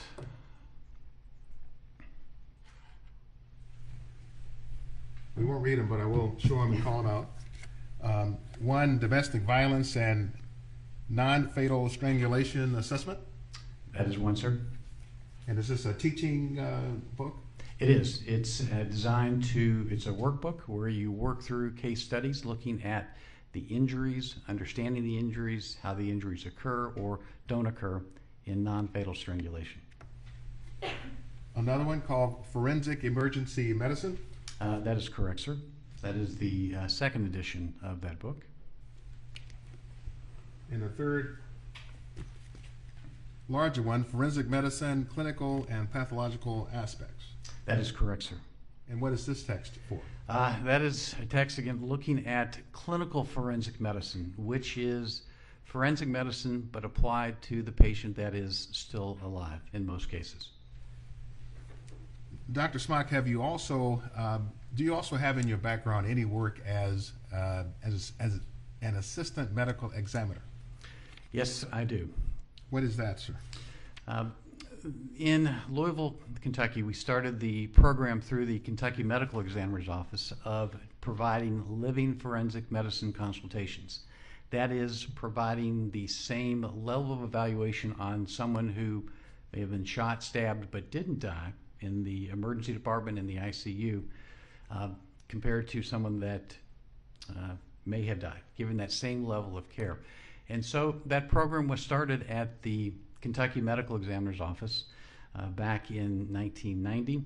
And from 1991 through 1997, I was an assistant medical examiner at the Kentucky Medical Examiner's Office, providing those sorts of evaluations and consultations. So you have a background also then in clinical forensic medicine. Yes, sir, I do. Would you tell the jury what that is? Yes. Clinical forensics is, again, applying the same training that the forensic pathologist gets, from autopsies, the science, the medicine, but applying it to the patient that is in front of you that is still alive. And so what is the difference between someone who has sustained a gunshot wound that's dead versus someone who sustained a gunshot wound that's alive? What did that bullet hit? Did they survive? Did they get to the operating room in time? But the forensics is the same. How do you determine entrance from exit? How far was the gun away from the body when the person was shot? It's that same science, but applied to the living patient. Dr. Smock, how are you currently employed? I am the police surgeon for the Louisville Metro Police Department, as well as the medical director for the Training Institute for Strangulation Prevention. I'm also the medical director for the Jeffersontown Emergency Medical Service and a clinical professor of emergency medicine at the University of Louisville. Could you give the jury some sense of how large the Louisville Police Department is, maybe in comparison to the Minneapolis Police Department? The Louisville Metro Police Department, we have space for 1,200 sworn officers. We're down to probably a little less than 1,100 officers right now. I think Minneapolis may have 700 to 800. I'm not sure. I think we have a little larger department than Minneapolis. So would it be fair to describe you as a police surgeon? That is my title, sir. That is my role. That's my job. And so what are your duties as a police surgeon? It varies from day to day. They're multiple. It's the doctor that goes with the SWAT team when the team deploys to make sure that somebody gets hurt, suspect, hostage, officer, that there is a doctor there to take care of them. I advise the police chief on health care policy. I do occupational medicine, looking at the officers when they get hurt, fitness for duty, when can they go back to work, write some prescriptions, antibiotics, Viagra. And most of the time is spent doing living forensic consultations, which means when a detective calls and says, "Doc, we've had a shooting," or internal affairs calls and says, "We've had an officer-involved shooting," I would then go to the scene, to the hospital, wherever that examination needs to be done, and do the assessment head to toe, just like a pathologist would do on someone that is deceased, but doing it on someone that is still alive. Do you actually do police trainings? I do, sir. What kind of trainings? I get, each recruit class, I get 4 hours of training with each recruit class that comes through. 2 hours is spent on the forensic evaluation of gunshot wounds. 2 hours is spent on strangulation, asphyxia, elder abuse, and child abuse. Have you treated persons with cardiac emergencies? Cardiac, oh yes, pre-hospital and in the emergency department. What about dealing with patients who struggle with either methamphetamine or fentanyl addiction?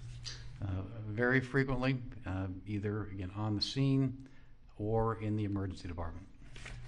Are you familiar with the symptoms of overdose for either fentanyl or methamphetamine? Very familiar, sir. Can you tell us what Narcan is? Narcan is an agonist that will block the effects of an opioid on the receptors in the brain. So if you overdose and you've taken too much narcotic and you are not breathing or you're close to going unconscious, if you give this Narcan, we give it intranasally, then that reverses it, displaces the narcotic that's in the brain, and you wake up. Have you had to make decisions then about administering Narcan for either methamphetamine or fentanyl? You administer Narcan for fentanyl because it's an opiate, and that's what it reverses. And yes, I've administered Narcan hundreds of times. So one of the things I'd like to talk with you about with respect to Mr. Floyd is drug tolerance. Is the subject of opioid tolerance something you're familiar with? Very familiar with, sir. Can you help us to understand the concept of drug tolerance? Tolerance is what does the body repeatedly sees a certain drug. The most common we think about is alcohol. That does somebody build up a tolerance, meaning at one time you're a naive drinker, you take one sip, one bottle, whatever, you feel it. But if you are an alcoholic, you feel nothing, because that is tolerance. And the same is true for amphetamines and as well as for opiates, for fentanyl. And whether you're talking about Percocet or other opiates, you build up a tolerance, which means it takes more of that drug for your brain to perceive the feeling, the high, whatever it is that you get when you take that medication or drug. So somebody who doesn't drink might feel the effects of one beer. Absolutely. Whereas an alcoholic, it may take, who knows? It may take multiple beers. Right. So, doctor, just for the jury, when you made reference to a naive drinker, would you explain what you mean by that? Because yes. Naive means somebody that doesn't drink or doesn't do any sort of drug. Naive means you're totally new. So, doctor, you've been retained by the state of Minnesota as an expert in this case. Yes, sir, I have. Are you being compensated for your time? Yes, sir, I am, and I hope so. Otherwise, my wife will be very unhappy with me. Could you tell us then what your hourly rate is? Yes, the government rate is $300 per hour. And so the charge for your time is the government rate? That is correct, sir. So as part of your work in the case, were you asked to render an opinion regarding the cause of Mr. Floyd's death? Yes, sir, I was. Before we get into your opinions, would you tell us what it is you reviewed to give you a foundation for forming opinions? Oh, I reviewed videotapes, body camera videos, bystander videos, police videos, reviewed medical records, pre-hospital records, statements from witnesses, the autopsy report, autopsy photographs, thousands of pages of documents, sir. Doctor, before we get to the opinion, there was one thing I meant to ask you and overlooked. As a police surgeon, are you required to maintain board certification in emergency medicine? No, sir, I am not. Then are you currently board certified? No, I'm currently board eligible. I've taken boards on 2 occasions, but since I'm not in the emergency department anymore and it's not required for the police surgeon, I'm no longer board certified. But you have been in the past? Oh, yes, sir, on 2 occasions. So, doctor, let's talk about your opinions regarding the cause of Mr. Floyd's death. Yes, sir. You formulated opinions. Yes, sir, I did. Would you tell us what your opinion or opinions are? Mr. Floyd died from positional asphyxia, which is a fancy way of saying he died because he had no oxygen left in his body. So what we've been referring to as low oxygen. Low oxygen is one way, no oxygen. When the body is deprived of oxygen, and in this case from his chest, pressure on his chest and back, he gradually succumbed to lower and lower levels of oxygen until it was gone and he died. Did you consider other possibilities as causes that you evaluated and dismissed as unlikely? Absolutely. Was one of those excited delirium? Yes, sir, it was. Would you first tell the ladies and gentlemen of the jury what excited delirium is? Excited delirium is a physical and psychiatric state where, because of an imbalance in the brain, a patient will exhibit multiple symptoms. Basically, they are hot, their body is revved up, heart rate is up, respiration is up, superhuman strength. They are out of control, their speech is garbled, it doesn't make sense, they can't answer questions. That's what they call the delirium, someone who is delirious. So I'm very familiar with not only pre-hospital, but in the hospital, the symptoms of excited delirium. Doctor, let me show you what's marked as Exhibit 921 for identification purposes. So I want to show it to you, and then let me ask you a couple of questions. Is this a demonstrative you created showing the 10 signs of excited delirium? Yes, sir, it is. Actually, it's from the American College of Emergency Physicians white paper on excited delirium. And incidentally, before we show this to the jury, or at least I offer it, is excited delirium considered a controversial diagnosis? Yes, sir, it is. Why is that? It's because there are varying opinions as to what causes it, what is it. Forensic pathologists or emergency physicians or other physicians, there isn't 100% agreement on what excited delirium is. But I can tell you, at least in my opinion, I think it is real. But are there very reputable medical organizations that do not recognize it? That is correct. The American Medical Association doesn't recognize it. The American Psychiatric Association doesn't recognize it. So, Your Honor, I offer Exhibit 921 for demonstrative purposes. Any objection? 921 is received for demonstrative purposes only. Members of the jury will not go back with you on deliberation.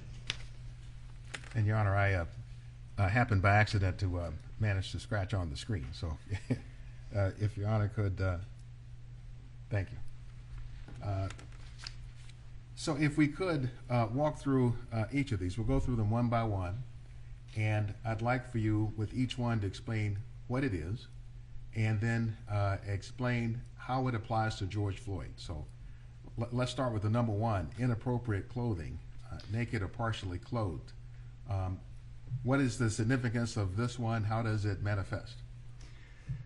When we get a call of a naked man in the street, first thing I'm thinking is excited delirium. Why? Well, would somebody take off their clothes? Well, their body is hot. So in the case of Mr. Floyd, was he appropriately dressed or inappropriately dressed for the weather? And in the case of Mr. Floyd, I think the temperature was in the 70s and he is appropriately dressed. Therefore, this does not apply to Mr. Floyd. So what about the second one? Attraction to glass, destruction of glass, mirrors, lights on vehicles.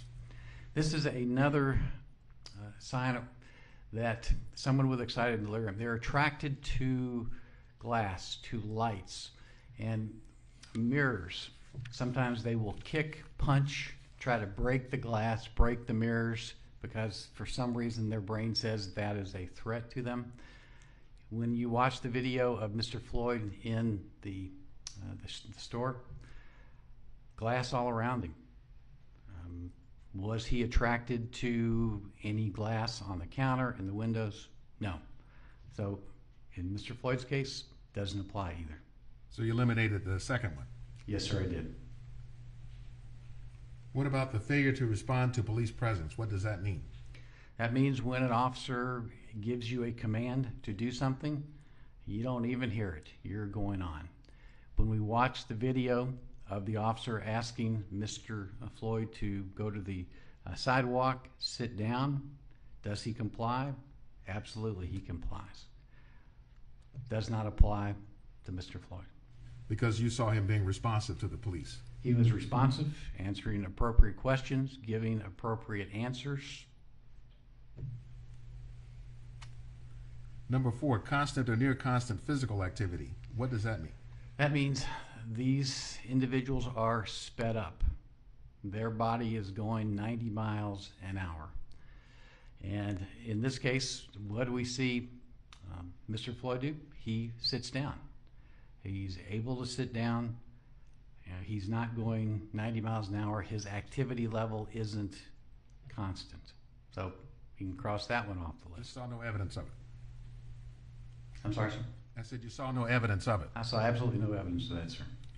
Number 5, not tiring despite heavy exertion. This again, these people can run a marathon. If you have police officers chasing them, they're outrunning the police. These people go and go and go. Why? Because they're sped up. In this case, did we see Mr. Floyd tire? Absolutely, we saw him tire. We saw him tired to the point where he stopped breathing. So, does it apply in this case? No, it does not. Number 6, unexpected or unusual strength. These people are described as having superhuman strength. They're throwing police officers off right and left. Somebody my size is throwing people off right and left. What do we see in this case? Is Mr. Floyd able to throw those police officers off that have him on the ground? No, he's not. So in this case, it does not apply. Number 7, unaffected by pain. When we listen to the tapes, do we hear Mr. Floyd complain of pain? Absolutely we do. Pain in his neck, pain in his face, pain in his back. He's complaining of pain. So does this apply to Mr. Floyd? Absolutely not. If Mr. Floyd did not complain of pain, we could add it into the list. But in this case, he's complaining of pain from the time he gets on the ground. Does not apply. Number 8, very rapid breathing. These individuals will have a breathing rate 30 to 40 times a minute. Very rapid breathing. When I watched the videotape and counted Mr. Floyd's respirations at different points, it was at one point it was 0, but the other times it's 15 to 20, 22, 23, in that range. By breathing criteria, he does not meet the excited delirium criteria. What about number 9, excessive heat or hot to touch? A couple ways to assess this. Did you see evidence of excessive sweating? What did the the ER docs describe when Mr. Floyd presented to the ER? He was cool to touch. When these patients come into the ER, their temperatures, you touch them, they are hot. They could be 104, 105, 106, even 107 degrees temperature. Mr. Floyd was cool to touch. Does not apply. And then excessive sweating, number 10. Again, because when your body gets hot, when your temperature goes up, what does your body want to do? It wants to sweat to cool you down.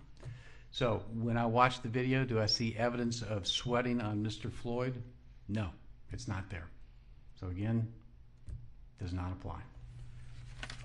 So Dr. Smock, if we have to have a minimum of 6 of these items, 6 of 10 for excited delirium, how many did you see? Zip. Right. So I want to talk with you about another potential cause for death that you may have considered, and I think eliminated, which is drug overdose. Yes, sir. Are you familiar with the toxicology results in this case? Yes, sir, I am. Just to remind us, what were the levels of fentanyl and methamphetamine in Mr. Floyd's blood? And you can check your report or notes if you need. Yes, I've got the autopsy report here. The fentanyl level was 11. The metabolite of fentanyl, called norfentanyl, was 5.6, and the methamphetamine level was 19. Those are all what's called nanograms per milliliter. That's just the measurement that the lab uses. Well, focusing on fentanyl, you have lots of experience treating patients suffering from opioid overdoses. Yes, sir, I do.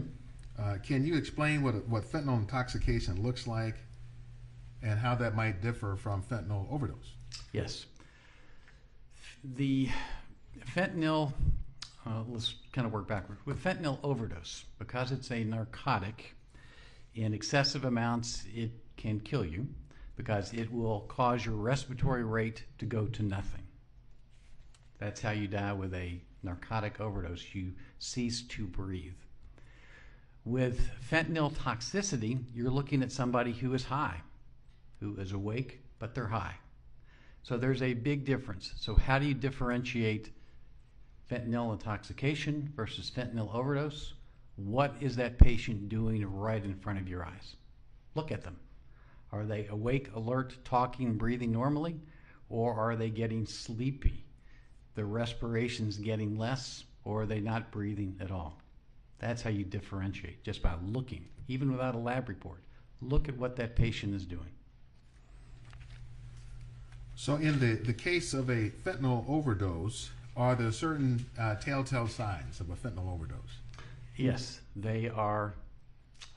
Pupils can be constricted, and they're snoring, their respirations are decreasing, or they're not respiring at all. Now, bringing this home to George Floyd, when they came to the scene on May 25th, the paramedics, do you recall whether his pupils were constricted or not? I believe they were dilated. Do you know what the concept of air hunger is? Yes, sir, I do. Would you tell us what that is? Air hunger, the best application is you are wanting to breathe. For some reason, one example would be if you are drowning. You're going to do everything you can to get to the surface of the water because you want to breathe. Another application that I frequently deal with is someone who has been strangled. When their airway has been cut off and they can't breathe, their body is telling them to breathe, but they can't because of the pressure on their airway. That is hunger. That is the human desire to live, to breathe. So when George Floyd is saying, please, I can't breathe, I can't breathe, is that an example of air hunger? That is an absolute example of air hunger. Would you tell the ladies and gentlemen of the jury whether fentanyl overdose causes air hunger? No, it does not. The only time it could is if you've overdosed, but it's not air hunger because you are going to sleep. You're not hungry at all, you're sleeping. So there is a difference between air hunger, that drive to bring in that air, versus an overdose. So with an overdose, if it's not air hunger that a fentanyl overdose causes, does fentanyl simply diminish the drive to breathe at all? At therapeutic levels, no. At an overdose level, yes, it can decrease the drive to breathe if you have too much. But you're not starving for air. You're not starving for air. Doctor, in the case of a fentanyl overdose, you talked about a person going to sleep or snoring even. Before death ensues from a fentanyl overdose, is a coma state reached? Yes, someone who is asleep, you could say they look like they're in a coma state. They're not moving. So that's what you would see with an overdose. You've watched the various videos with George Floyd's encounter with the police on May 25th. Multiple times. Can you tell the jury, from having looked at those videos, can you tell by looking at that alone whether George Floyd was suffering from a fentanyl overdose? He is not. I mean, when you watch those videos and we go through them, what is his respiration do? He's breathing. He's talking. He's not snoring. He is saying, please, please get off of me. I want to breathe. I can't breathe. That is not a fentanyl overdose. That is somebody begging to breathe. And so if a person is suffering from a fentanyl overdose, would you describe that person then as alert? No, sir. They're not going to be alert. They're going to be sleeping. Would you describe them as oriented? No. Their brain is going to be in sleep mode or not breathing mode. And was George Floyd oriented? Oh, he was. He gave appropriate responses. Name, date of birth, He knew where he was and what was happening. He knew exactly where he was, what he was doing, and responding appropriately to the questions that were asked of him. Have you ever encountered a situation of a fentanyl overdose where a person was in the overdose, displaying air hunger, and essentially crying out for their life or crying out in pain? No, sir. Now, did you, from your review of the medical records and other data in the case, get some sense of what Mr. Floyd's history was with respect to opioid use? Yes, sir, I did. When you look at the medical record, Mr. Floyd has been a chronic user, meaning what I saw was for years. And how would this correlate to the notion of tolerance we talked about at first? The more you use any drug, alcohol, in this case fentanyl, you build up that tolerance. So it takes more drug to give you that high, to affect your brain. And in this case, we actually had a visit to the emergency department where he took 7 or 8 narcotic pills. They watched him and let him go. Was there any use of either oxycodone or Percocet that might be relevant to the discussion of tolerance? Yes, there was when he presented to the emergency department, he said he may have taken Percocet or oxycodone. So what does that have to do with tolerance to fentanyl? They both fentanyl and Oxycontin, Percocet, oxycodone, work on the same receptors in the brain, what's called the mu receptor. So they both attach to that and stimulate that receptor. So this is what we call cross tolerance. If they both work on the same receptor, either one is going to give you an effect, depending on the quantity that the brain sees. In terms of the population of patients you've treated for opioid issues, are you able to generally characterize what the range of the opioid levels has been in living patients? Yes, I have, sir. What can you tell us about that?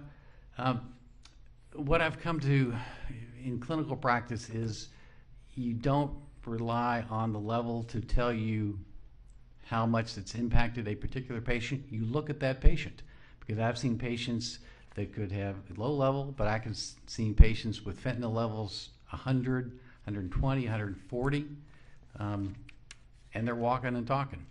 So the level says, yes, it's there, but based upon their prior history of use, chronic use, does that particular level affect them or not? So how relevant then was the level of the methamphetamine found in Mr. Floyd's blood to your analysis of the cause of death? Methamphetamine or fentanyl? Methamphetamine this time. Methamphetamine. With methamphetamine, it's really a nothing level. It's a level you expect to see with a recreational use of methamphetamine. And clinically, that's a extremely low level. So I want to switch topics and talk about the cause of death you did find related to asphyxia or low oxygen. Yes, sir. Are you familiar with certain myths that exist around the indicators for death by asphyxia or low oxygen? Yes, sir, I am. Do you in fact teach your students regarding some of these myths? Yes, because strangulation is a form of asphyxia. This is part of every class I teach. What are the myths associated with strangulation, with asphyxia, what you see, what you don't see, and why you see something or why you don't see something? For example, in your teaching of your students, what do you teach them regarding inferences that can be made by the presence or absence of bruising on the body in autopsy? Bruising. You can be fatally strangled, die of asphyxia, and have no bruising. The presence or absence of a bruise on a human body is dependent upon multiple different variables. how much pressure is applied, how is that pressure is applied, how frequently is that pressure applied. And the example that I like to use is you can have someone put your bicep and forearm on either side of your neck and squeeze, render you unconscious, even kill you, and you will never ever see a bruise on the neck. And the reason is you're applying a broad surface area, bicep and forearm, to a broad surface area, which is different if I were to take, say, this lanyard, put it around somebody's neck and pull tight. I'm putting same amount of pressure but in a smaller area, and I would expect to see a ligature mark or something. So there are lots of variables that will dictate whether you have a bruise or you don't. Condition of health, if you have any medications that cause you to bruise easy, aspirin, other medications. So you can be, that's this myth that you have to have bruises to prove strangulation. No, you don't. You can be strangled to death and have no bruises. So that's one of the big myths. Dr. Smock, can you tell us what a petechial hemorrhage is? Yes, petechial hemorrhage. Petechial hemorrhages are ruptured capillaries. When you see them on a patient, they're little red dots. And what petechial hemorrhages come from is rupture of the capillary bed. They're popped. And the way I like to think about a petechial hemorrhage is like it's a little water balloon. And what happens when I put too much water into a balloon? It pops. What happens if I put too much blood into a capillary? It pops. So what does the presence or absence of petechial hemorrhages tell us about whether a person did or did not die of asphyxia or low oxygen? It tells us nothing, because in order to create that ruptured capillary, there are two physiologic things that have to occur in the human body. One, I have to have the venous return, in the case of the neck, the jugular vein blocked. And how does that happen? Well, I'm putting pressure on the neck. The second thing that has to happen is I have to have blood still being pumped into the area of the body, that capillary bed. So if both those two criteria aren't met, blockage of a vein with blood continuing to be pumped in, I will never ever get a petechial hemorrhage. So you can be fatally strangled and not have petechial hemorrhage, because if those two physiologic criteria aren't met, it will never happen. So, Doctor, I want to show you a few of the video clips as relates to your conclusion that Mr. Floyd passed away from asphyxia or low oxygen. So I want to play the clip and then tell me how it was significant to your decision making. So if we could pull up Exhibit 127, already in evidence, Brett, at 2021. Yes, stopping at 2021. I'm sorry, Brett. Starting at the beginning. On the ground. Yeah, on the ground. On the ground. My wrist.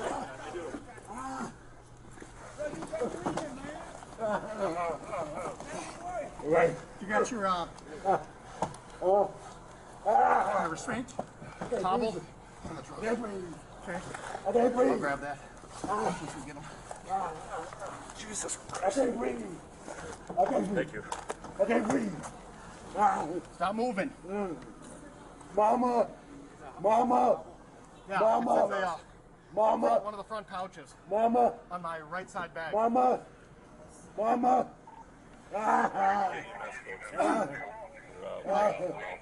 You're the rest guy. All right. All right. Oh my God. Go to jail. I can't believe this. I can't believe this. I can't believe this. I can't believe this, man. Mama, I love you. Reese, I love you. You got hobble? Tell my kids I love them. So is this a segment, Dr. Smock, that you listened to and observed? Yes, this is one of the segments. Why is this relevant to your assessment? Well, what's important to the assessment is what's happening over the entire length of the video.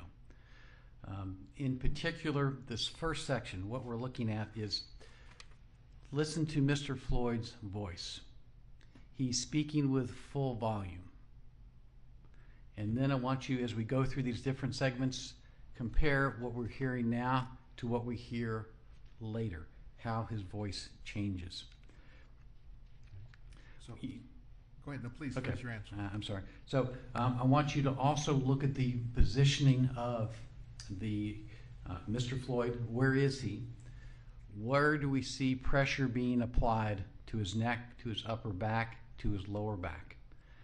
What's also very important is as this progresses, and this is a progression over 4.5, 5 minutes of Mr. Floyd gradually decreasing his ability to survive. And what you'll see, and this is a great, I don't know if I can, does this work, Circle? It does. Okay. What I want you to also watch for is what is his right arm doing as this progresses.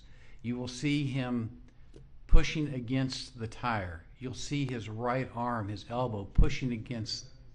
Let's ask another question. Well, I'd like to know, you circled an area here on this exhibit. Ask What your is it? question. Sorry, Judge. Go ahead and ask your question. Yes, I'd like to know, what is it showing us? Why is that significant? This is very important because it's showing what Mr. Floyd is doing to try and breathe, to get his right side of his chest up off of the pavement so that he can bring in air. So let's look at another segment. Brad, if we can go to start at 2021. I can't breathe. I can't breathe.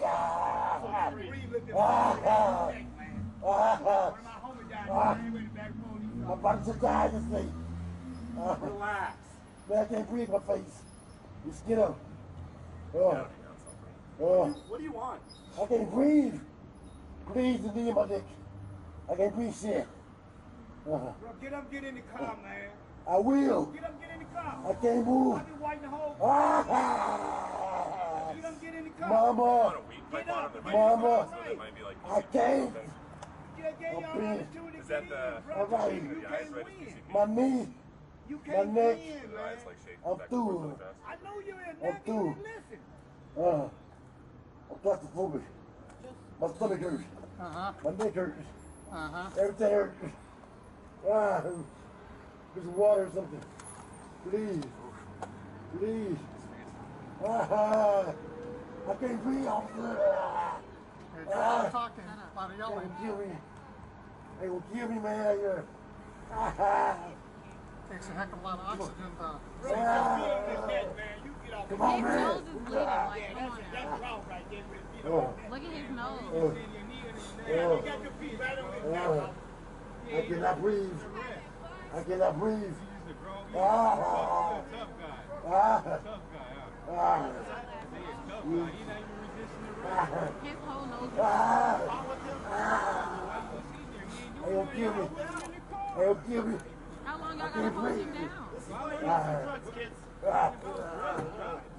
I Y'all can't don't breathe. gotta put y'all right. His nose. Put him in the car. We tried that for 10 minutes. That's some bum ass shit, bro. Y'all know that. Why don't we stop there?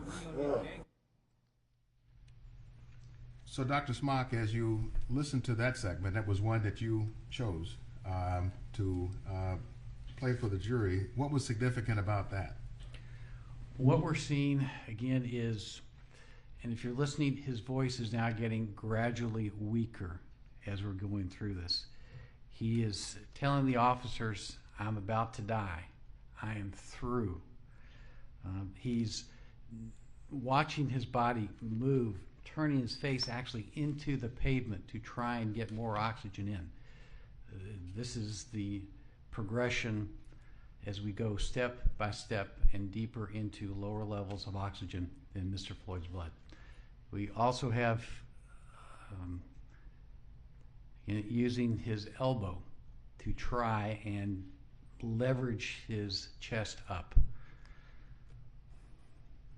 So, Doctor, in addition to the subdual and restraint that we see there on the street in the video, was there other evidence, including physical evidence, that supported your conclusion that Mr. Floyd died of low oxygen or asphyxia? Yes, as I think it'll probably be in the next section as we go through, you will hear his voice get weaker and weaker. You will see his lose facial expression. You will hear him make sounds of trying to breathe as we get closer. He then goes unconscious. You will then see in the next section, he has what's called an anoxic seizure. That's a fancy word for his brain is going without oxygen, very low. His legs shake, but you will actually see and you can hear the handcuff shake, and you'll see the body camera shake when he has an anoxic seizure further on down the line. Were there visible injuries to him as well that you could see, Dr. Smock? Yes, his left shoulder was ground into the pavement from the pressure from behind. The left side of his face had deep abrasions from his face being pushed into the pavement. So in the interest of time this afternoon, I won't show the additional video, Dr. Smock, and I want to ask you about a different subject, and that relates to CPR. Could you tell us about the importance of timing with respect to performing CPR? The sooner we start compressions and ventilations, the higher, the more successful our resuscitation rates will be. At what point should CPR have been commenced with respect to Mr. Floyd? Way before it was. As soon as Mr. Floyd is unconscious, he should have been rolled over. We have documentation on the video that the officer says, "I can't find a pulse." Why? That's clearly, but when you look at the video, it should have been started way before. Should have been rolled over, checked his respirations. But clearly, when they can't find a pulse, CPR should have been started. Thank you, Dr. Smock. No further questions. Mr. Nelson.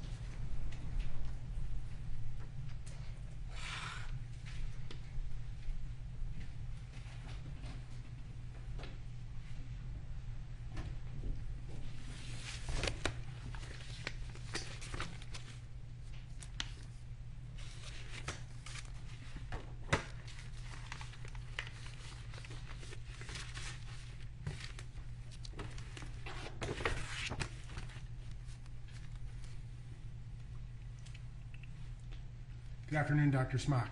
Good afternoon, sir. Thank you for being here with us this evening.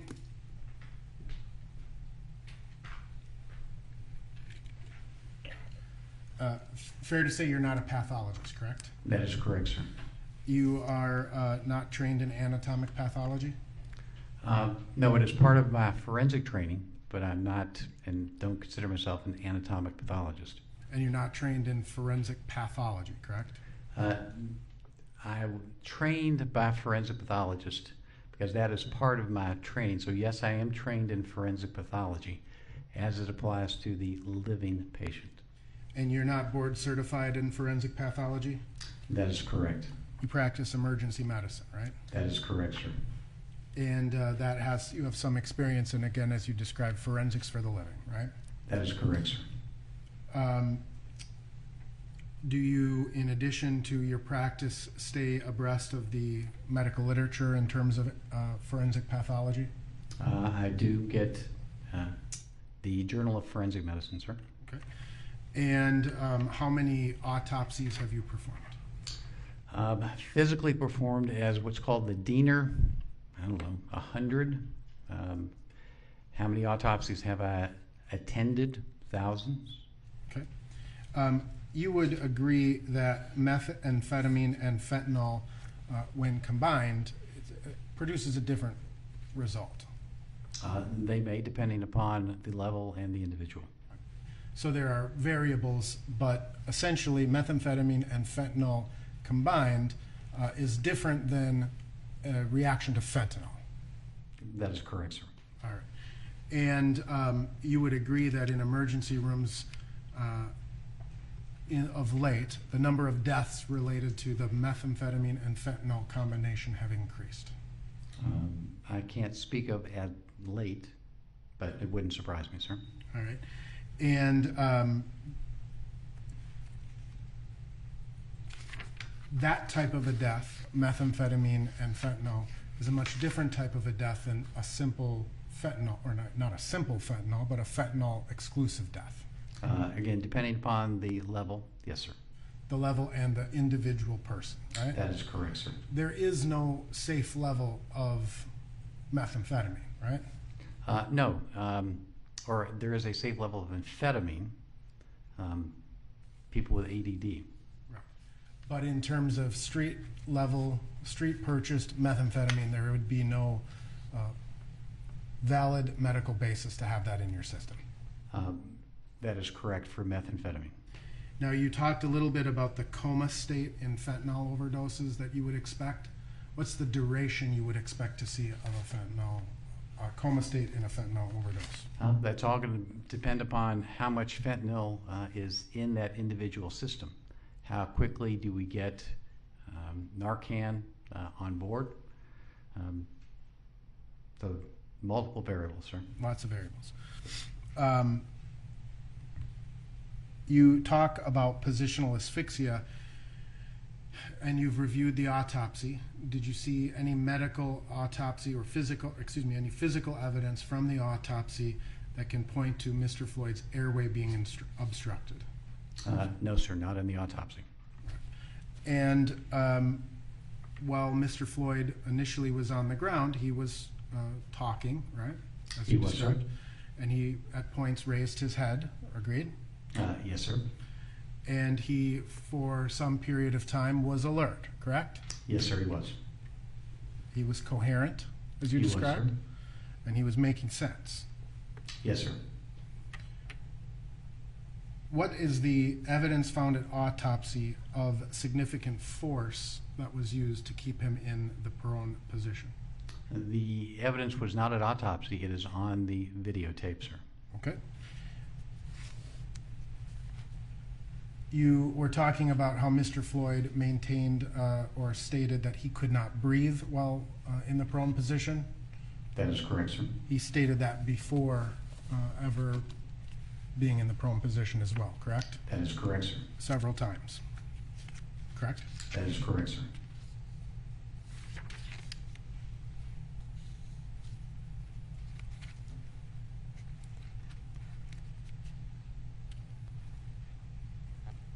At that point, when he stated that he can't breathe and he's in the back seat of the car, there was no one on his back, right? That is correct, sir. And do you know whether at that point there's any evidence to suggest that there was a respiratory depressant such as fentanyl on board in his system? No, sir. Have you been advised, I mean, I know you prepared a report, but have you been advised that partially ingested pills were located in the back seat of Squad 320 and they contained Mr. Floyd's DNA? Yes, sir, I was. And you were advised that those pills were a methamphetamine and fentanyl combination? That is correct, sir.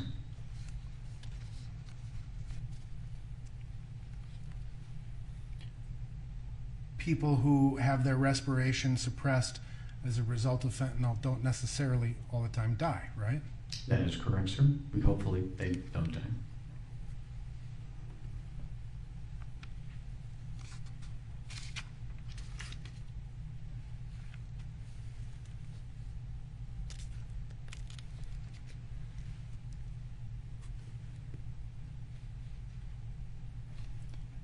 Treating people in the ER, you have treated people with cardiac diseases? Yes, sir, I have. And in terms of your treatment of people with cardiac diseases, have you encountered people who have a combination of methamphetamine and fentanyl? Yes, sir, I have. And obviously every single person is unique, correct? Yes, sir. And you've experienced people who have cardiac disease, fentanyl, and methamphetamine who pass away. Yes, sir. Not necessarily from those, but maybe from something else. But sometimes it could just be from those, right? Would depend upon the case.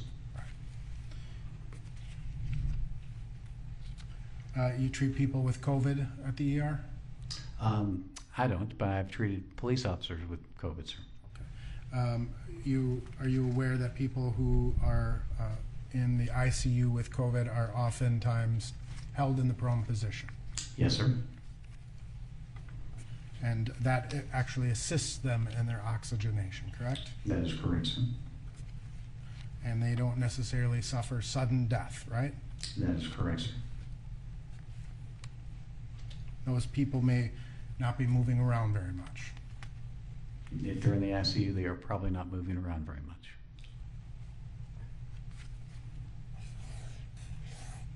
Methamphetamine certainly has an effect on the heart, right? It can, sir. I mean, you're aware that methamphetamine can be prescribed, correct? Amphetamine can be prescribed. Amphetamine can be prescribed. And one of the side effects of the prescription amphetamine is sudden heart arrhythmias, right? Depending upon the level, that is certainly it's a rare side effect, but it's certainly possible, sir. You talked about the pressure that somebody may, the lack of bruising, right, is explained by kind of the surface area of the pressure that's applied, right?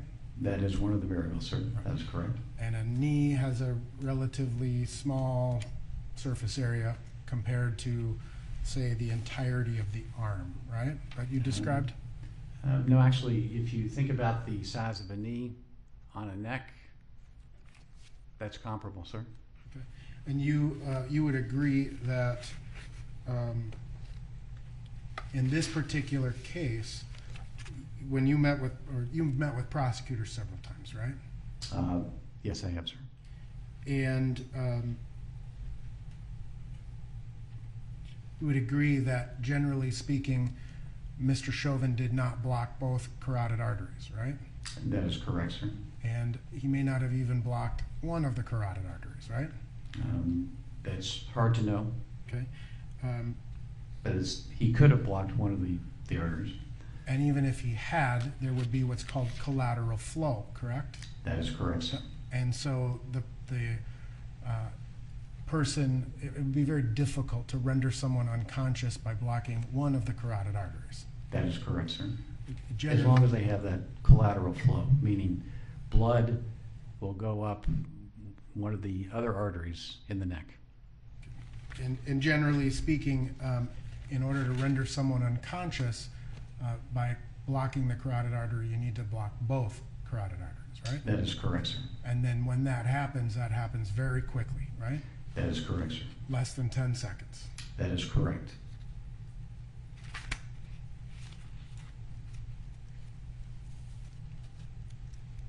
You've reviewed the videos many times.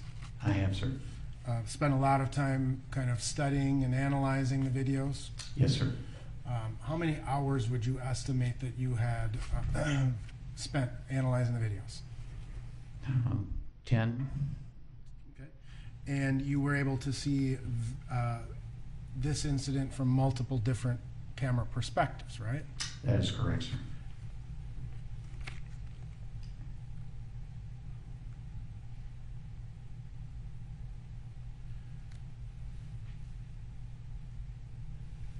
If Mr. Chauvin's knee was placed at the posterior base of the neck, right? That wouldn't have much effect on his diaphragm, would it? No, sir. You work with police officers quite regularly? Every day, sir. And you've, I'm assuming you said you've gone to SWAT tactical kind of places, right? or to arrests? right? Yes, sir. And I assume that you have observed police officers use a prone handcuffing technique. Yes, sir. And I assume that you've observed police officers use a prone control technique. Your Honor. Beyond the scope of the witness's expertise, this is causing expertise in the police conduct. I think it's within his scope of expertise, but it is beyond the scope of direct, so if you could ask non-leading questions. Sure. It's a part of your expertise and training with police officers. You train them in terms of how to properly train people in terms of positional asphyxia? Yes, sir, I do. And how to avoid positional asphyxia from occurring? Yes, it's really not how to cause positional, but how does a police officer avoid causing positional asphyxia? And so based on your experience in training police officers and your experience accompanying police officers to various arrest locations, you have observed police officers use a prone handcuffing technique. Yes, I have for short periods of time, sir. And you've observed them place their knee in the posterior or the base of the neck, right? Yes, again, for short periods of time, sir. And it obviously depends on every circumstance and situation, right? I don't understand your question, sir. I'll withdraw it. Was there bruising on Mr. Floyd's back that you were aware of? No, sir, there was not. Bruising in his neck? No, sir. Either above the skin or below the skin? No, sir, there was not. There's unquestionable evidence that Mr. Floyd had cardiovascular disease, correct? That is correct, sir. You'd agree that the pathologist who performed the autopsy found a 90% blockage of the right coronary artery? Yes, sir. In your experience as an emergency room physician, you could refer someone to have a procedure to open that up, right? If they are exhibiting signs of a heart attack or cardiac ischemia, meaning they're not getting oxygen to that part of the heart. And that's called a stent. That is correct, sir. The purpose of that is to actually increase or improve the blood flow through the arteries, right? That is correct, sir. Because when you have a blocked vessel, that can lead to a heart attack, right? If it is blocked, that is correct, sir.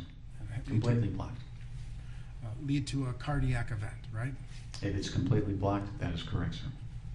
And when it's not completely blocked, it forces the heart to work harder. Yes, sir. Oftentimes people go through substantial risks of heart surgery to have that fixed, right?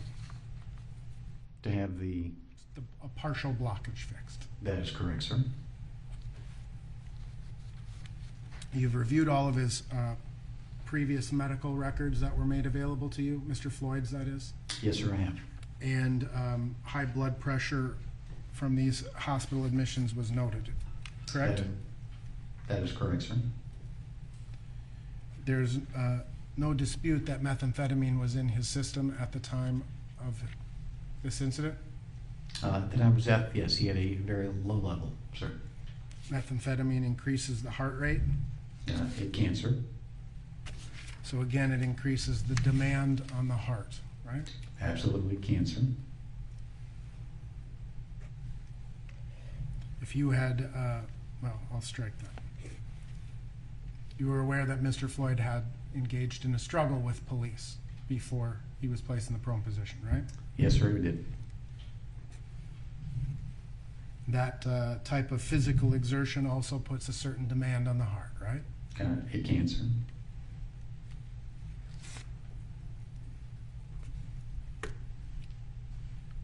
When you observe that struggle, you could observe his vein pulsing? No, sir, I did not.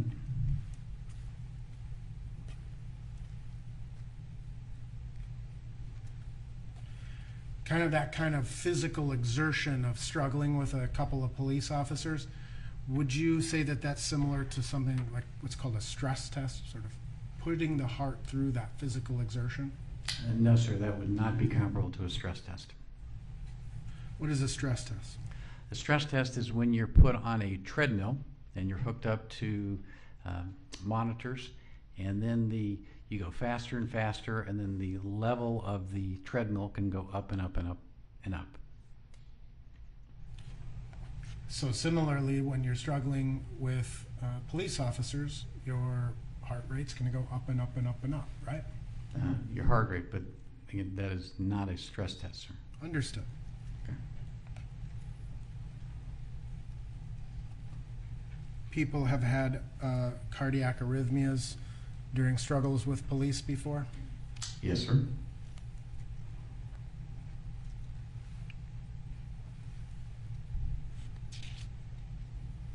What's the physiological mechanism of a person suffering a brain injury from hypoxia? When the brain levels of oxygen start going down, certain things will happen. Their level of consciousness will begin to decrease. When they get to the point where their oxygen level is very low, then they will have that anoxic seizure, as we saw with the shaking of the leg and the shaking of the wrists.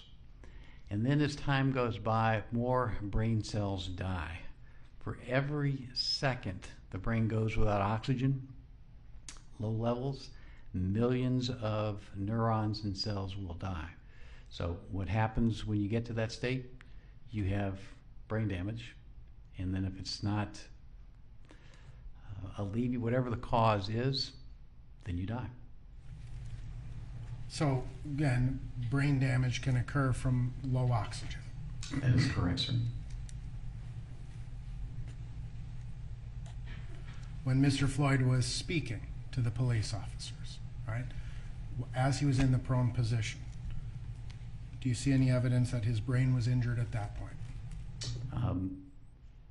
Which part? Because he speaks in full sentences or full voice early, but later on his speech is weaker and weaker until there's no speech. So which window are we talking about?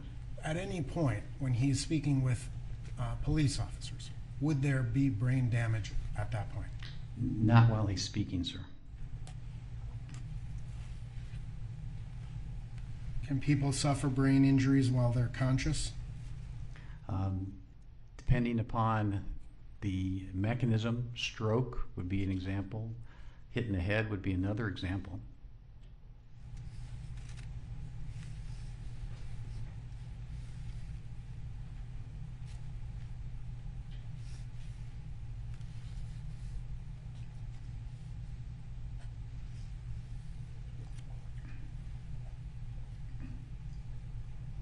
One question I wanted to ask you, you talked a little bit about tolerance, right?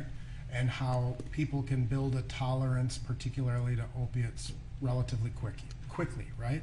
No, I didn't say quickly. Okay. Well, people build a tolerance, right? Yes, sir. And you've defined, and you're not a toxicologist, correct? No, sir, I'm not. Okay. But you have some general familiarity based on your experience as an emergency room doctor, people who are tolerant to particular substances, right? That is correct, sir. And when someone stops using a controlled substance for a period of time, that tolerance dissipates, agreed? And that is correct, sir. And with certain types of controlled substances, tolerance dissipates very quickly, specifically fentanyl. I'm not familiar how quickly it decreases, sir, or increases. So a person's tolerance is situational, right? Based, No. Let me rephrase. Somebody who is tolerant, that tolerance could be built up over an extended period of time, agreed?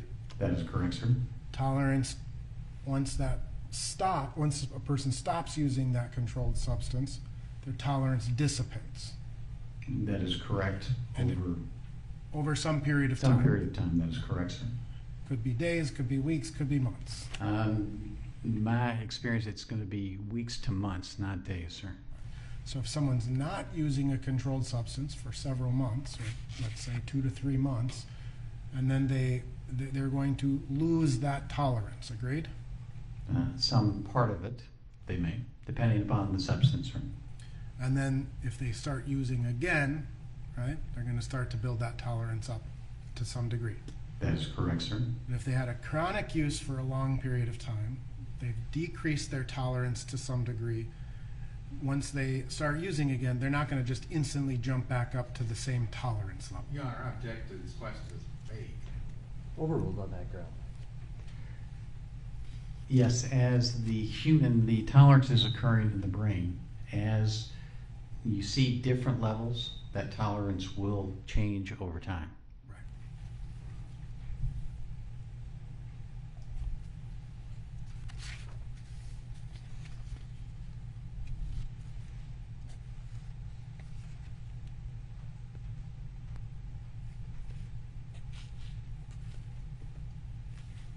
Did you see any evidence in terms of his autopsy or medical records that he had any history of lung disease, Mr. Floyd, that is?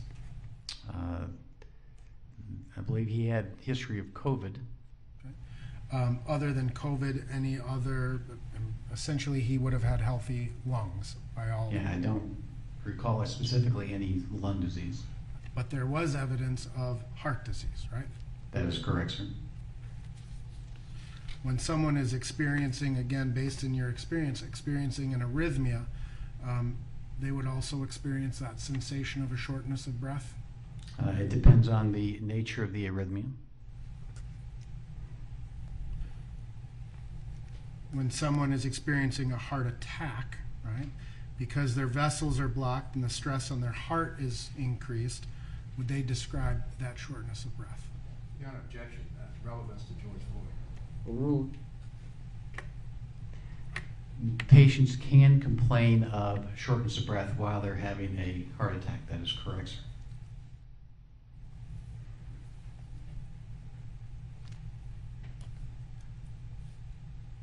You heard the officers ask him if he were on controlled substances? I believe it was, are you on something? Right.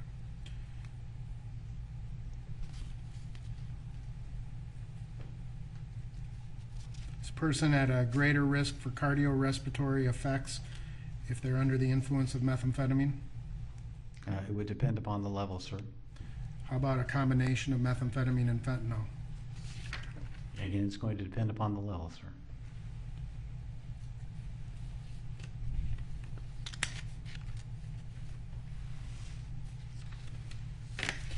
Cardiac disease have any relation to methamphetamine use, chronic methamphetamine use? Yes, sir.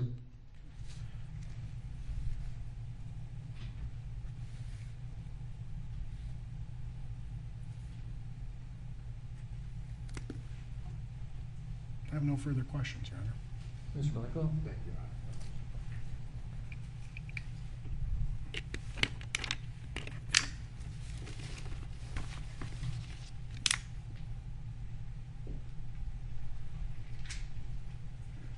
Dr. Smock, you were asked quite a few questions about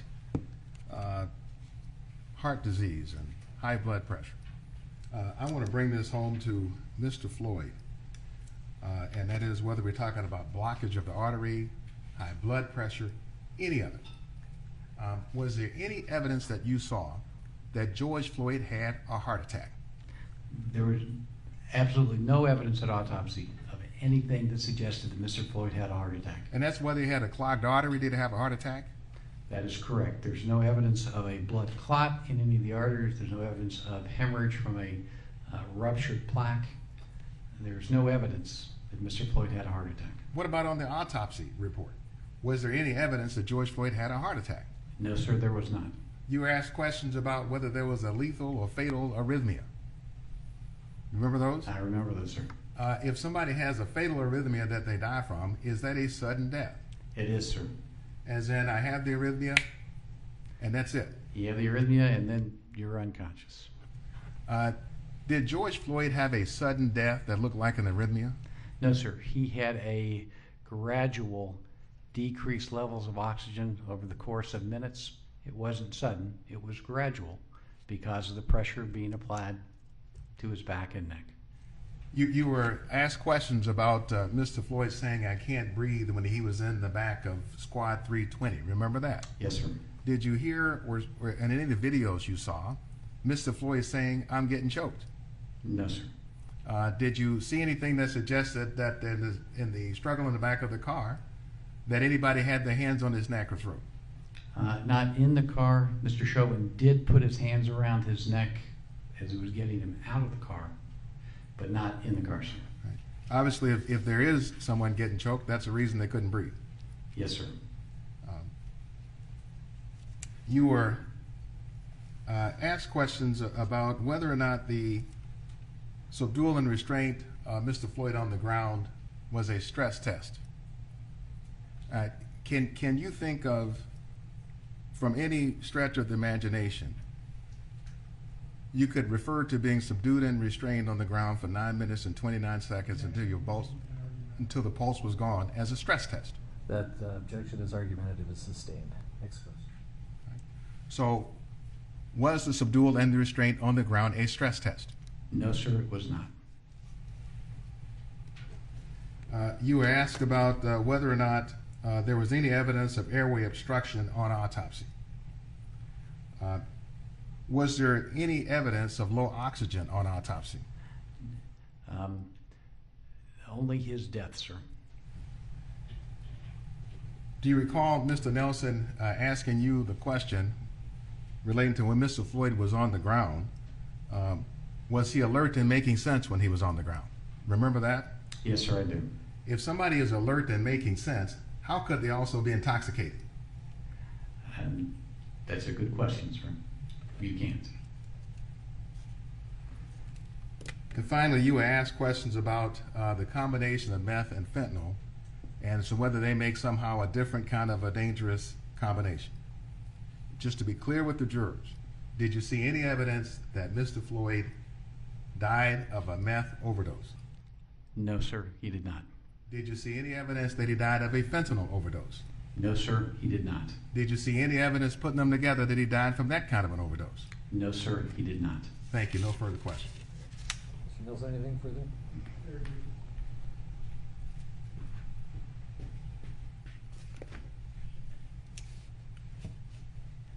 Did you observe any evidence that Mr. Floyd was choked from the front of his neck?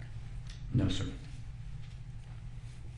You would agree that fighting or struggling with police officers puts stress on the heart? Yes, sir, good. There was no other evidence of airway obstruction, correct? Other than the asphyxia event? Correct. Other than not being able to breathe, that was the airway obstruction. In terms of, you were asked on redirect about how could someone who is alert and making sense be intoxicated, do you recall that? Yes, sir. People who are tolerant of a particular controlled substance show fewer signs, correct? Of intoxication? That is correct, sir. So the more someone is used to taking a particular drug, the fewer signs of impairment they may exhibit. Agreed? That is correct, sir. And someone who gets arrested for a chronic alcoholic, hypothetically, who gets arrested for driving under the influence, they may not exhibit the same physical symptoms or speech difficulties that a naive drinker may exhibit. Agreed? Given the same level of alcohol, that is correct, sir. I have no further questions. No further questions, John. Thank you. Thank you, Doctor. You are excused. Have a good flight back. Members of the jury, thank you for your patience in sticking this out. We'll start around 9:15 tomorrow if we can. Thank you. We're adjourned.